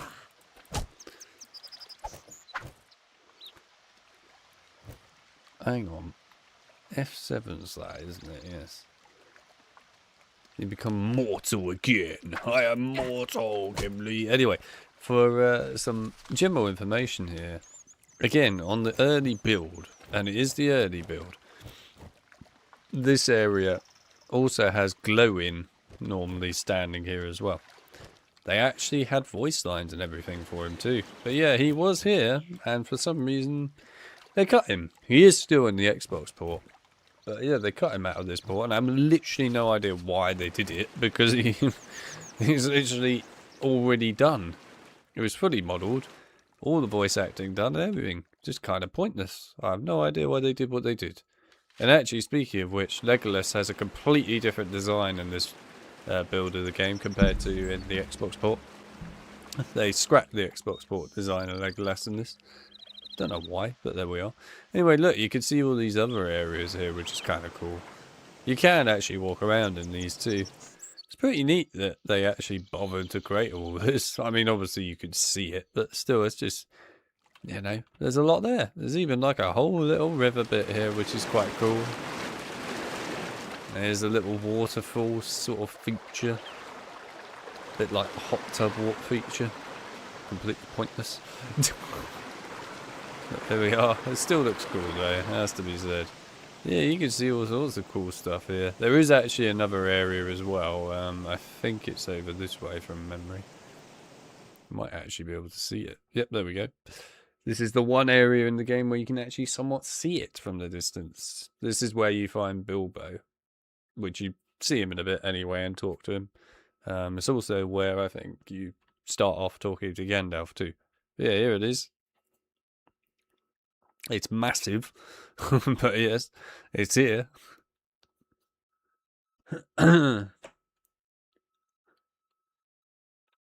Anyway, I guess we're going to have to do Mel now for bullying. So Mel's in serious trouble. She's bullied Winch. It's unacceptable behaviour, and she will have to pay the price. So, yeah, we'll have to punish Mel in the appropriate way later. I love the fact that they modelled this bag, by the way, with all of this stuff in here. I mean, look at that. They actually bothered to texture all of this inside the bag. They've actually textured ropes, scrolls, a sword of all things, a spade, you know, spoons, a book. I mean, it's all modelled in here, which is nuts considering the likelihood of you ever, by the way, looking inside of that bag is pretty much like 0.1% at this point, I would say. It's just literally you're never going to look at it. So I'm quite impressed that they actually bothered to do that. Quite something. Quite something. And there's some books. Hey, look, it's the Hogwarts crest.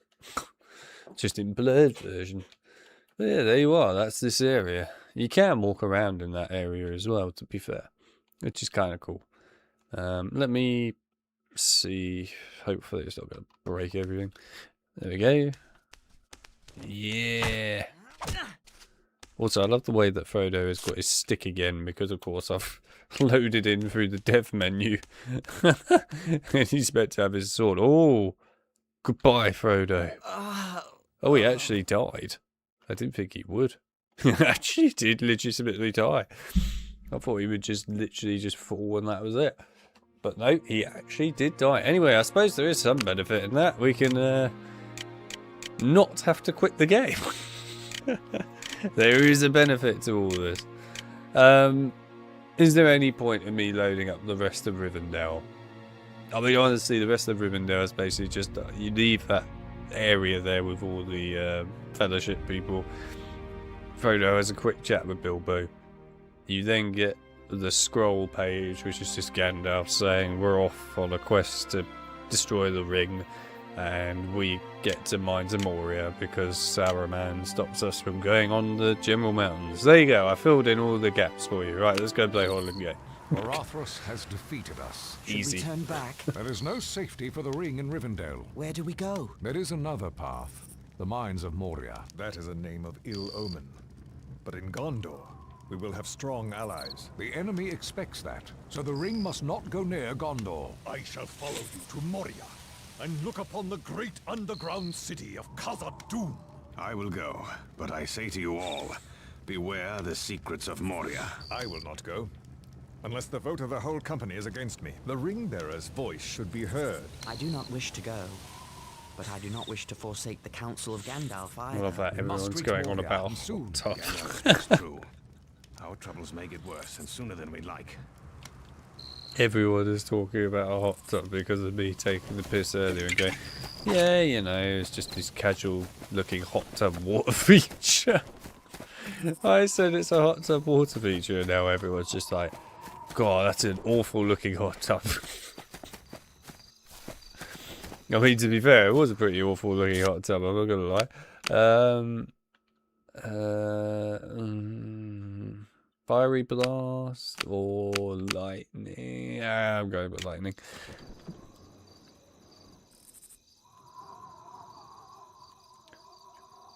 Oh, shite. Just get rid of you. And the finishing move with the staff. Sadly, Gandalf can't kick, and it's really depressing. Ah, screw it. We'll kill you normally. There we are. Quite handy just standing here and waiting. Also in the early builds, by the way, all the Fellowship actually sticks around at these campfires throughout this and Moria and stuff. They never disappear. So yeah. Don't know why they decided to make them disappear, I'll be honest. I thought it was quite cool having them stand around still. You could talk to them as well, by the way. They have voice lines and everything. Anyway, yeah, so Mel's in trouble then for taking the piss out of, you know, Winch's age. By the way, just for context, Mel, I think it's freaking hilarious that you did that. Totally not bullying whatsoever. It's just funny.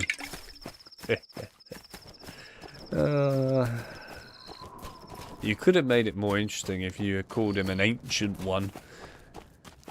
Remember that for next time, Mel. Ancient one. Oh. Fine, we'll do it this way. I really wanted this wolf to come out as well. Yes! Look at that. We did it. Actually, why am I calling it a wolf? It's a warg. But anyway, I guess they're similar.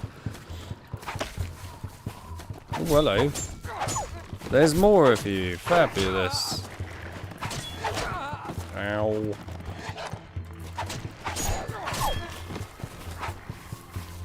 You both dead? No, God, no, you're not. You are not both dead. I genuinely thought you would be, but you know, you are not dead, alright. Okay, now you are. Actually, I'll tell you what I am going to put on. The fiery blast. It's a good idea. If you call him ancient, what does that say about you? I'm just doing alright. That's what it says about me. I'm doing alright.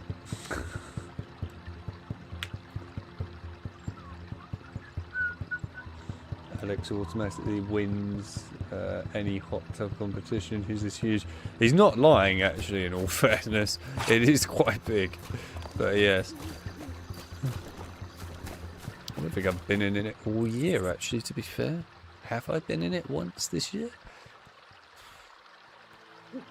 Possibly, like at the very beginning of the year, I might have been in it once, I guess. Otherwise, I haven't really been in it, to be fair. Oh, there's the troll. Miles away.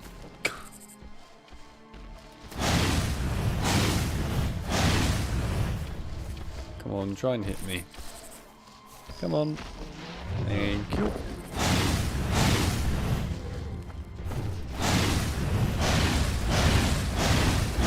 There we are. Ah, good stuff. Actually, let's get the lightning back out again, I think. Yeah, lightning. I won't use that just yet.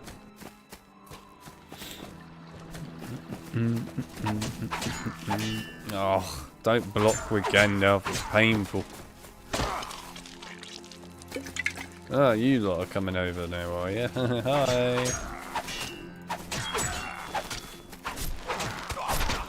Ow.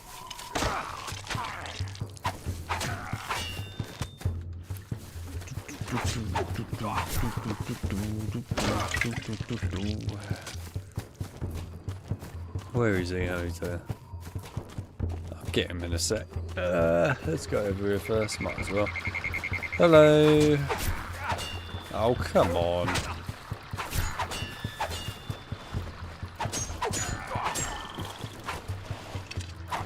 No, he's actually dead. Okay, fair enough. I love that waterfall there. Look at that. Water. Flat image. Actually animated water. Flat image. Animated water. It's good stuff.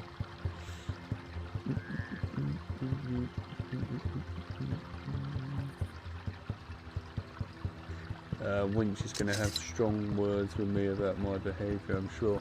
Damn right. Oh no. Somebody's used oi oi in the chat. Oh no. Not modern slang.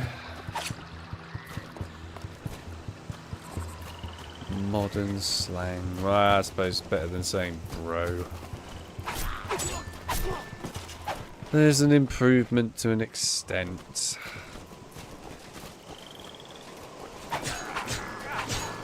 Still quote me as disappointed though. Very disappointed. I expected better. Oh Christ, hello. What are you lot doing up here? You're not even supposed to be here, I don't think. I can't see. Right, there we go. Oh Christ, staff to the face, my man. That's gonna hurt. Okay, I have actually kind of got the wrong ability to hit him with. Where's fiery? Oh, there we go. Fiery blast. Fabulous. Come on then.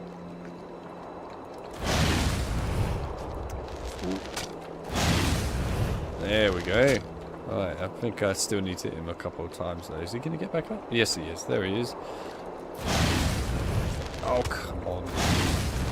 Oh, you... So lucky. Alright, give me some... As I like to call it, PVA glue, because that's literally what the icon of it looks like, by the way. It is literally PVA glue. Basically, to recharge your magic, you have to drink this thing called manure, I think is what it's called, or something like that. But anyway, it looks like PVA glue in a bottle. It's pretty kind of hilarious, really. But anyway, PVA glue is what I will always remember it as in this game. Get your PVA glue out in order to shoot your spells everywhere. Can't use spells and magic unless you use your PVA glue.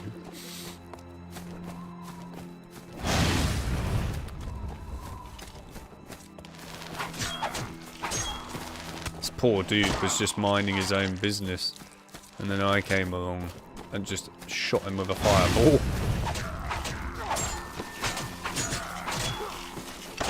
Oh, not a good time to be doing a finishing move, I'll be honest, but...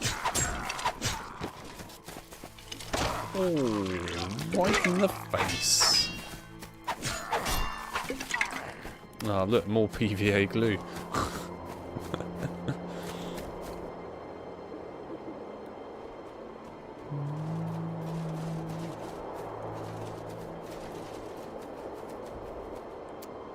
I think there might be some orcs coming. Just saying. Anyway, for Pendo, you're damn right for Pendo. Oh, there's an orc. Hello. Ow. Just get rid of him. Right, what are we doing here? Oh, for God's sake, guys, I'm trying to read a chat. Just chill out for a minute. God. Right. Oh no, not the Where's ID song.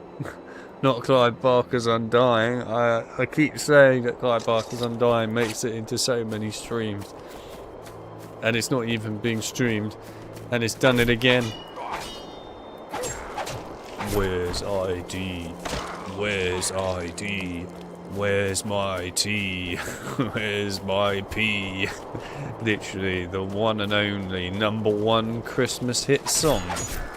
The one and only Where's my ID? Where's my P? #1 hit. I'm gonna have to actually record that audio, aren't I, and put it inside the server. The #1 single from the best band that you all know and love, Where's ID?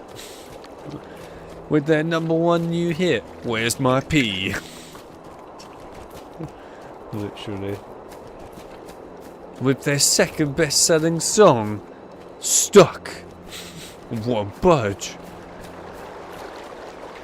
All available now. Won't budge. Yeah, people are probably thinking, the creature's going to be under the lake. It's not under the lake, I hate to tell you. It's not there. There is actually another area that you obviously load into for that fight that's coming up in a minute. But unfortunately, I have no idea where that actually is. I have tried looking for it on the map actually, like crazy amounts by the way. But I haven't managed to find it. The most I have ever really found with this level, which was quite interesting actually, is I managed to obtain a, you're going to laugh at this, a Fellowship of the Ring disc copy of this game, which was exclusive to members of the Sun newspaper. Yeah, that is a legitimate thing, by the way. This game had an exclusive build made for it, just for the Sun newspaper. Anyway, I decided to install and take a look at that Sun newspaper build of the game. It's mostly the same game, obviously. It's got like some slight differences here and there with sounds and stuff, but pretty much the same game. The big difference is that this whole level, they actually put an old build of it inside of the game. Now, it normally loads this build if you play the Sun version, but they do have in the files the old version of this level there as well, which was really quite neat. So, yeah, you can brute force that and so on, which was kind of cool. I will admit, I didn't really notice much different with it. There's probably a lot more different with it than what I've actually looked at, in all fairness. But, yeah, it was kind of cool, really. It was somewhat unexpected, let's put it that way. The Sun actually provided us with cut content for this game.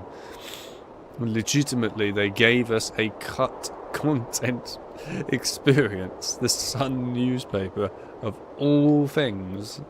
The Sun newspaper. Coming in clutch. Can't believe the Sun newspaper actually managed to achieve something like that, really, but here we are. What can I say? The Sun knows what it's doing with its Comic Sans. It's absolutely horrendous type font.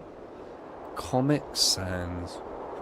The most disgusting font possibly ever made. There's not many other fonts that really take #1 spot as one of the worst looking fonts of all time. Comic Sans is certainly up there as basically the worst font ever made. But there we are. It looks dreadful. And to make it clear, if I ever see anyone doing graphic design and they use Comic Sans, I immediately want nothing to do with them when it comes to any kind of graphic design. Don't want to even talk to them about graphic design. Because they're going to sit there and say that Comic Sans is a good font. All I have to say is, you've got a very poor taste in fonts. I love this water. I really do. It's great stuff. What's great is that actually looks normal here. But there we are. Right, there we go.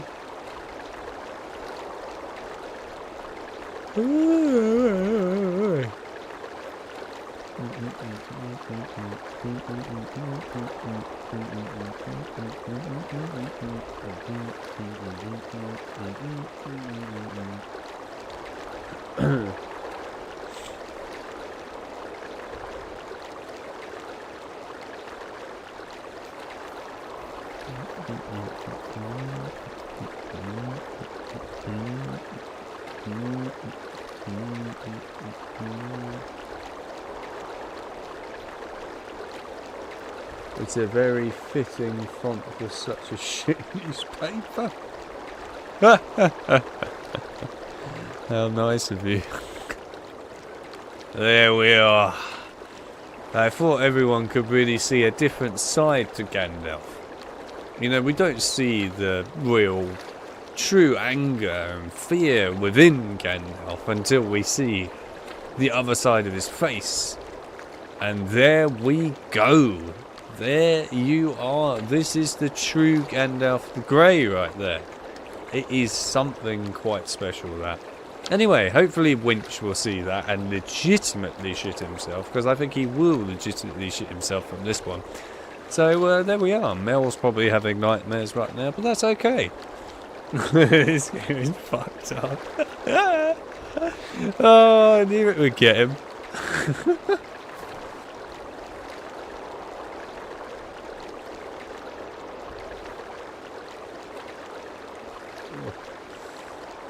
Winch is having a mental breakdown right now, and it's so good. I'm glad he's having a mental breakdown. I hope he enjoys it.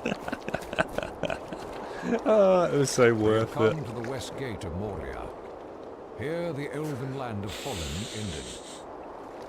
There is a gate here? Dwarf doors are not made to be seen when shut. Behold. What does the writing say? It reads, "The doors of Durin, Lord of Moria." His face looks very normal there.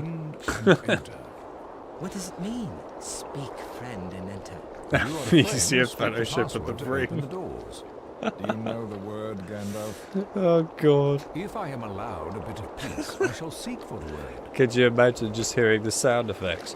Come from Gandalf's face. Oh, that would be funny. Oh, hang on a minute, hang on. I've only just spawned in. No, that's not it.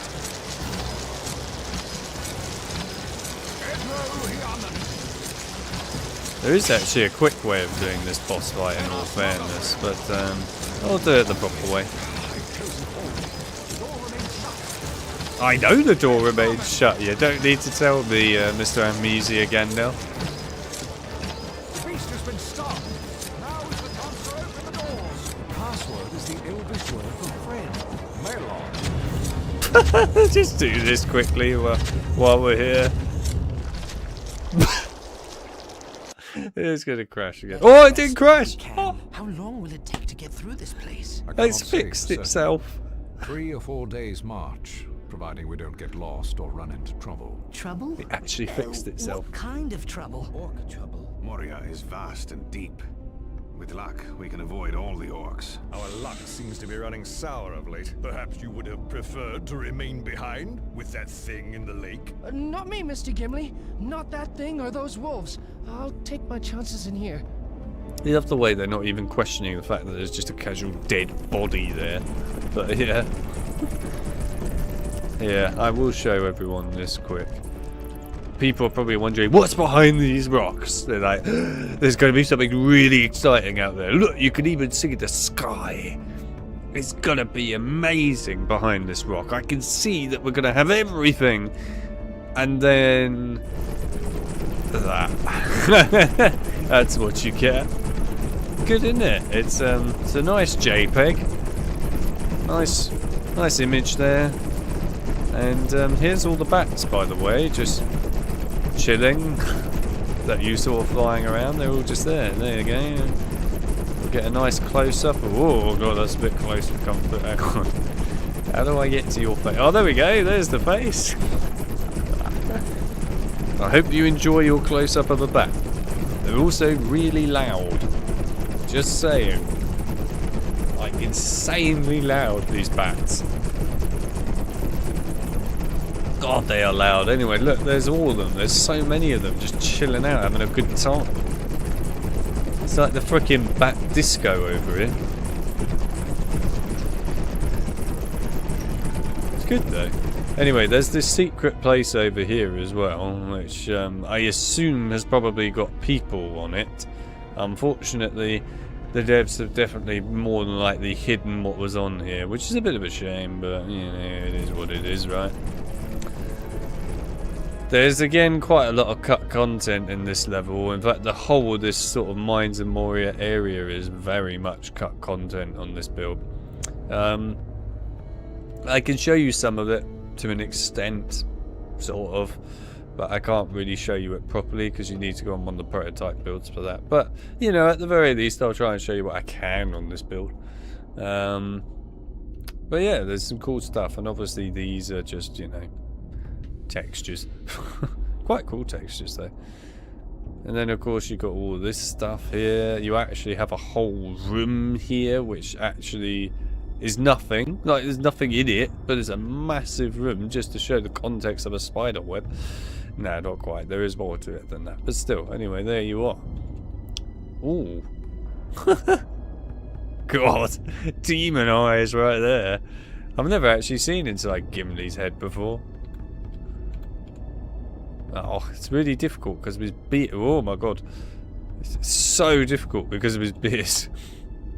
I really am struggling. Come on. Oh, there we go. Right, there we are. I've now officially seen inside of Gimli's head. Why has he got red eyes? What are the red eyes all about? His eyes are so red. He's got a full-on tongue though, but why has he got red eyes? God, his eyes really are red as well. Jeez, I never really noticed it before. But there we are. Gimli has red eyes. I hope you enjoyed. Make the most of it. Gimli's seen things. Damn right.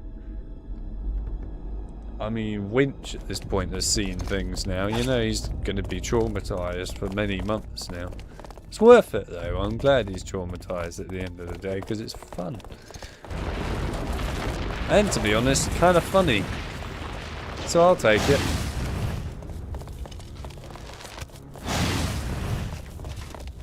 Just get rid of him. Yeah. I do love the designs they went with though for Moria in this game. There's no denying it. They visually have made Moria look incredible. You can say what you like about all the textures of the game being dated, because of course they are. It's 2002. But it generally looks really nice. You know, they've made Moria look truly like a mine that is very much one of these halls that they create, which is a great hall of wealth and everything. They made a really good job of this, actually. It does look good. Oh no, don't crash. No. Don't crash. It's gonna crash, isn't it? Oh, is this really the first time we're gonna have a crash on Fellowship? It is, actually. It is. Oh my god, it's our first crash on Fellowship. That's rare. You don't really get crashes on Fellowship these days with the fix. That's actually quite impressive to see a crash. The only problem with a crash on Fellowship, which is why I don't like them much, is trying to fix it. Which is quite difficult, but I'll see what I can do. Okay, let's see if I can do this. Yeah, I did it. Alright, nice. I thought we might be screwed for a minute, but we're alright. I generally thought we could be screwed. It's one of those games where if it crashes or freezes, then you get the game basically stuck on your screen forever and you can't get rid of it, and it's a bit of a problem. Anyway, no need to worry, it's all good. Right, well, anyway, that is actually the first legitimate crash that we've had. The other ones are not actually legitimate crashes, they were just me pissing about with the game too much. But anyway, that was the first legitimate crash.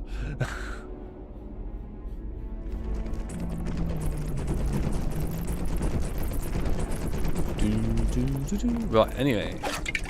I should check actually, what am I on? Fiery blast, that's good. Fine, awesome. Right, let's go.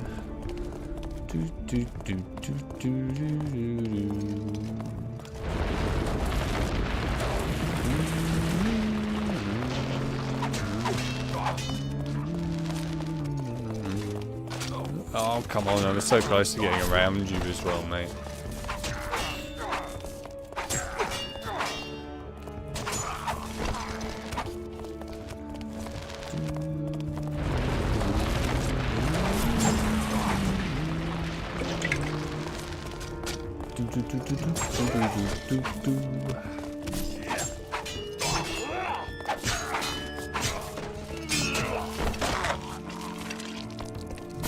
Oh, bloody hell, Gimli. I was not prepared for that. You actually kind of took me by surprise a bit. I genuinely thought it might have been an orc for a minute, but then it's just Gimli swinging his axe in my face. There we are. Right, open that.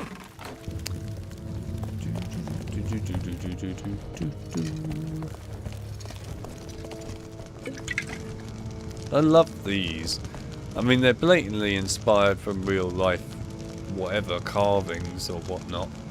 But they look amazing. They fit in well with this theme, and that's what I like about them.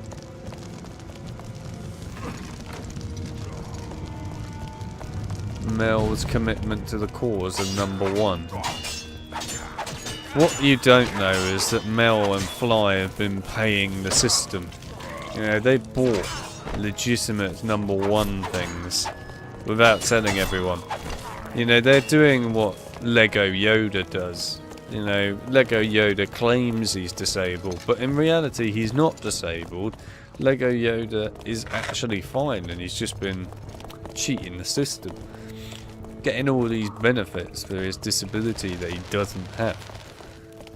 I mean, we all know that Lego Yoda is quite something. Quite unacceptable, really. And now, after all this time, Mel and Fly have seen that you can get these benefits, and now they're going to abuse the system. It's obvious. Not the Lego Yoda conspiracy again. I mean, it's not a conspiracy, it's a fact. There is no conspiracy involved with Lego Yoda and abusing disability benefits. He is abusing them big time. The man is doing backflips. You can't tell me he's disabled if he's doing backflips. You can't do that. This camera is really broken on a high field of view right now. Right, anyway. Yeah, I mean, Yoda's been really abusing these benefits big time, man. Don't see everyone else abusing it.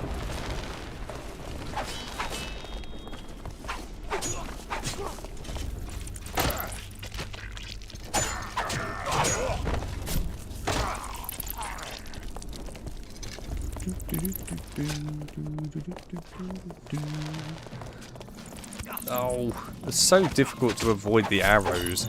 You can avoid everything else, but the arrows are just a pain in the ass. Granted, I could use magic, but whatever. Where are you? There you are. Oh, bloody hell. Hello. I mean, look at this. Even this fountain bit looks incredible. It's just, you know, it's the small little things in environment detail back in these days. This time period, they were always really impressive. It's just something that you don't see in many modern things. I feel like environment is graphically, I suppose, there in terms of looking really high quality, but you don't see these fine details much, in my opinion. It just gets missed a lot of the time. I think that's such a shame. Because it shouldn't be. Right, I'm just going to heal.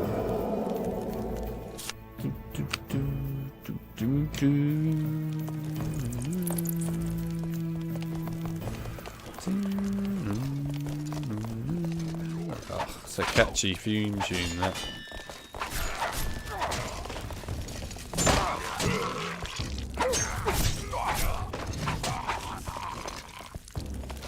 There we are. It's nice to have a companion like Gimli who actually does something in the game, unlike others. Come on through, guys. You gonna come through? Yes, you are. Give them time. Oh, alright, Gimli. I mean, you didn't have to attack them right away, Gimli, I will be honest.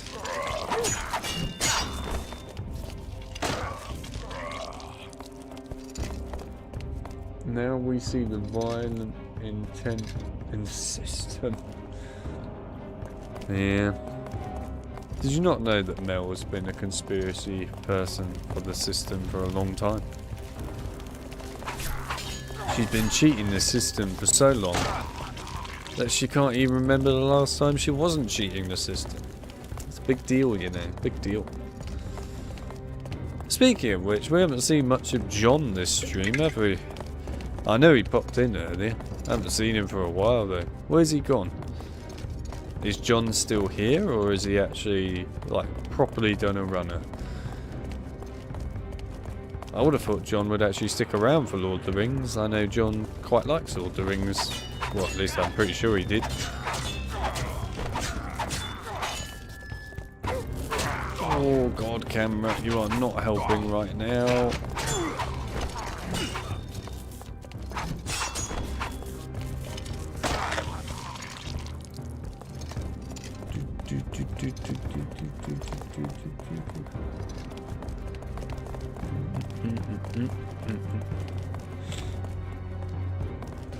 Monty Python, eh?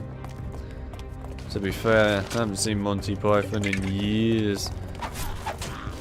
The one I remember the most from Monty Python was Life of Brian, in particular.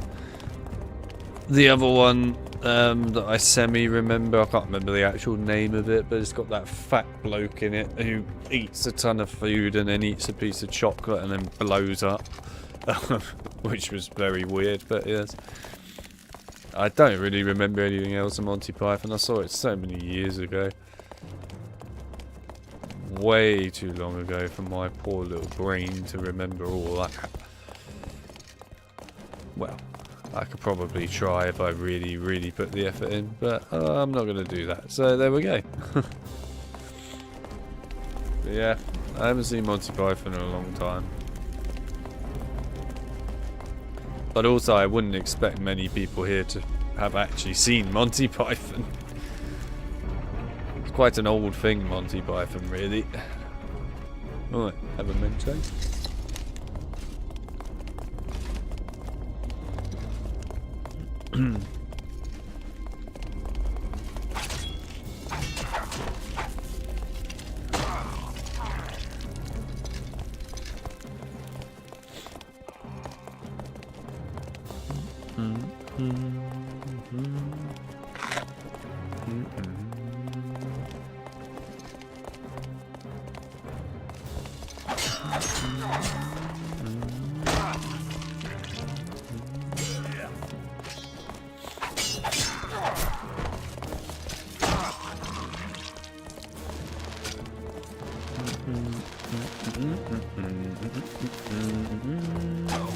Ow.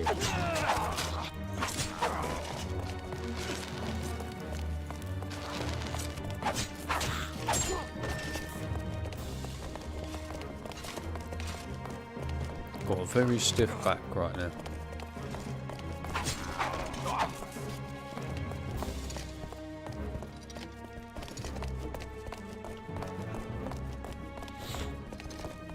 Was this where we came from? Nope, it was not where we came from. I answered that quickly.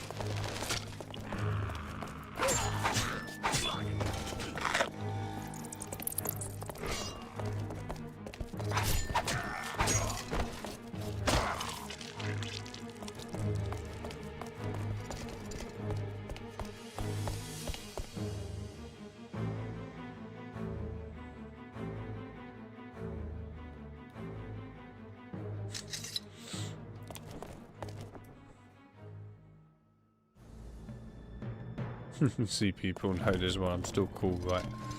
Nah. For now.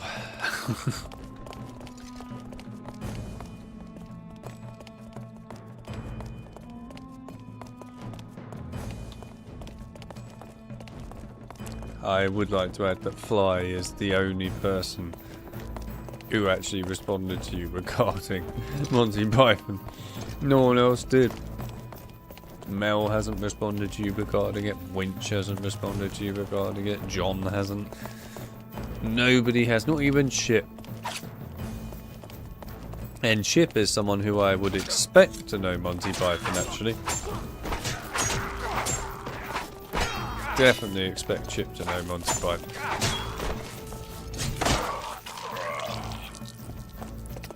Dun, dun.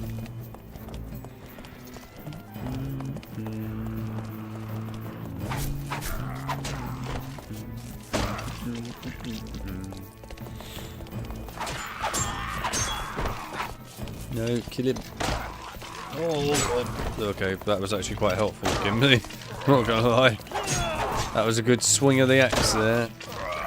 God, I don't know how Gandalf even still has a bottom to his staff, given the amount of stabbing he's doing with it. It's ridiculous.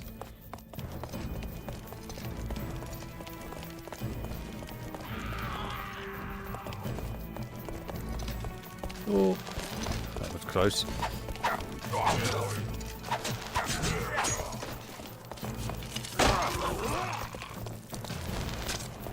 I'll be back in a minute round the walk.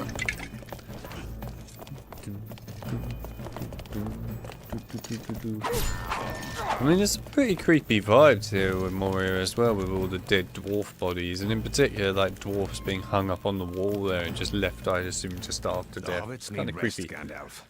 This seems like a sound place to camp. I agree. This is as good a place as any nearby. Very well, Gimli. We shall camp here, but not for long. Orcs are on the prowl. Chip gone to sleep. Chip has not gone to sleep, I can promise you that. Chip never sleeps this early. It's too early for him to be sleeping. He'll be awake. He's always awake. Deep down. He'll be awake in a bed.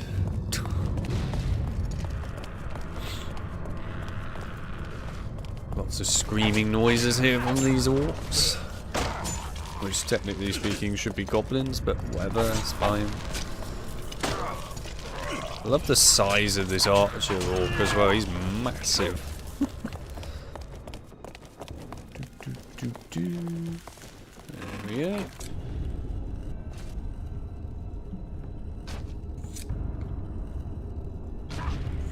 Don't mind me just backing up in the middle of a cutscene. Oh my god, why a camera? Actually, I know that Winch was going on about Claire expedition or whatever earlier. I'm not certain, but I think something is following us. Quietly. In the dark. Oh yeah, this is where you see Gollum.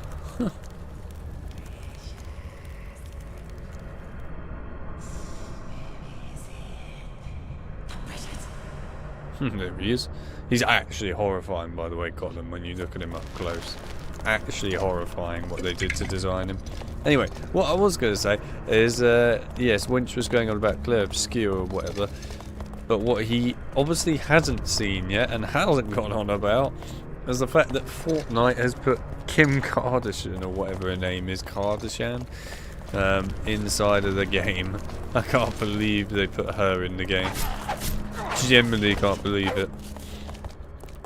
Actually quite incredible how much crap they end up putting inside of Fortnite. It's really quite incredible that they managed to get so many random things into that game. At this point it's just become a game for putting in random appearances of things, and that's about it. Absolutely insane. Oh god, yeah, there's a troll down here. Run! Good luck, Gimli. This is the only unique looking troll in the whole game.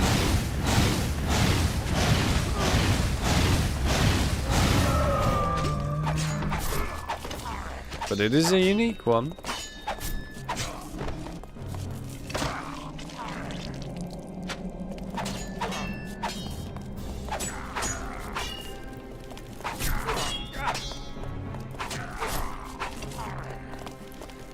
And there it is, the unique looking troll. It's quite cool that they actually have a unique troll here. I like it. I wish they had more of that specific troll though in Moria. Don't know why they didn't keep more of that one in Moria, and instead they just bring back the normal ones. Shame, really.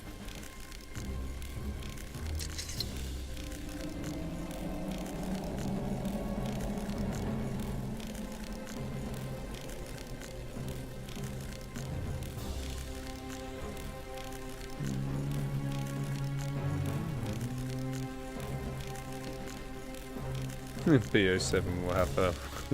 I don't think BO7 will ever have her in it.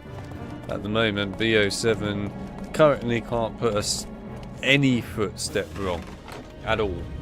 It has to get everything right or else it's completely doomed at this point.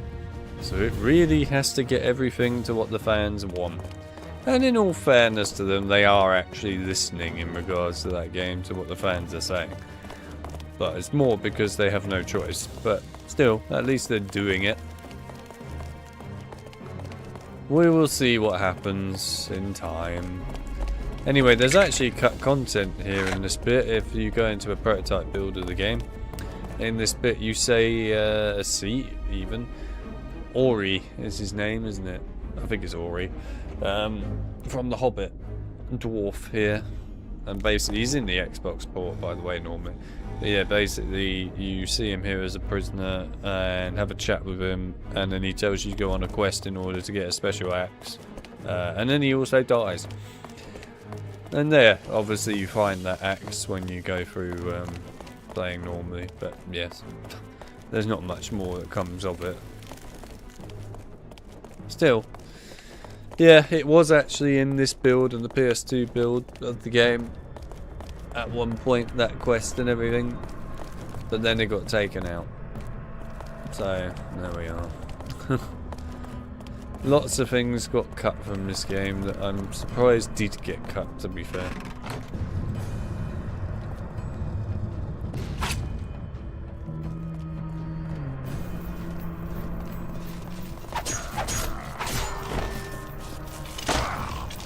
Oh my god, the camera. I can't see a thing. Literally have no idea what's going on. The camera is going nuts right now. I mean, the camera is already rough in this section in the past, but yeah, when you have high field of view, it's a bit more rough, this bit. But it's livable, I guess. Just a bit annoying.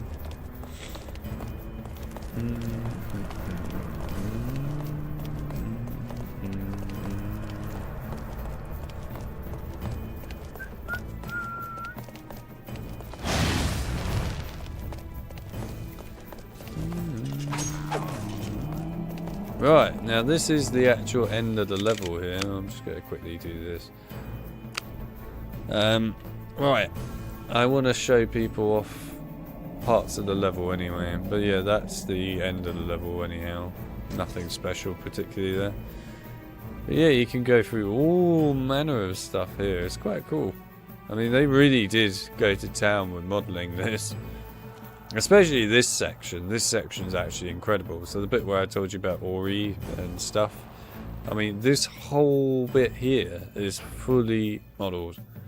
Like, full on as well. If I go out the environment quick, you can actually see all the little bits out here, right, that have been fully modelled. And for context as to what those random blocks are, this is meant to be when the dwarves go mining. So of course the dwarves in Moria go mining, and then they dig out sections of the mountain in order to find mithril and stuff. And this is it. It's pretty cool really that they actually put all this in. Bear in mind that like if you're over here and so on, you barely even really notice it at all. Like you hardly would ever notice that there are loads of holes in it. It's just so neat that they actually bothered to put the time in for that. Then there's another one of these bits over here. I'm going to assume again that this will probably have Ori sitting on it normally and so on. But obviously they made it invisible to depth so that we can't see it. But still, it's there. There's also this whole area which is kind of neat. God knows if this was actually ever going to be a playable section, this bit. But it is modelled. It is here. I have my doubts that it was, but it is here for context if you wanted to see it. There is another bridge. Yeah, you got some pretty cool details on all of this as well. And there's Gimli just chilling out over here. Here's that troll closer up as well. This is the only time you see this troll in the whole game, by the way. It's a unique troll. It's cool to see that they actually bothered to create another troll. But it's kind of weird that you only see it in this one bit, pretty much. I think you might see that troll one other time later on, but that's about it. When I say one time, there's like 2 of them, but that's it. It's really not very often.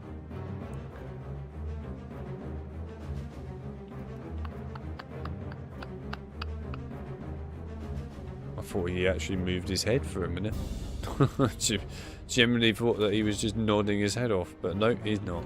Anyway, cool. Right, we're going to go quite a way back in a sec. It's like way back to the beginning of the level, but still, there's something I want to show off regarding it to an extent. If it is here in this build, I can't actually remember, to be fair, if it is or not. There's this bit. Has it got the fire? Yes, it does. Here you go. So, this is going to be an interesting one to some people that know about the Xbox build again of this game. So it's kind of interesting that this is hidden underneath this water, because obviously it makes no sense to have a fiery lava texture underneath this water. So, there was, at one point in this game, going to be these fire creatures that you would have to fight off. And these fire creatures were actually on one of the cut levels, which we obviously couldn't load into earlier, called Midgewater Marshes. I can't quite remember what the fire creatures exactly were, but basically there would be these lava texture patches like this, where you would see those creatures come out of the ground and attack you. So that is pretty much what that's going to be in, obviously, that level, but also this would be used, of course, here in Moria, probably for other reasons too, like the Balrog, for example, and so on. Obviously, we don't see this though with the Balrog, which is kind of interesting. But yeah, there is a unique cut texture here, just chilling. So there you go. There is actually a whole special texture that you can see there. I love this. It's just a casual line of dead orcs. Right.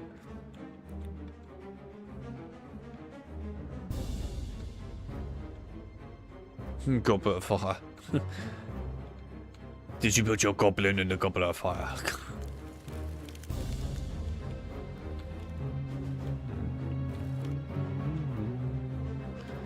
So here's this hallway, and again, obviously you shouldn't expect these like doorways that don't open to have anything behind them, but you know, for the people that are interested in seeing that, when I find them all, yeah, there'll be proof that there is nothing behind them. So there you go. There is nothing, I'm afraid. As much as everyone probably would love there to be something, there just isn't. And the further up you go here, obviously you've got this cool walking pathway and everything up here, which does look alright. Surprisingly, somewhat modelled. And of course, it just goes all the way up like this. There's nothing special up there. But, you know, it's there for people that want to see it. Right, where's the actual way to go? Is it this way? Yes, I believe so. Yes, it is this way.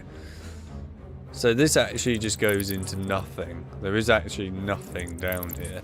You would think that they would have some kind of like proper floor or something that it would go to, but no, it legitimately goes down to nothing down there.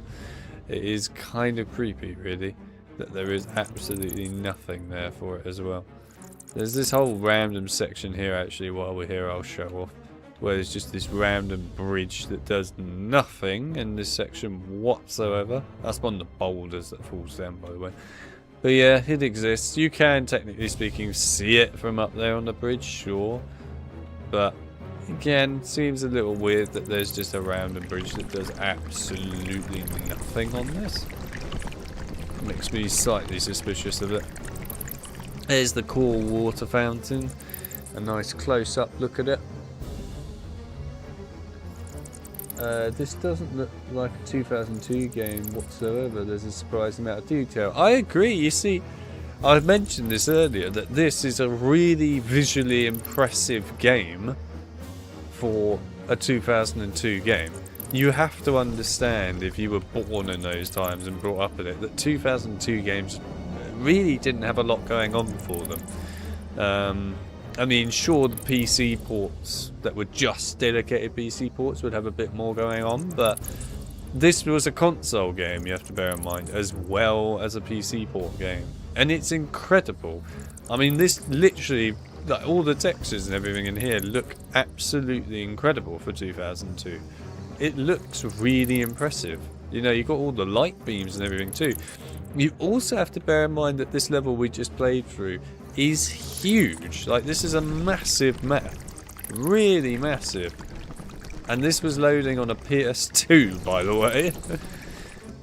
That's quite impressive for a PS2, because the PS2 did struggle, obviously, to load a lot of things at once. So the fact that it could actually load up all of this is really quite something, you know. This is just incredible on scope and size. It really is incredible. I would honestly go as far as to say that this level is probably a feat for the time, actually, of the PS2 with 2002. Really is good. And there you go, there's some lovely gunk on the floor. But yeah, there's tons of stuff going on in the environments. They really did go all out for it. Even the sound effects are pretty impressive. So, again, another thing for the prototype build. Normally when you come up that staircase and you come through here, obviously there's this door here. Now, again, in the Xbox port, this actually does do something. But in the prototype builds, a PC and PS2 port, this door does actually go to a whole nother area that you could play in. You can kind of still see bits of it here, but they have basically deleted all the main part of that level. So this bit here used to be a huge big open room, right, where there was a lot of stuff going on right now. There was like a massive extra room and section there that you could go through and do stuff in. They did unfortunately cut it from the final game, which is such a shame, but in that preview build you can actually still see it and go into that area. Unfortunately nothing's functional in it, but it is there, so it's kind of neat to still see that there is at least a corridor for it here. So they didn't completely delete everything from it, which is intriguing. It feels to me like they maybe were trying to do something with it and just couldn't do it at the last minute, probably because of the technical limitations of the PS2, I'm reckoning. I mean, this map is huge as it is anyway, so it wouldn't surprise me one bit if the PS2 limitations came into play there with that and they just had to cut it because of size problems. So yeah, I don't know really. I'd love to ask a dev the question, what the hell was going on there, and find out a bit more. But yeah, I mean, look at all these artworks, they're actually pretty good. You know, there's a lot of stuff here. Even the character models are actually quite impressive, all things considered. It really is quite something, this game, when it comes to the general looks and designs and textures. But Moria is just a very impressive looking area. They really did go all out for this. There's no denying it. Probably one of the most impressive looking parts of the game, really. I mean, there's lots of cool looking environments and stuff, but Moria, they really did just go to town. I mean, look at the size of this freaking map. Look at it. It's absolutely massive. There's stuff everywhere here. There's so much stuff going on. Look, there's even more bridges that, again, you never even see. I mean, this one, you actually can't see. You can't tell me that if you were on the other bridge and you looked over here, you could see this. You could not see this. Yet they have bothered to actually build the whole damn thing. Look.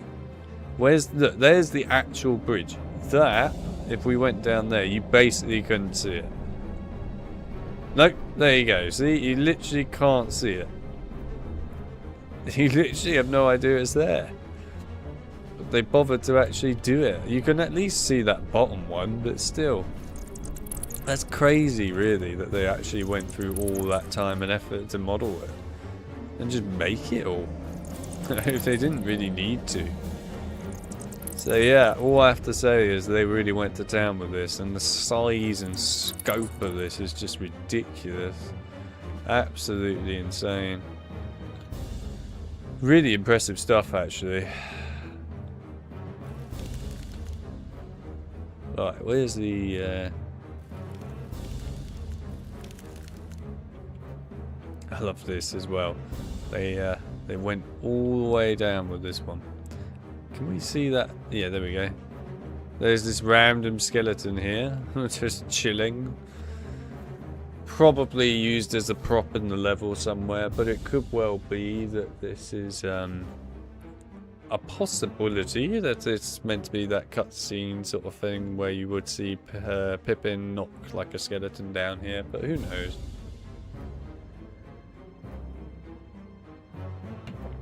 Well, anyway, that's pretty much all I wanted to show you for that level. And it's the biggest level in the whole game, that. It's huge. One of the most incredibly over-the-top size levels. And that's only part 1 of Moria. Bear in mind, this is part 2. So yeah, quite something, eh? We're playing it safe today.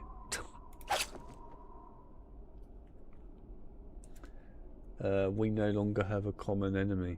I miss him already.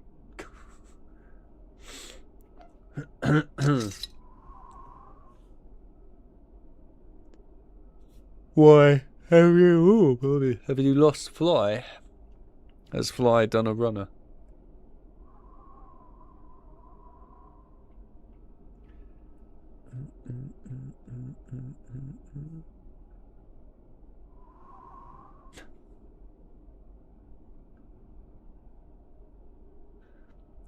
Every point of interest, every prisoner of Azkaban, there you go. Every prisoner of Azkaban has some impressive attention to detail. I know it's not Prisoner of Azkaban.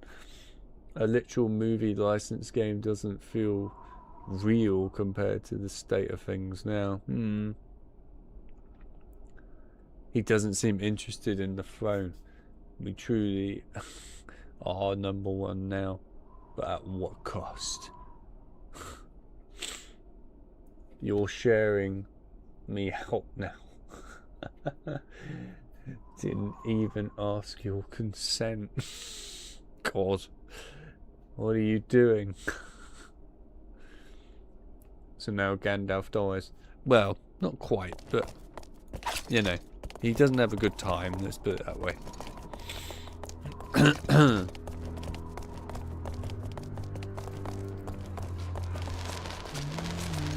So many freaking fire arrows. Ow. There we are. Oh, is he dead? He is actually dead. Nice one, Gimli. You killed something.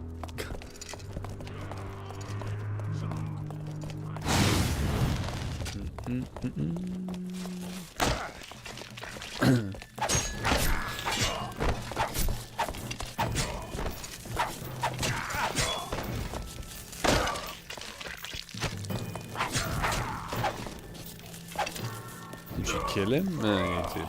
Right, fair enough.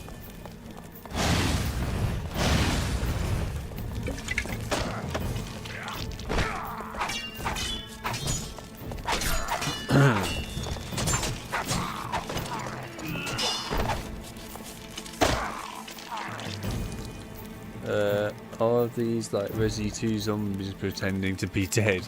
Not really. They're more just like orcs that fall on the floor and get stunned, and that's about it. They don't really pretend to be dead at all. Most of them don't even stay on the floor for that long.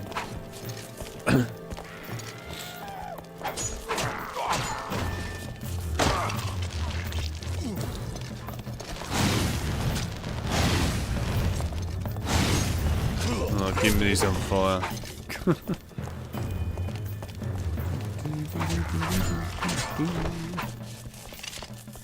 There we are.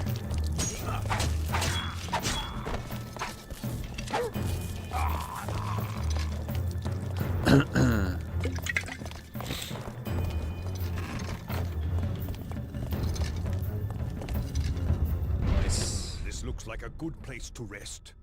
Stay away from that well, though. Who knows what is swimming around down there, looking for a meal? Oh, you're a small catch, Sam. It would probably throw you back. Pippin, that's not a good idea. Fool of a took. Throw yourself in next time, and we'll be done with you. Listen, what's that sound? It sounds like a hammer. Someone down there is sending signals. We'll need to move on, and soon, before the orcs come. They already move well on their way, Boromir, don't you worry. Leaving us behind.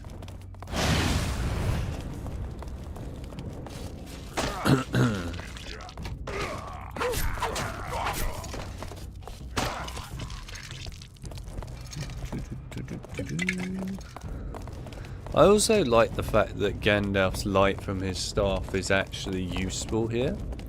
You know, they could have just made it in the game so that Gandalf had a bit of a glow to his staff and that's about it. But his staff is legitimately actually helpful. You know, it does actually light the way of where you're going. And that's really useful throughout the game. Look at this, there's like a whole ceiling modelled and everything there.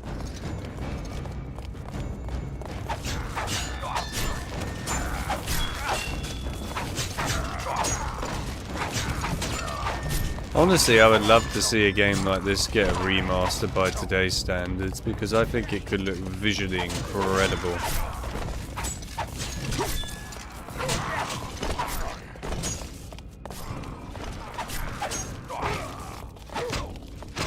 Ow. Ow. Let me heal.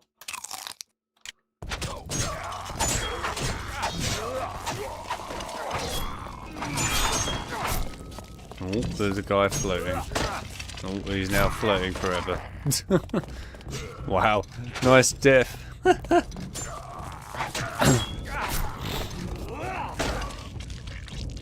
We've got a dead guy floating.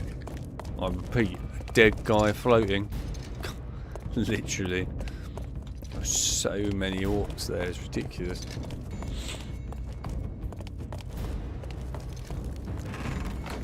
Right, and now we've got the puzzle section of the game. The exit draws near. Soon the mines of Moria will be safely behind us. I hope you're right. As do I. I grow weary of this place. It is so cold and dark. Where are we exactly, Mr. Gandalf? I believe we're in the upper halls, perhaps the 20th or 21st. They've been well looted and of little interest to the orcs. They prefer the lower levels, despite the shadow of fear that covers them. Fear of what? Durin's Bane, a dark creature unleashed long ago by dwarves seeking mithril.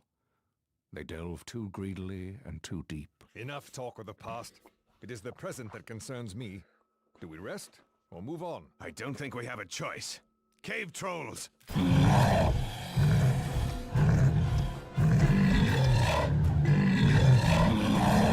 You'll have to handle the trolls. I'll find a way to get us out of here. For the Shire! That is the only other time you're going to see that kind of troll model, by the way. Hope you enjoy it. Right, how do I do this again? Oh, there we go, yeah.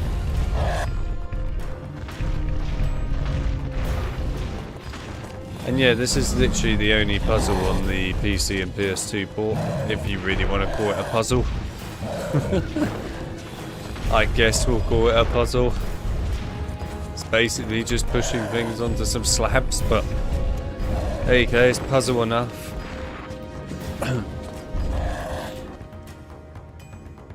There we go, we completed the puzzle.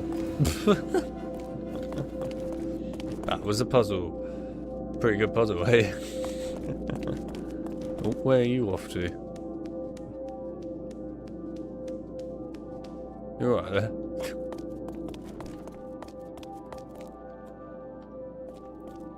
Puzzle equals push block 4 times. Literally, that is the puzzle.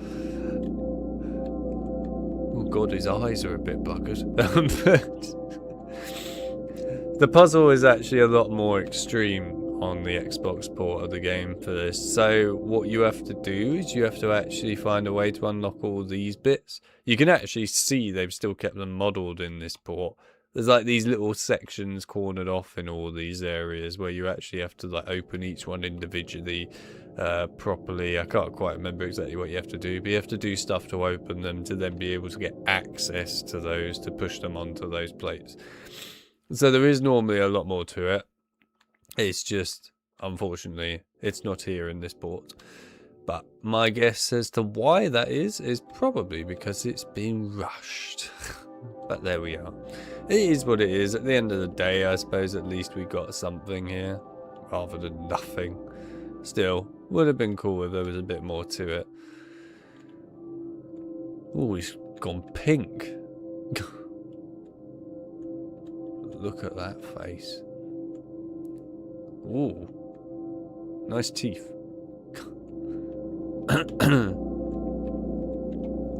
Right, I was going to show off something here quick before I go through, because it is actually something that is kind of cut content. So, again, you were meant to be able to play in this section. You can on the Xbox port, you can't on PS2 and PC in the final build, but in the prototype builds, you can walk around in this section normally on these builds. So you were supposed to have like a whole fight in here. You'll see kind of like in the cutscene in a minute that it kind of alludes to the fact that there's meant to be a fight, but then it doesn't happen. Also in this section over here is actually meant to be where you would collect that axe that I mentioned earlier that you had to do as a quest from Ori when he asked you to go and find an axe. And that's where you would find it.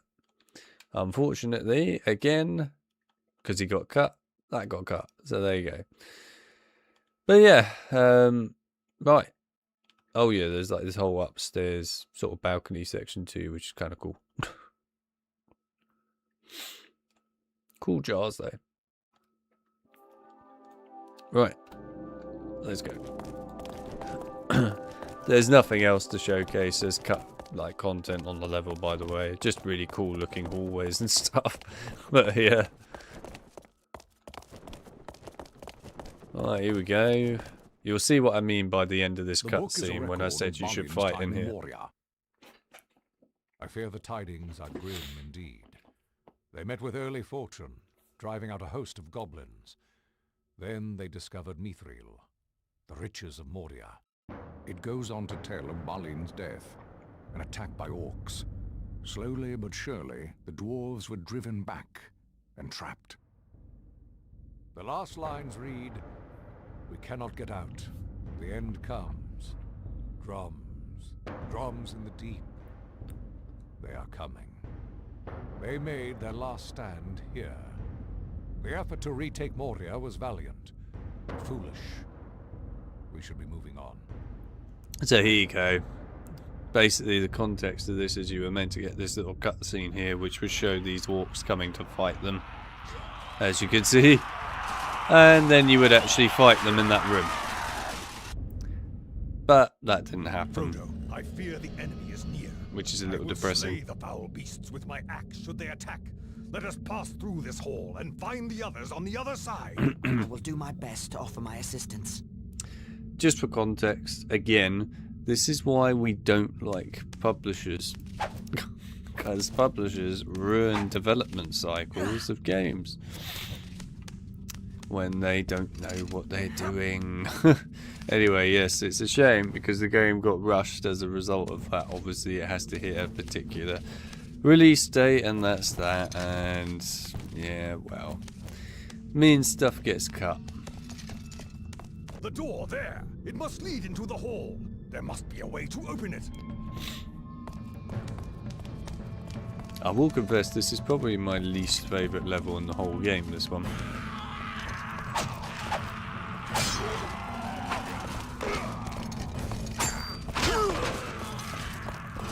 Oh god, that's a lot of orcs at once. That's so many orcs at once. Come here, you bastard. Stop running away. Already difficult enough as it is trying to kill you with Frodo. Ow. This section is not balanced for Frodo at all.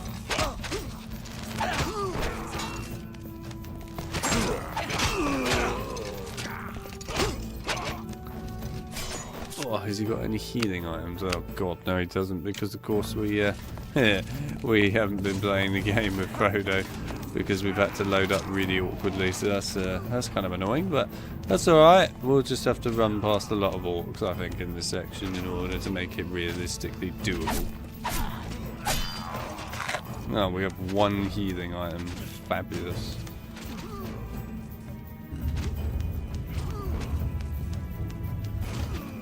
At least Gimli's got infinite health. Right, where is the healing item? Because I actually do kind of need it.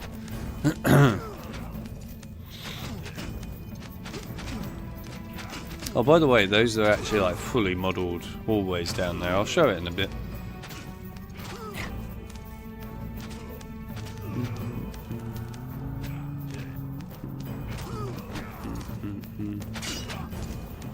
Oh my god, Gimli is actually cornered. You're right there, Gimli. Jesus Christ, he's getting absolutely wrecked over there.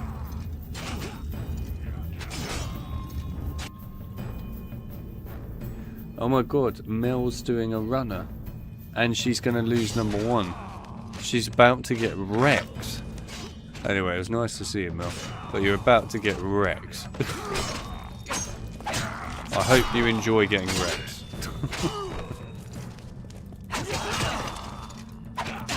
Oh, come on.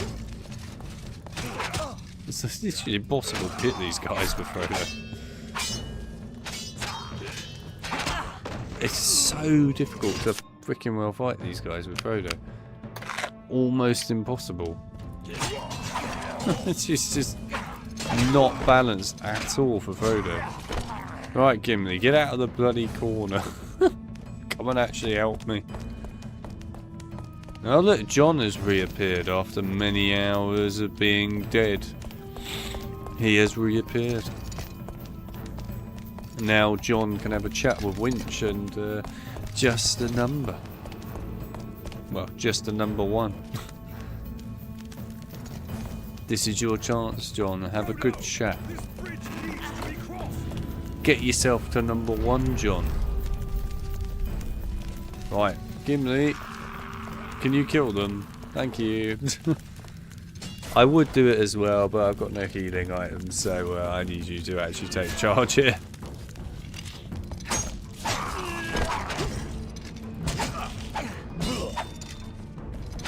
Whoa. Nice, we did it. See, Gimli, teamwork. Oh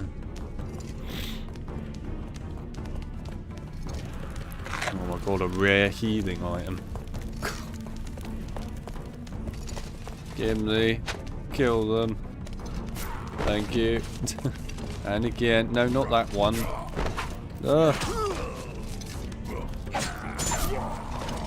Yeah, if you knock them on the floor, Gimli, then I can actually attack them. But if you don't do that, then I can't fight them. Well, not easily anyway.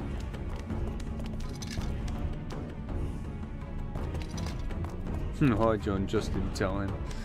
Yeah, I think the people that are going to start getting numbers now will be John, just a number 1, and Winch, basically. Lego probably as well, still. These are the people that are going to get numbers now.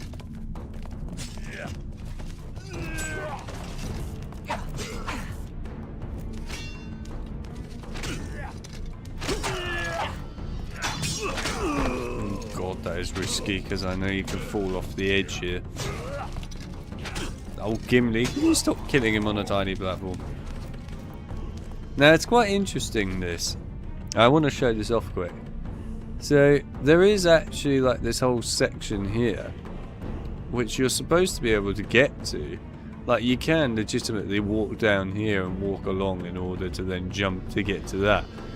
But of course, the problem is they've taken out some of the aspects that would allow you to do that, because you can't make that jump. So it's kind of weird that they bothered to take that out as well, because that would have given you a healing item, I might add. So, strange choice, but they have their reasons. Bridge to be crossed. The switch. I see it on the other side. You must get to the switch, Master Frodo. Oh, don't worry.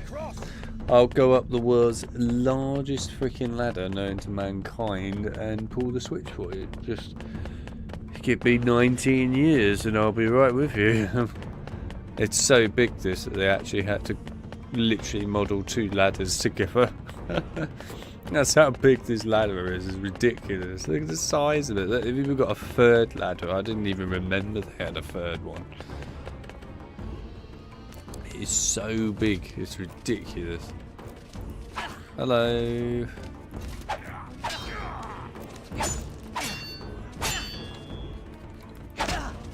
Ow. No, I really do not like at all seeing a bow and arrow guy. Oh, that hurt. Right.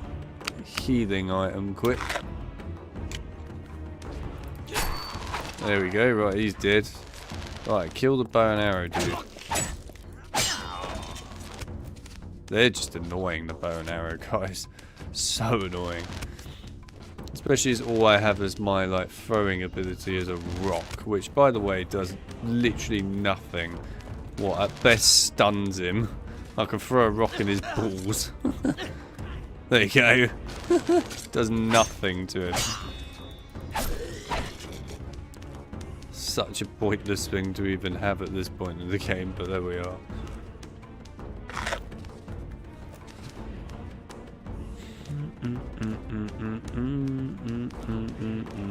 Right, the dangerous ass ladder right now. There we go, right. Down we go.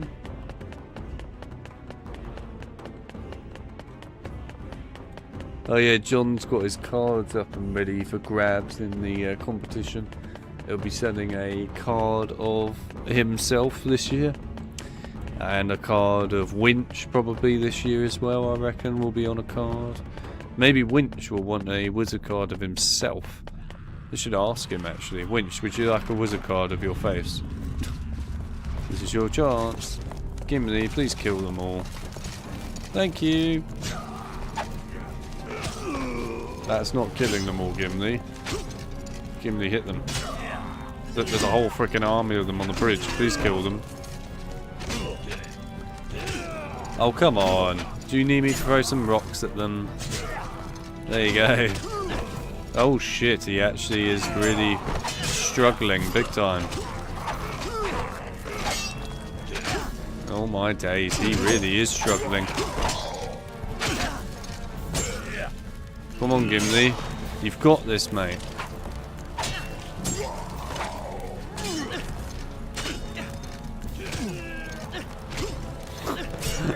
It's alright, Gimli. I'm stunning him with a rock.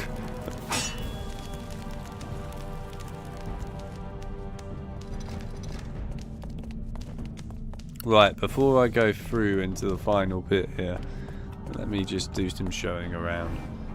Look at these awesome vents that exist for some reason. There's a closer look at the artwork on the door, which does look quite cool. Right, now going back through this level quick. I can actually showcase the hallway here, so that they have legitimately built the entire hallway. It's quite incredible, really. Even this bit, like, who's ever going to see that?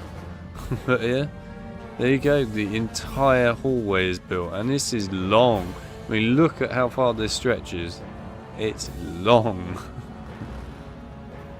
It really went all out with building this bit, and you don't even go in it, which is quite incredible. They've got these cool banners up here as well that look pretty neat. Yeah, they've got the whole cracks that go down.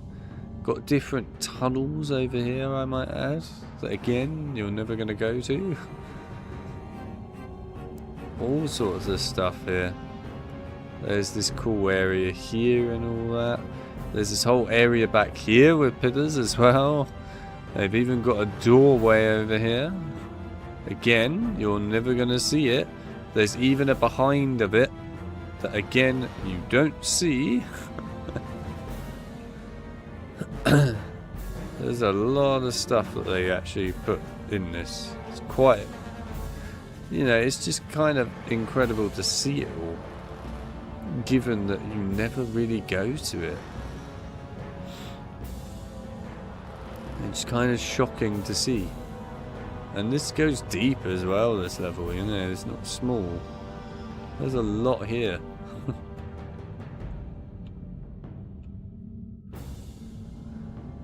And then there's this door obviously over here, which might disappoint people because there's not really much behind it. But yeah, it's a door. There you go.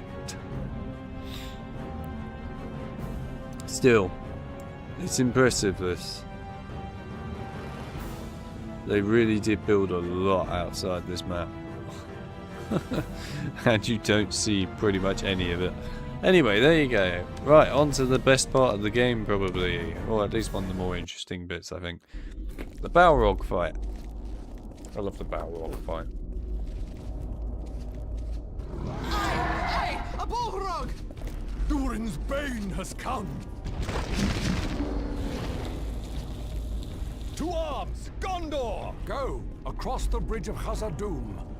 This is a foe beyond any of you. I must face the Balrog alone. I am a servant of the secret fire, wielder of the flame of Anor. You cannot pass! Right. Okay, good. Where's lightning? There it is. You can actually get the Fellowship hit by the fireballs. It's quite funny. There you go. They'll just get hit by it and they're fine. I can try and show you the Balrog area, to be fair. Let me do it. I'm going to have to put... Yeah, I will. I have to put infinite health on, but at least it will allow me to show you it. Actually, if I go back here, will he stop trying to attack me? Okay, no, he won't. Fair enough. Alright, I'm just going to have to get hit by the fireballs doing this. Is fine. Anyway, I have got infinite health. I've got infinite health at least, so I can show it off.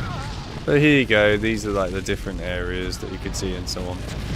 This bit, by the way, is actually the playable arena on the Xbox port. You normally run around this bit and fight the Balrog here rather than on the bridge.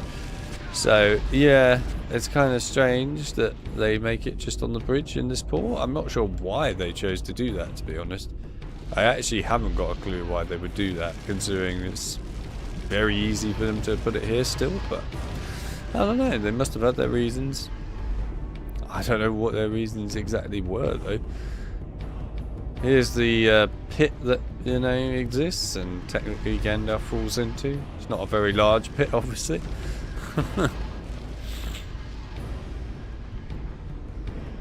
And then, of course, you can see like the whole back area here with the staircase and so on. And yeah, there's the staircase. It goes all the way up into a wall. But there you are. I mean, for what it is, they did bother to actually put some time and effort into it. It looks alright. I love the way he's standing there ready to attack now. Actually, I'm tempted to do this fight over here instead. You know what? Let's do it. This is not where you would normally fight, by the way. You would fight on the bridge. But why not? I do need some magic though, quick. That one.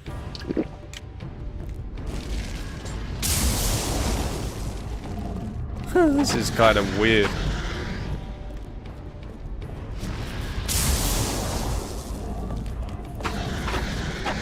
I mean, this is where the actual fight is supposed to take place normally, so I guess it's semi doing it properly, but obviously you're supposed to normally run around with the Balrog running around though. A little bit buggy though, walking on this platform.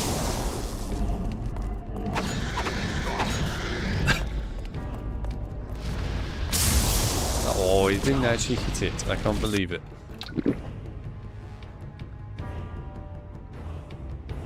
He's gonna go to sleep, madman. How could you go to sleep? You're just number one. Nah, that's alright. It was nice to see you. Welcome to the stream. I'm glad you could come by the stream. I appreciate it as always. Still, you will lose number one spot. Just saying. Oh, come on. How are you not dead yet? Still not dead.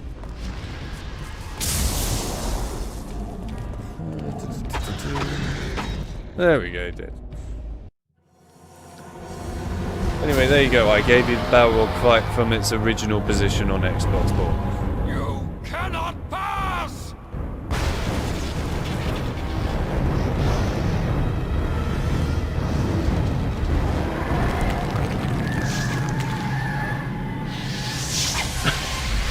Fly, you fools! Gandalf, no! Gandalf, not Gandalf. It's Gandalf.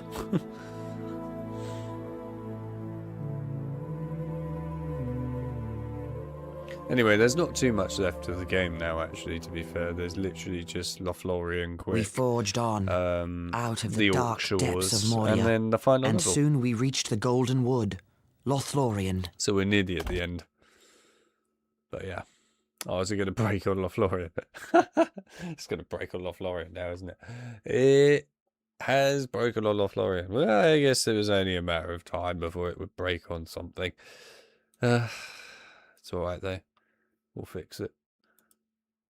1 minute. Right. Just boot you up again. It's becoming a lovely theme, this. Right. So, what we have left is this. We've got Lothlorien, which is not really a level, let's be honest. Orkdam, which is super quick. And then Arden Hen. I'm probably going to be honest with you. I'm mostly just going to showcase the environments with this lot.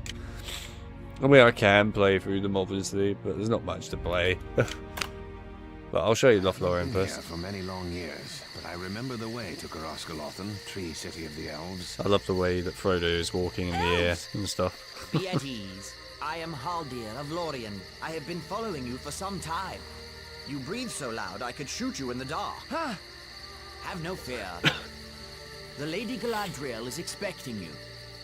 But the dwarf is not permitted on our land. But Elrond chose him. He's brave and faithful. Very well.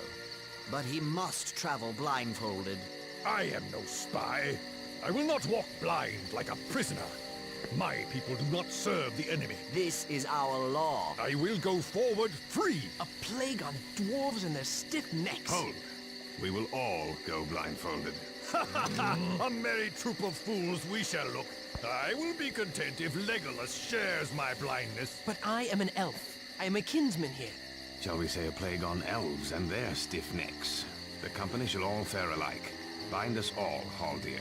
So be it. I shall lead you safely to Coroscolothan, where Lord Celeborn and Lady Galadriel await you. I'll admit, they talk about stiff necks. I've got a stiff neck. Where is he now? Alas, lady, Gandalf fell into shadow. He did not escape Moria. In all the long years full of grievous tidings, these are the most evil. When escape seemed beyond us, he saved us. I love Frodo's cape. And he fell. We will hear the tale another day, for you are weary and heartsick. We will do what we can to help you, especially the one who bears the burden. Your quest stands upon the edge of a knife. Stray even a little, and it will fail, to the ruin of all. Yet, hope remains, while all the fellowship is true. Rest, and we will not speak of the road ahead for a while. It's very cool to hear Jennifer Hale, actually, in this. Right. I know that... Oh, blimey, that was close. I know people would love to see outside of the actual environment. I mean... I think everyone, when they played this when they were younger in this section, wanted to know what outside looked like. Well, I'm about to ruin your life, but here you go. That's what it looks like. It's just a load of floating trees. Unfortunately, it's not as exciting as you might have kind of thought that it would be. It's still cool. I mean, don't get me wrong. Obviously, this is very intriguing. This massive tree. I mean, look at the size of the thing. It's huge. But it's cool to see that there is some kind of neat design, I guess, here. And obviously this ladder just goes to nothing. But yeah. I mean, at the end of the day, that's what it looks like outside. But those stained glass windows look really nice, though. I have to say, I do love the stained glass windows. They just look incredible in this. I mean, look at this. This is some really nice design. And something that you just don't see in modern day games really particularly.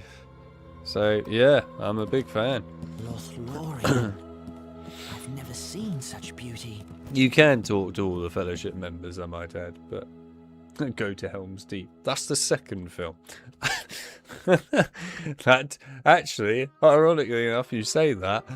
That's the game that got canned out of this franchise for this lot, because these guys, of course, did games based on the books, and sadly, that game was mostly developed but then never released, and that really depresses me still to this day. I would seriously love to talk to a dev that works on that game. I really would. I want to hear so much more about that. Maybe one day I'll have to somehow find a dev that worked on that. There's got to be a way. Yeah. Right, I'm going to break this cutscene a bit. There you go, there's some characters outside the environment. This is really difficult to do, but here you go, there's characters outside the environment just chilling in the middle of the cutscene here. Wait. Also, Frodo's floating. It's Ted Sandyman cutting down all our trees. You're right there, I'll Glad cut you're- him down. Oh, devilry. They've dug a bagshot row. They've run off my old gaffer. I have to go to the Shire. Would you turn from Frodo's quest? No. Do you wish to? This is really awkward when I'm trying to look at the environment. There's some cool designs though again here. It just looks neat. There is a bit over here with Gimli, I think it is. There's the sea. Oh, damn you. A tall ship from the Right when I was about to get there as well. Come on, let me get to Gimli. I know he's over here. There he is. There's Gimli. No! So difficult to get to Gimli. Oh, I really need the console command brought into this fix that just pauses time. It would make life so much easier. But yeah, there you go. That was Gimli.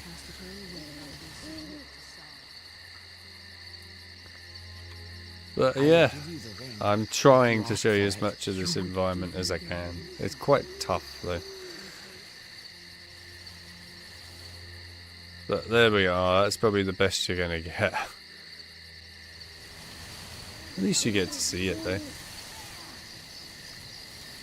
Totally not ruining the cutscene. Ooh. I will diminish. Oh my god. And go into the west. And remain Galadriel. That didn't ruin the cutscene. You wear one of the rings of power. When I wear the one ring, why can't Anyhow, I see into your mind yeah, I and the showed minds you of what I others? could there of Because you have Lothlorien. not tried. But I warn you not What is to. happening You now? have to Well, become we far went in stronger Galadriel's and train face, your I will guess, to the and we domination looked of at the others. environment. And then you would lose the one virtue Looks that like makes a you more pumpkin. able to resist the ring than any of the wise and powerful. We will not speak more of it. Let us go. Right, please The go next to the day next we said level. farewell to Lorien. Celeborn and Galadriel gave us boats of elven make, and we set out on the great river Anduin toward Mordor. Aragorn Hey! has been gone for some Good. time. I hope his scouting goes well. It is not Aragorn that concerns me, but you. You have a difficult path ahead. Yes. I know Yes. what I should do. That was very I'm afraid of abrupt. doing it. And yet, you suffer needlessly. I know I you do wish me to suffer bear the ring to needlessly, Gondor, Boromir. and it seems like wisdom. Except for the warning in my heart. What warning is that? A warning against the easy path. Against the refusal of my burden. And if it must be said, against trust in the strength and truth of the big people of the world. Our strength has long protected your little shire. I do not doubt the valor of Gondor. But what if it is not enough? There is still hope that Gondor will not fall. There is no hope while the ring exists. Yes, the ring. We can use its power for good. All that is done with the ring turns to evil. All can be corrupted. Some faster than others. Dun dun dun. Frodo, Boromir, make ready. The orcs have built fortifications. What would you have us do? Wake the others and prepare to move out. Stealth may not serve us here. We may have to fight. Think of my counsel, Frodo. It is all I ask of you. I will think of your counsel. But before I think of your counsel, I will go into no-clip mode. Now, you remember that bag from earlier on in the game? There it is. It's back. Look, it's returned. The bag full of flat 2D items. Never thought we'd see it again, but we've seen it again. And it's here as well, sort of. But yeah, there you go.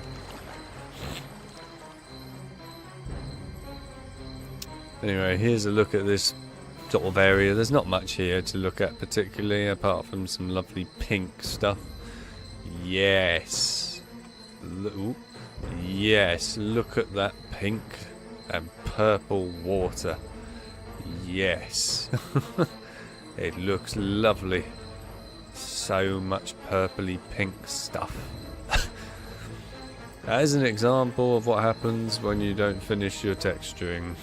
But anyway, I guess I can show you the orc sort of dam fortification stuff here, which is quite neat. There was meant to be like a whole cutscene as well, by the way, for this whole section where you would see the orcs actually attacking the Fellowship properly while they're in their boats, but of course they decided not to put it in the game afterwards. I don't know why. We do have some context to see it still, but not a lot. And there's the orcs, or orcs I guess, but yes, there they are. There's not really much else to show on this level, I'll be honest. It really is just quite a nice looking level, but pretty basic. You know, there's not much here. But there you are. I mean, there's a tree under the map, I guess. So there you go.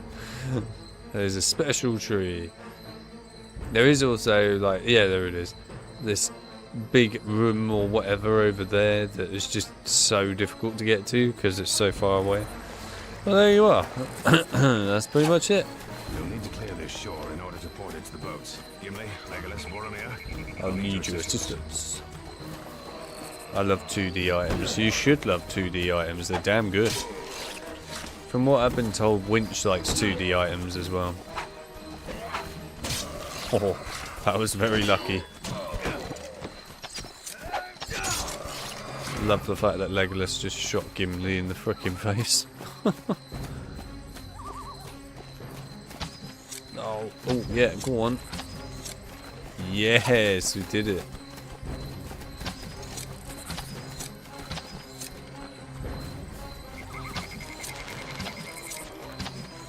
Please kill the arrow dudes before the troll comes. That's all I ask. There we go. Oh. And there's the troll.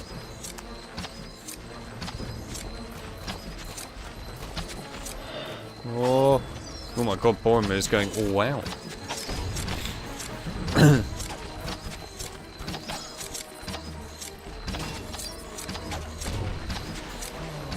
There we go. You gotta love the fact that Boromir actually willingly walks up and gets slammed in the face.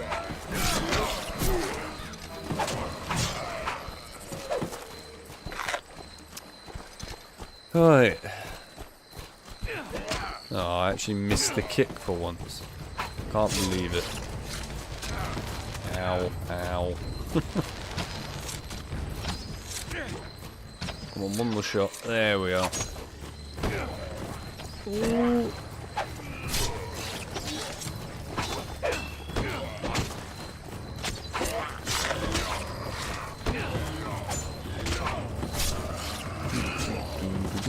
It's literally just a stabbing fest at this point. The amount of orcs that are just stabbed on the ground is insane. Oh, there's the troll.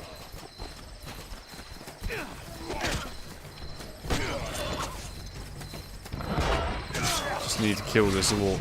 If you guys just deal with the troll, that would be great. I'll help you now. Does Winch like 2D stuff? Yeah, he does. He loves it. Let us retrieve our boats and continue on. I like the skybox in this level though, I have to say. It's a cool skybox. Anyway, yeah, that's this level. Like I said, there wasn't much to this level. There never really is. And it's going to break, isn't it? It's going to break just on the last level. Of course it is. Why not? I know it's great fun, isn't it? It's so fun that the game is having so much trouble today. Oh, I really need to reinstall this game at some point after doing all this modding and stuff on it. It's really bugging it. But it's fine. It works well enough, I suppose. Right, Almond Hen. There you go. Right, this is the last level. There's actually an Easter egg to get a fish sword in this level. So you can actually play the game with a fish. And it's a one-hit kill, pretty much, on everything. It's a good Easter egg. To arms! To arms! Sam! I am the swiftest. I shall pursue the Nazgul. This is my fault. That ring wraith mistook Sam for me. I must make amends. No, Frodo! We must distract the creature while they rescue our comrade. Baruch Khazad! To battle! I love that dramatic zoom on Gimli's face.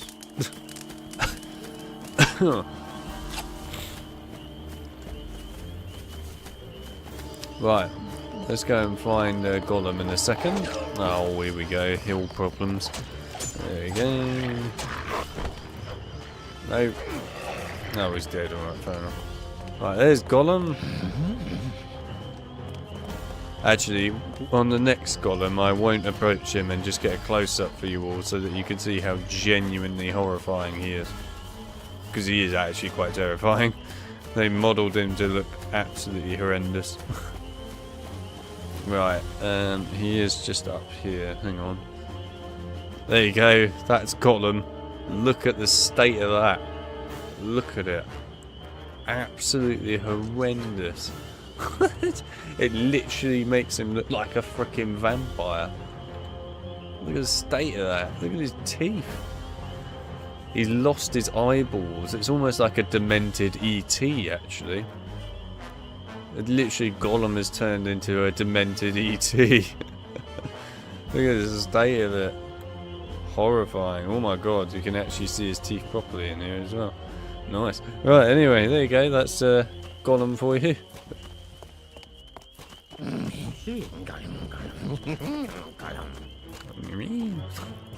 Good old Gollum.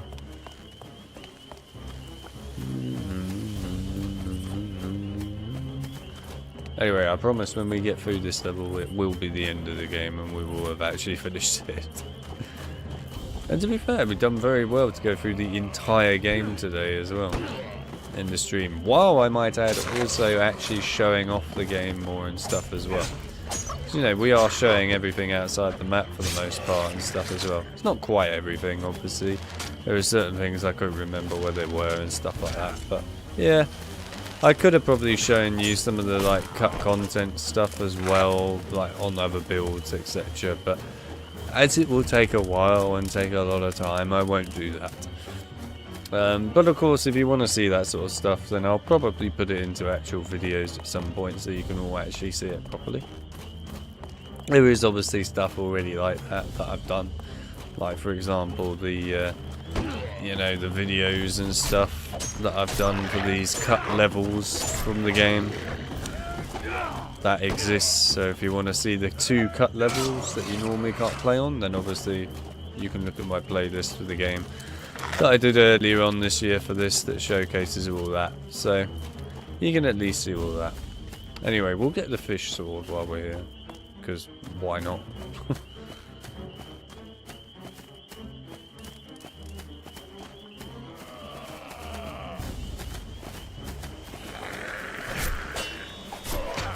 Ow. Ow. There we go. Oh, thought I might just be able to get there in time.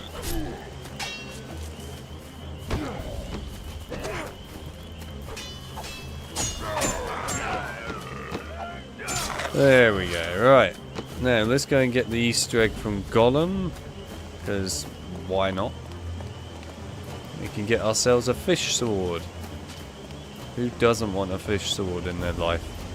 Here we go. What's this? Something stirs.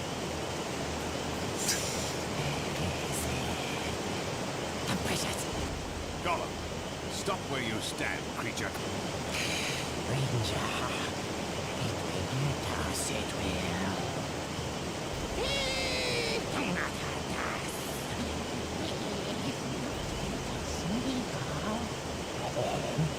Be still and you won't be hurt. Why are you here?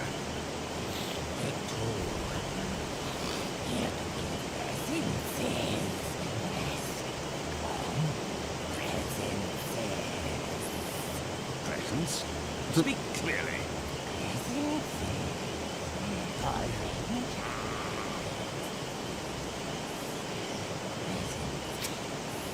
He has eluded me. Presents? How strange. And there it is. That's the present. A fish. And yes, you do actually get a fish. There we go. Exfoliate or whatever it's called. Anyway, that's what you get. You get the fish. Although for some reason he doesn't want to pull out the fish right now. Don't know why, but anyway, you do get the fish. I'm not sure why he's not picking out the fish. That's really weird. Why aren't you picking out the fish? Oi, give me the fish. I want the fish sword, damn it. That's like the whole point of doing it. Oh, I have no idea why it's not giving me the fish sword. That is a bit strange. It is supposed to give you the fish sword.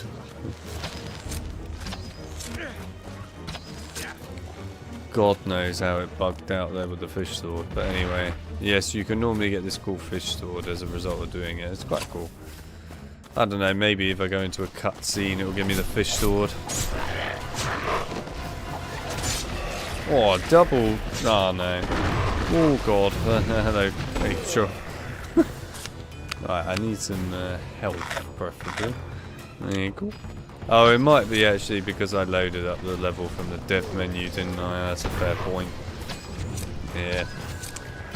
Well, because we had to.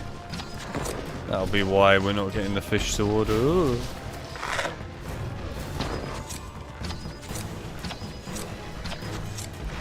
Don't like the fact that there's two of you and that you're both on this cliff.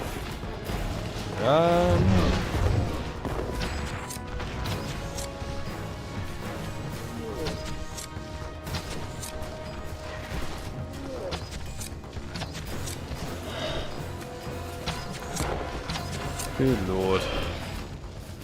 Why? See, if I had the fish sword right now, this would be really easy. Ow.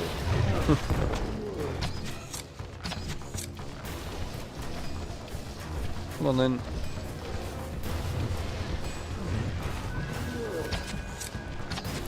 Aha, right. That's one out of the way.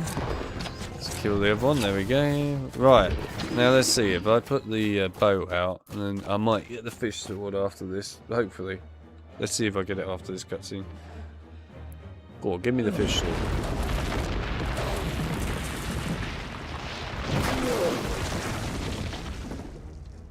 Gonna give me the fish sword, please? No. Alright, we won't be using the fish sword then. Oh well, I was gonna try and show that off in this stream, but I can't do it. It's blatantly because of the dev menu. Wait, hello Frodo, I wasn't expecting to see you here. You normally don't bother to actually show up. I'll be honest, most of the time he just stands around doing nothing. I'm kind of surprised to see him. Still, a little depressing that we don't have the fish sword. Because that is quite fun and actually kind of silly. Oh my god, I am nearly dead because of that. Jesus. It's alright, Frodo. I've got this under control. I just needed a cram.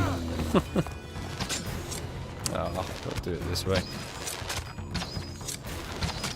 Come on, hit him. Oh. There we go. Come on. There we go. Do, do, do, do, do, do. My favourite troll noise. There's a favourite troll noise now, though. That's surprising. Don't usually get too many favourite troll noises, do you? It's not a common theme anyway. You can actually see Legolas over here sometimes if you're lucky. There he is.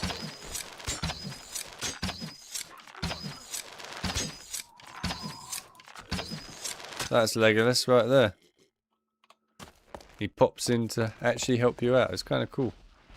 There you go.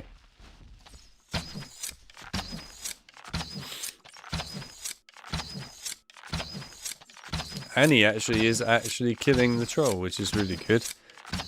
Actually got both of us properly going at it. Oh. You're right there, Legolas. Oh, you're going now. Alright, see you later. It was nice seeing you at least. You were kind of handy. I wish the bloody fish sword would work. I'm so annoyed that the fish sword won't work. So annoying. Oh well. Put it on the health though. Right, let's go. Right, any more healing items while I'm here? Nah. Well, other than that. Okay, right, now we get to play as Frodo, which is great fun. Frodo, I'll hold off the orcs. Climb to the top. I'll follow when I can. Oh no, don't freeze now. Really? You're really gonna freeze now of all times? Yes, you are. Alright, fine. Making life really difficult here, you know, Fellowship. I just want to finish the damn game. Wait. God. It's getting typical, this now. That's a difficult one in some ways to deal with, considering we didn't save it. Is there a save game that's near that? Probably not, but we'll see. Anything near it? That's the beginning of Arm and Hen. Anything not at the beginning?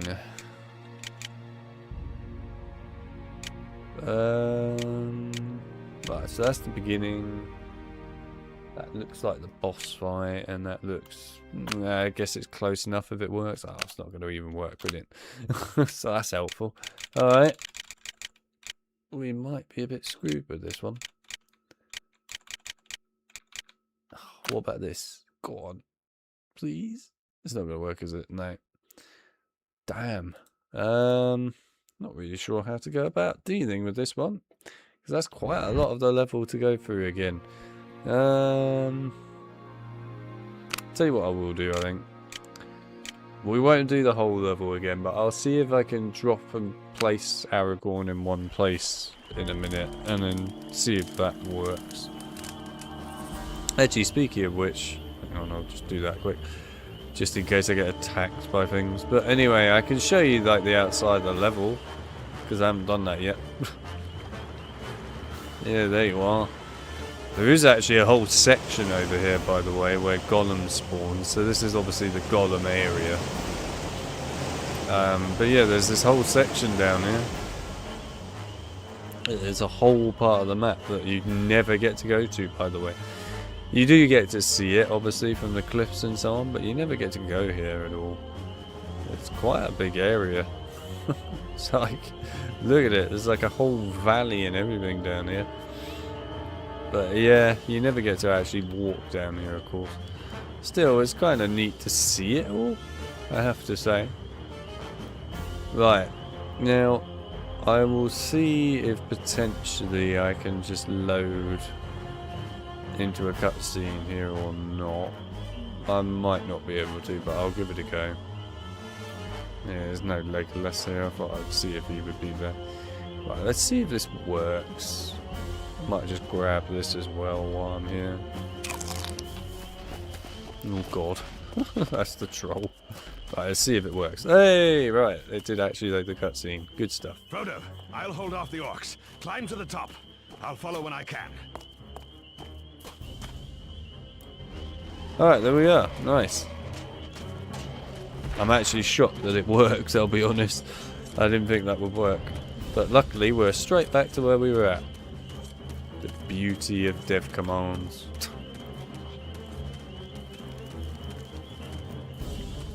Right, this bit with Frodo, you just run past every single enemy. Why? Because if you even bother to try and kill them with Frodo, it's insanely difficult.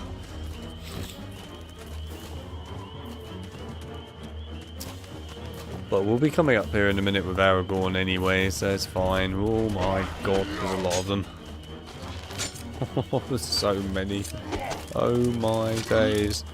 Ah, so many enemies. Excuse me. Ow. Oh, good god. Right, we're almost there. Oh god, there's a whole army of them. Right, get in here. Woo, there we go. Right, now we get to play as Aragorn again.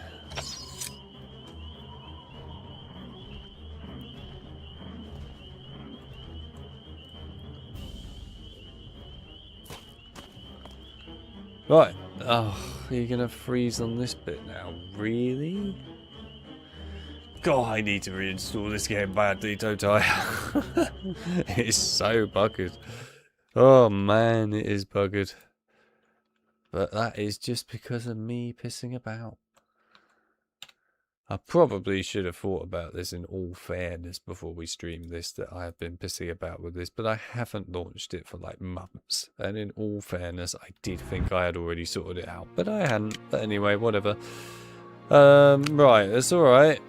We can still make this work. What we're going to do is this instead. I have to do this again quick. We'll try and like dump Aragorn right at the top. He's all starting to become a bit of a problem. Not really. They're alright. Well, I'm just going to have to skip past this bit, unfortunately, because it's just too broken. I could probably pick up at least a healing item. Oh. Hello. Might as well kill it. Right, hopefully this will work. There's no promises here, but I will try and make it work.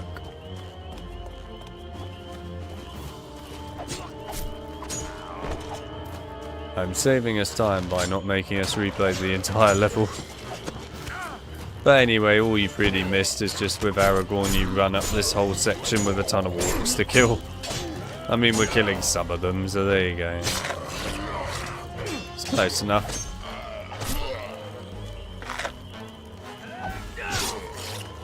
Okay, what I will do quick is this. Just in case it's going to be a pain in the arse. Right, there we are.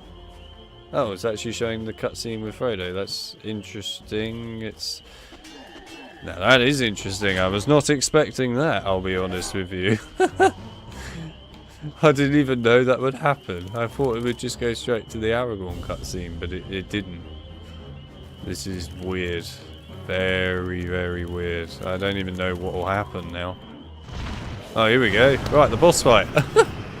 Please tell me it's going to be Aragorn. Let the ring bearer seek safety. It is time for Andúril to strike.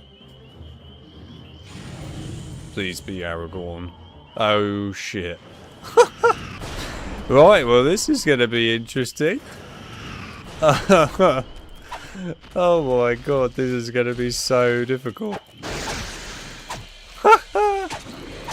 I've got to do this boss fight with Frodo. It's actually going alright so far. It won't go alright though when I need to shoot arrows at the thing. This is hilarious.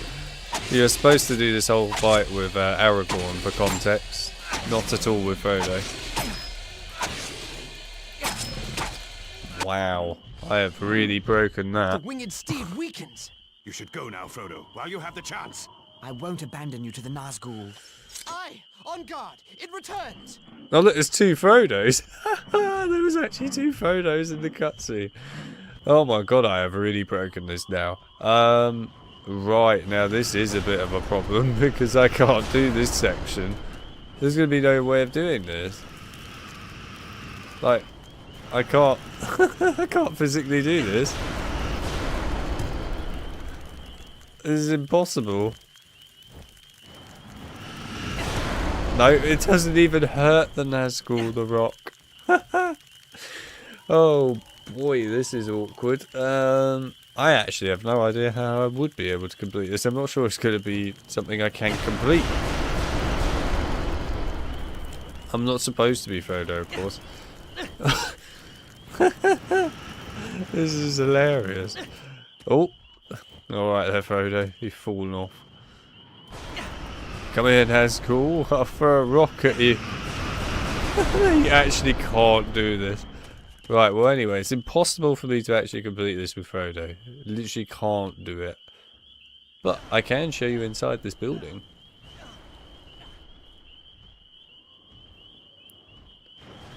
This is so awkward.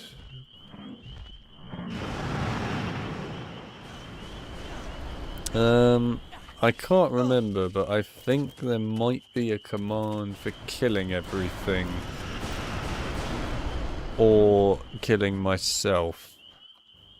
Right, that's not the one I want. Is it this? No, that's Mr. Clean, isn't it? I can't remember if it... Nope, that's not helpful.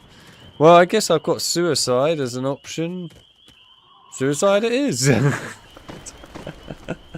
There's not really much else you can do. Right, I will get that boss fight done properly. Hang on. It's worth us doing the boss fight properly.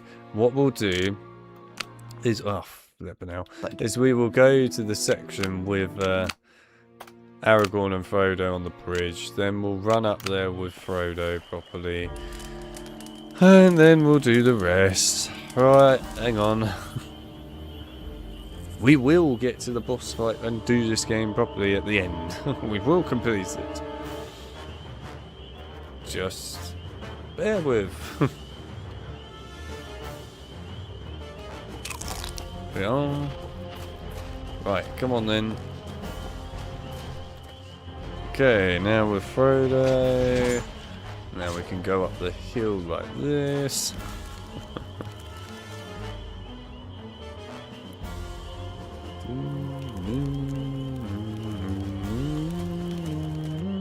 Right, there we go. And now we're Aragorn. And oh my god, that is a troll.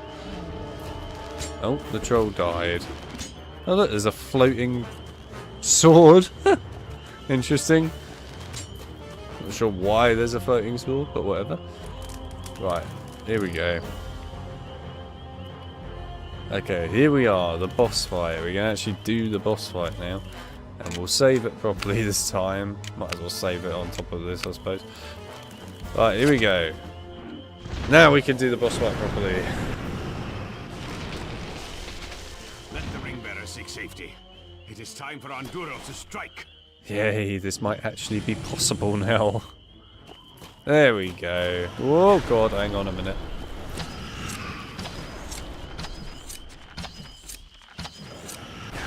Ow.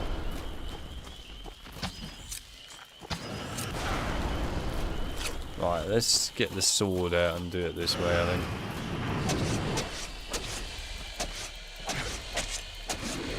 If you do this with the fish, by the way, it's over in literally like 3 hits. It's ridiculous how fast it is.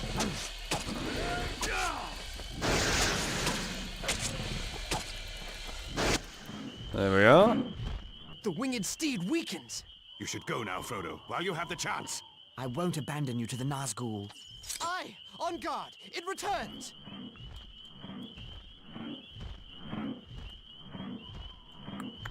Right, now we could actually do this properly with a bow and arrow. Like you're supposed to. Where is it? There it is.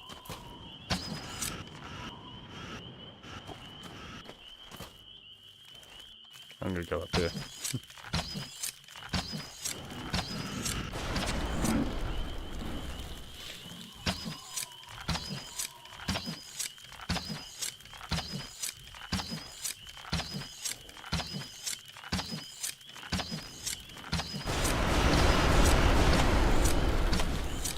Come on.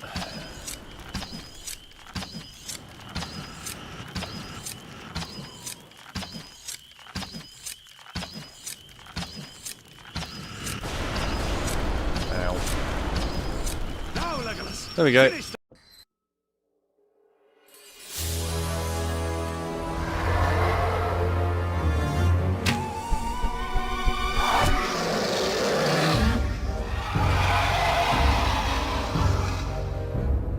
Aye, on guard, it The returns. Fellowship of the literally. Ring has triumphed. They have brought low the flying ring wraith. They have taken Frodo in safety to the very edge of Mordor. So the Fellowship has succeeded. Yet I see the ring-bearer alone as he crosses into the Dark Land. Yet, not all alone.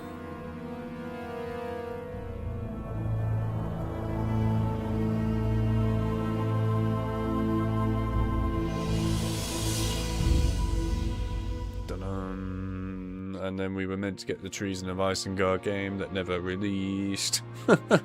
There you are. Yeah, it would be cool if we heard Orlando Bloom saying that. I reckon that would actually be quite good. Anyway, there you are.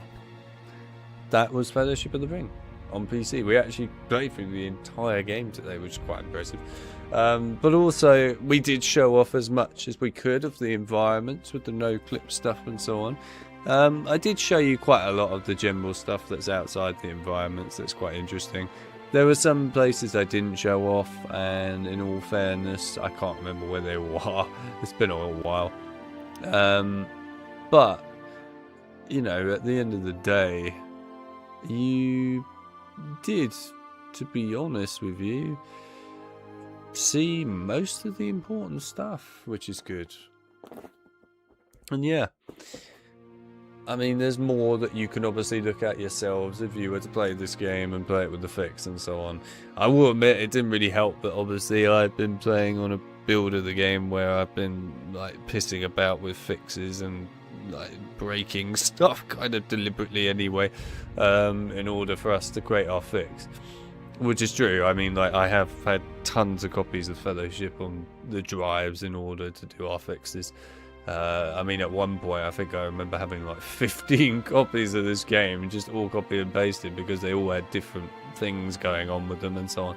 So yeah, I mean, in all fairness, this was kind of semi my fault for all the problems where it just didn't load levels and that, because of course I have kept a build that's semi-broken when I obviously thought I hadn't, but here we are. Anyway, it doesn't matter. If you guys were to install the game and play it yourselves with obviously the fix, and you use cheats or whatever, you'll be fine. And you won't have all those problems, by the way. You won't have all these issues of it just getting stuck or whatnot. Someone like me who is going around actually deliberately trying to do things to change the game, etc. myself, yeah, obviously it's going to happen. So, yeah, I thought this was a clean copy in all fairness that I had at the moment, but it isn't. Anyway, it doesn't matter. It's here, and we got through the whole thing anyway, so there you go. But I got to show off the entire fix for you all today as well, for the most part, so that was good.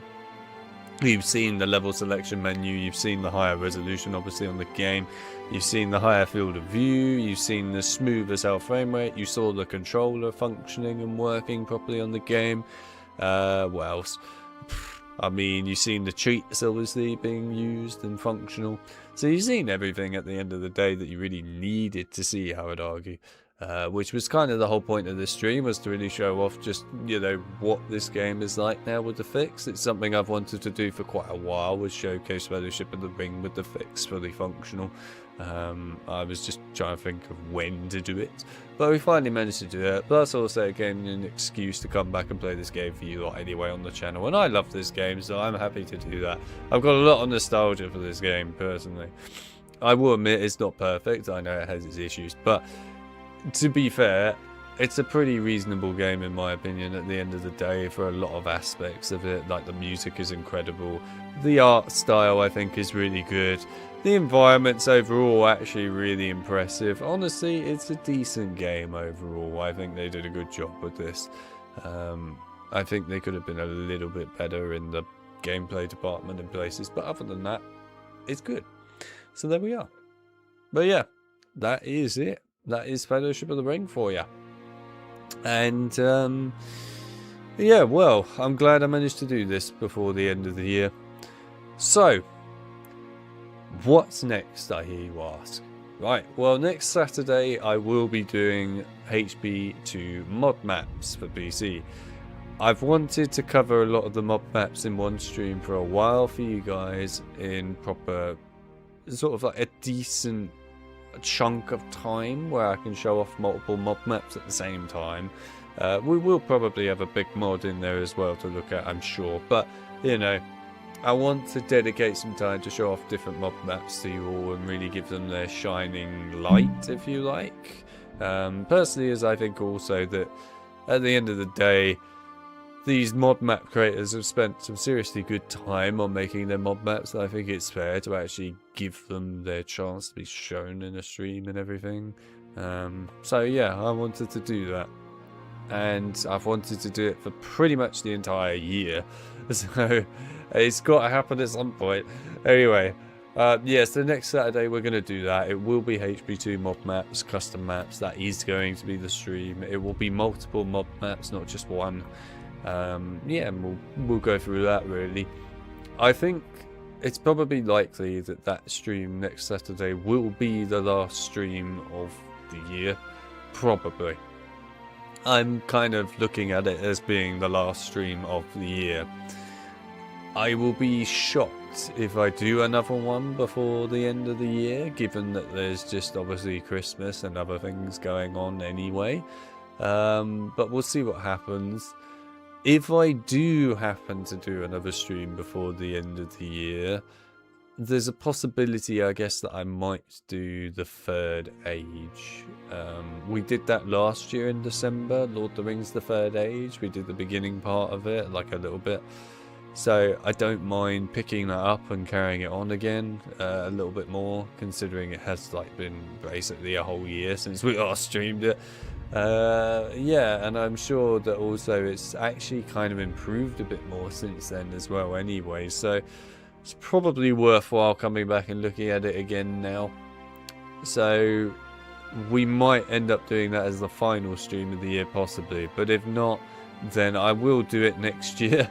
So we will do the Third Age next year because I want to go back to it. I want to do more with that. It's not a bad game. It's got, you know, boring gameplay at points, but that's alright. I wouldn't mind still doing it. So we will take a look at it.